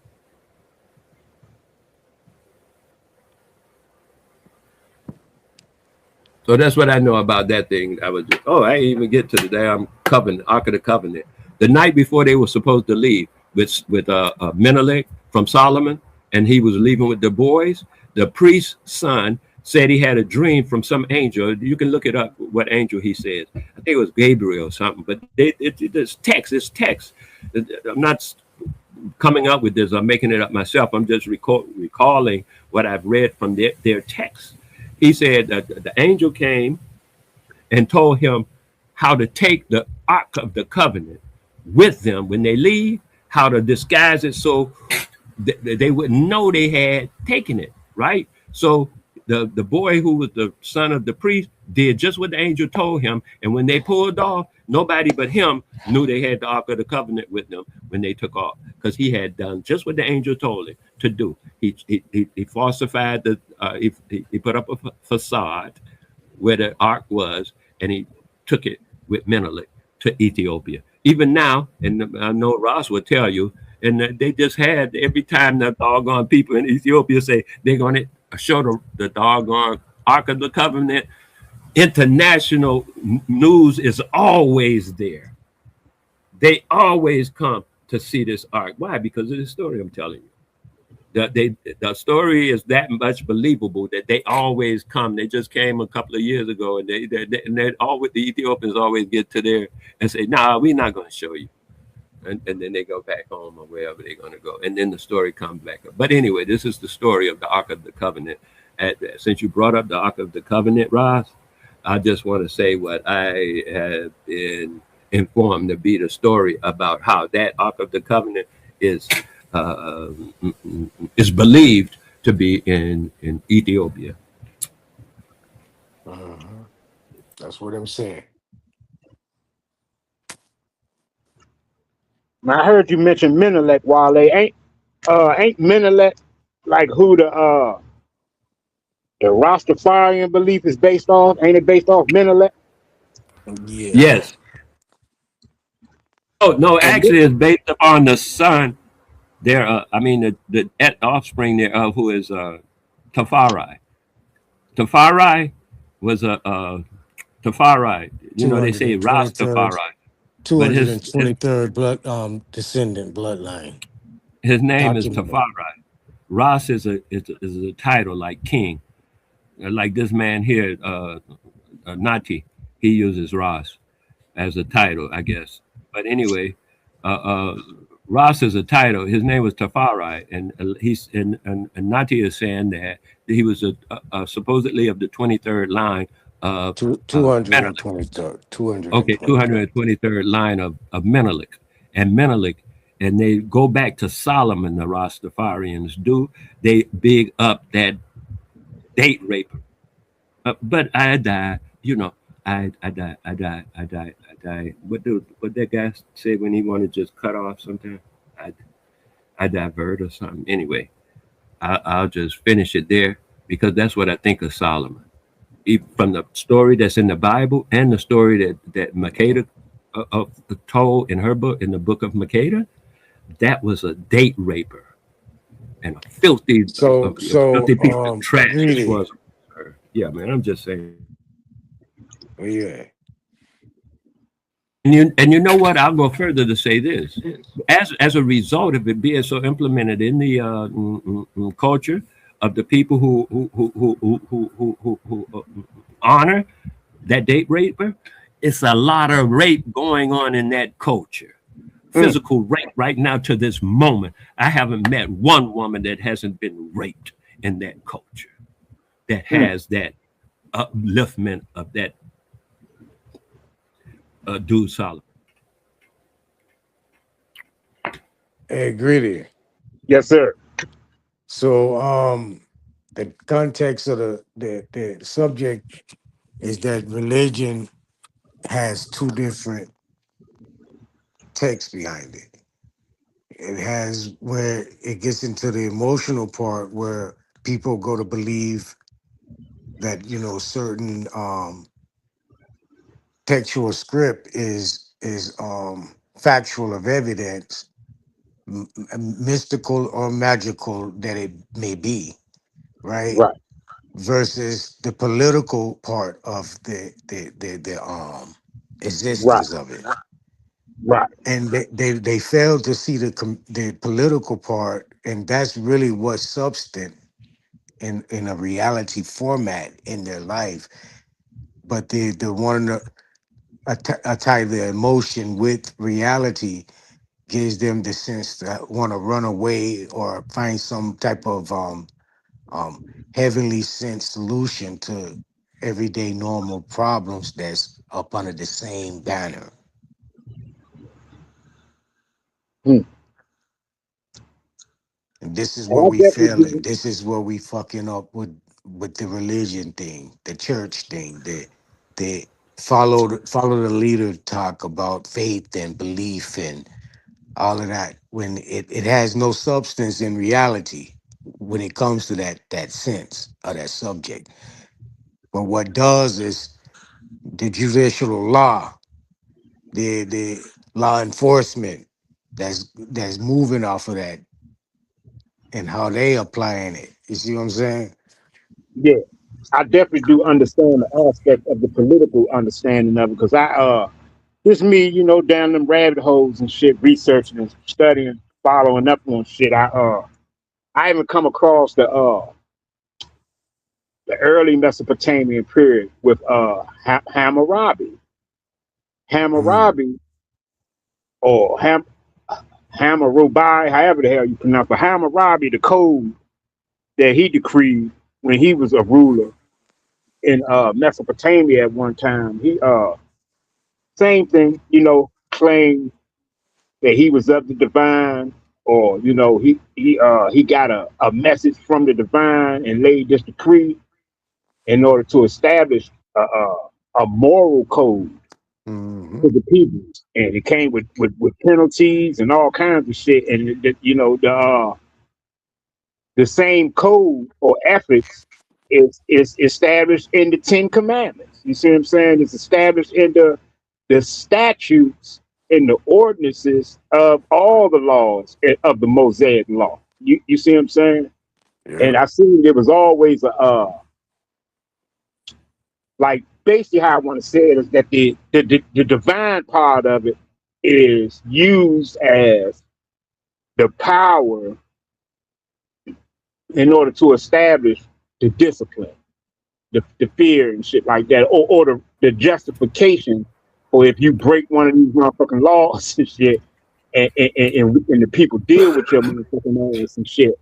You see what I'm saying? The moral understanding one is supposed to gather from it is stemming back from the deity or the divine. You see what I'm saying? So I know that it always had its political ties in its inception. Yeah, From the because it's a community, it's a communion, it's a bunch of people coming together trying to be up under one flag of unity. So just think on this: 2,000 years from now, when America is done and is a twinkle in someone's research document, those laws are going to be implemented off of America, basically, because America is one of the longest lasting countries, nations in the commercial sense or international commercial sense that has ever existed, right? So right. outside of Rome itself. So this is going to be an historical following for as a political and religious base 2,000 years from now. The name Jesus might be positive, might survive, and it might not. But we might have someone like Carmichael, what he went through and did as implementation of Jesus, and they'll be using that as a um could be using that as a religious identity to a God sent man. You understand what I'm saying? So in 2,000-3,000 years from now, Coakley Carmichael could be the Jesus for them people. You check what I'm saying? Because of what United States places in its historical thumbprint or bioprint. Indeed, So bro. you see how that shit going? Yes, sir. Yeah. So it's go ahead. I agree with everything you're saying and shit. And we're gonna I'm about to wrap this one up and shit, bro. We've been 5 hours and shit. I told myself I wasn't gonna try to get past 5 today because I've been doing 8-hour streams and shit. But yeah, I got some shit I want to do. I want to get my workout in and all that. I want to stay in my routine. But yeah, we're gonna wrap it up shortly. We'll get back with it, Wale. Oh, go ahead, I ask your thing. I just wanted to ask you one question. Are you familiar with the idea that Jamaica is a ship? The place or the country that is called Jamaica is properly called SS Jamaica? Yeah. I know that. All right, brothers. Yeah, man. Let me go ahead and close this down, shut this one on out, man. Peace to everybody that tapped in. I think brother Alibaba was in the house, man. Shout out to brother Key Norfolk again for jumping on the line. Brother here. We had none up here. None. I forgot numbers on the line. You want to get anything off now before I shut it down, bro? Nonetheless. Nah, man. I was just listening to y'all. Really, y'all was having a good conversation. I ain't got nothing to say, bro. Y'all was going there. Oh, brother, man, I didn't even know you was there. I'd have been shut up. Let you get in. That nigga ride for a minute and shit, man. Forgot about numbers even on the line. But yeah, salute to none, man. Salute to Wale. Nolly, it's good seeing you again and shit, bro. It's been a minute. Everybody that's been tapped in and shit, man. Hope everyone have enjoy the rest of their day. Take care of themselves, as I always say. You know what I'm saying? Love on one another. Spread the message. So we're about to be out this jump, man. Peace and salute to everyone. One love. One love, brother.